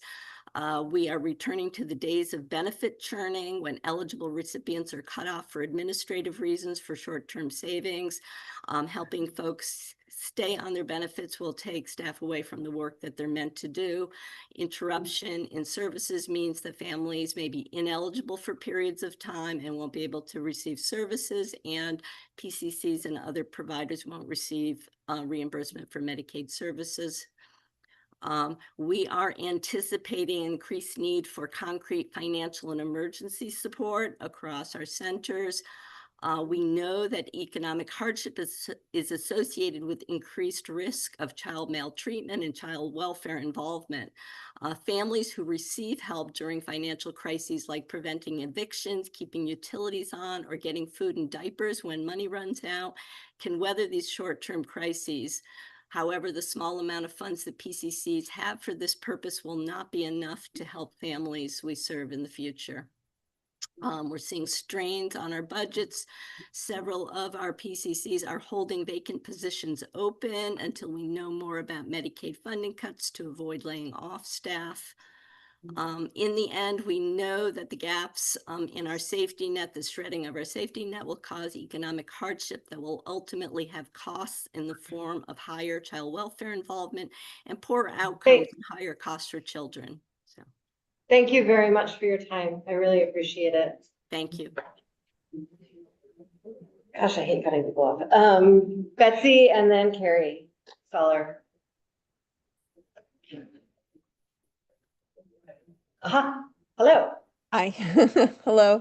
Thank you for having us today. My name is Betsy Rosenbluth. I'm the Farm to School Director at Shelburne Farms, and I'm here on behalf of the Vermont Farm to School and Early Childhood Network.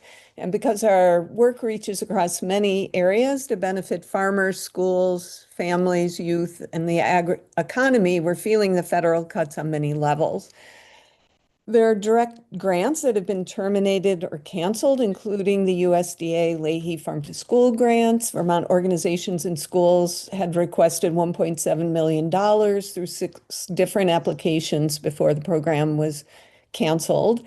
The USDA NEFA program canceled. AmeriCorps service members who are supporting Farm to School in rural schools, for example, 14 schools in the Northeast Kingdom, the termination of local food for schools and childcare, and SNAP Ed that supports nutrition education.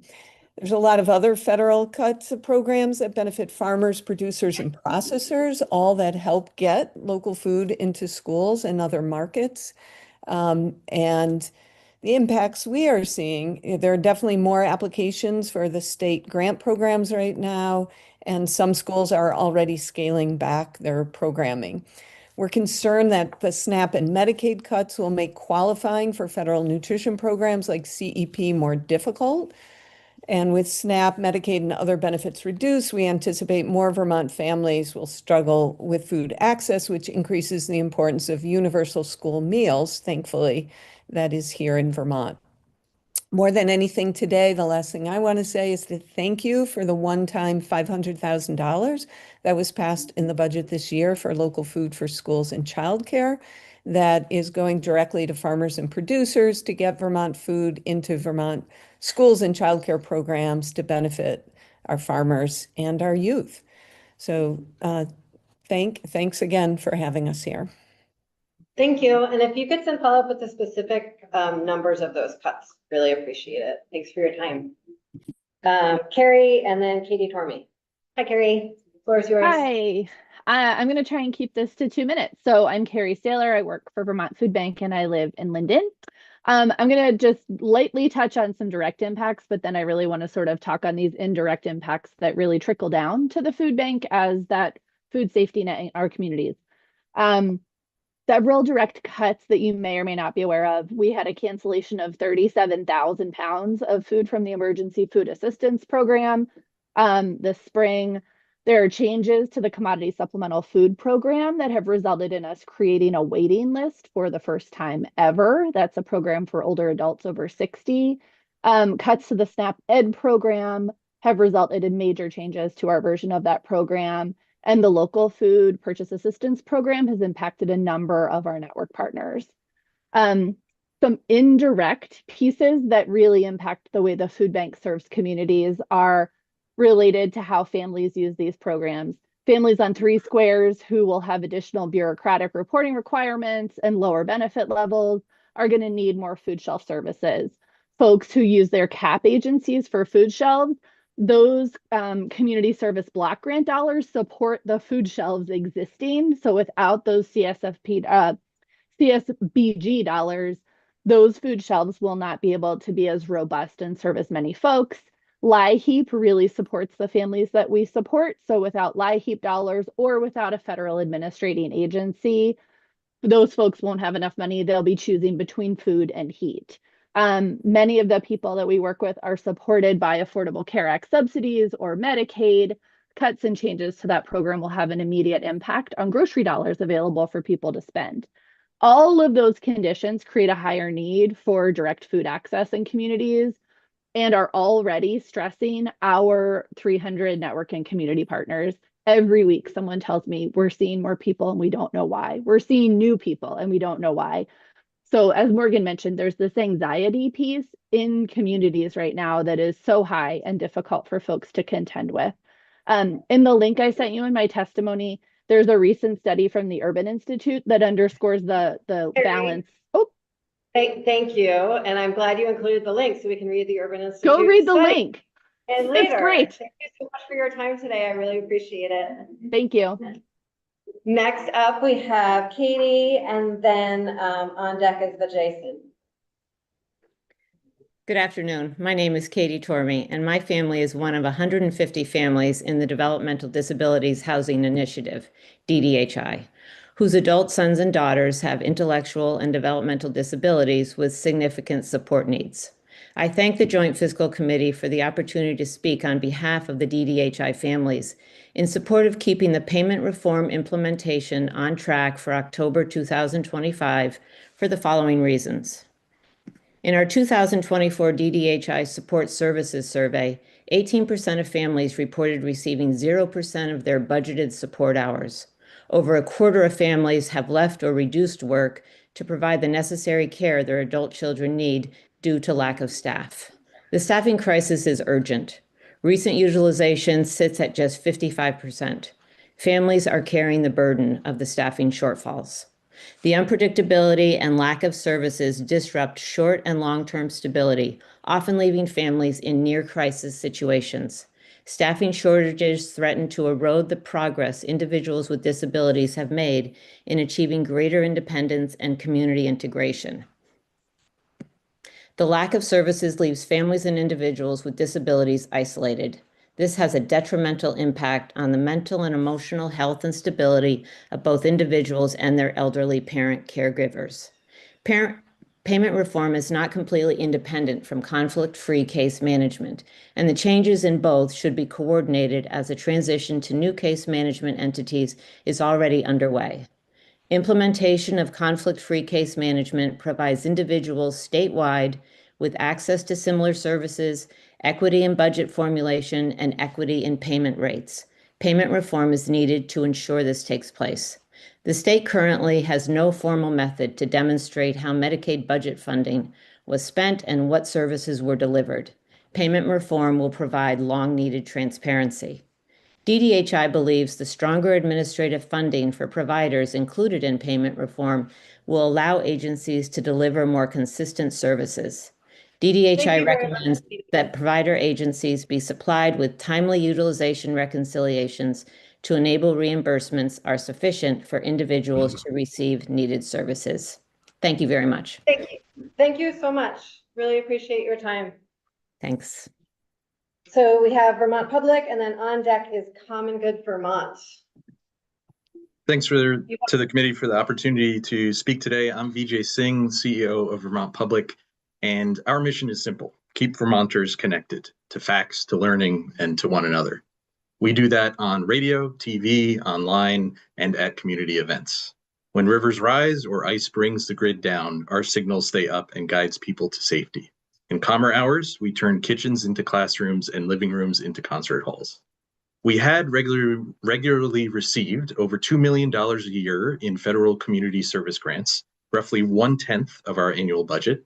That means every federal dollar unlocked 9 more from local individuals, businesses, and foundations. These federal grant funds, previously appropriated for the next 2 fiscal years, have now been withdrawn by Washington. We're already trimming costs and attempting to raise replacement funds, but the hole in our budget is sudden, forcing us to consider some grim potential outcomes.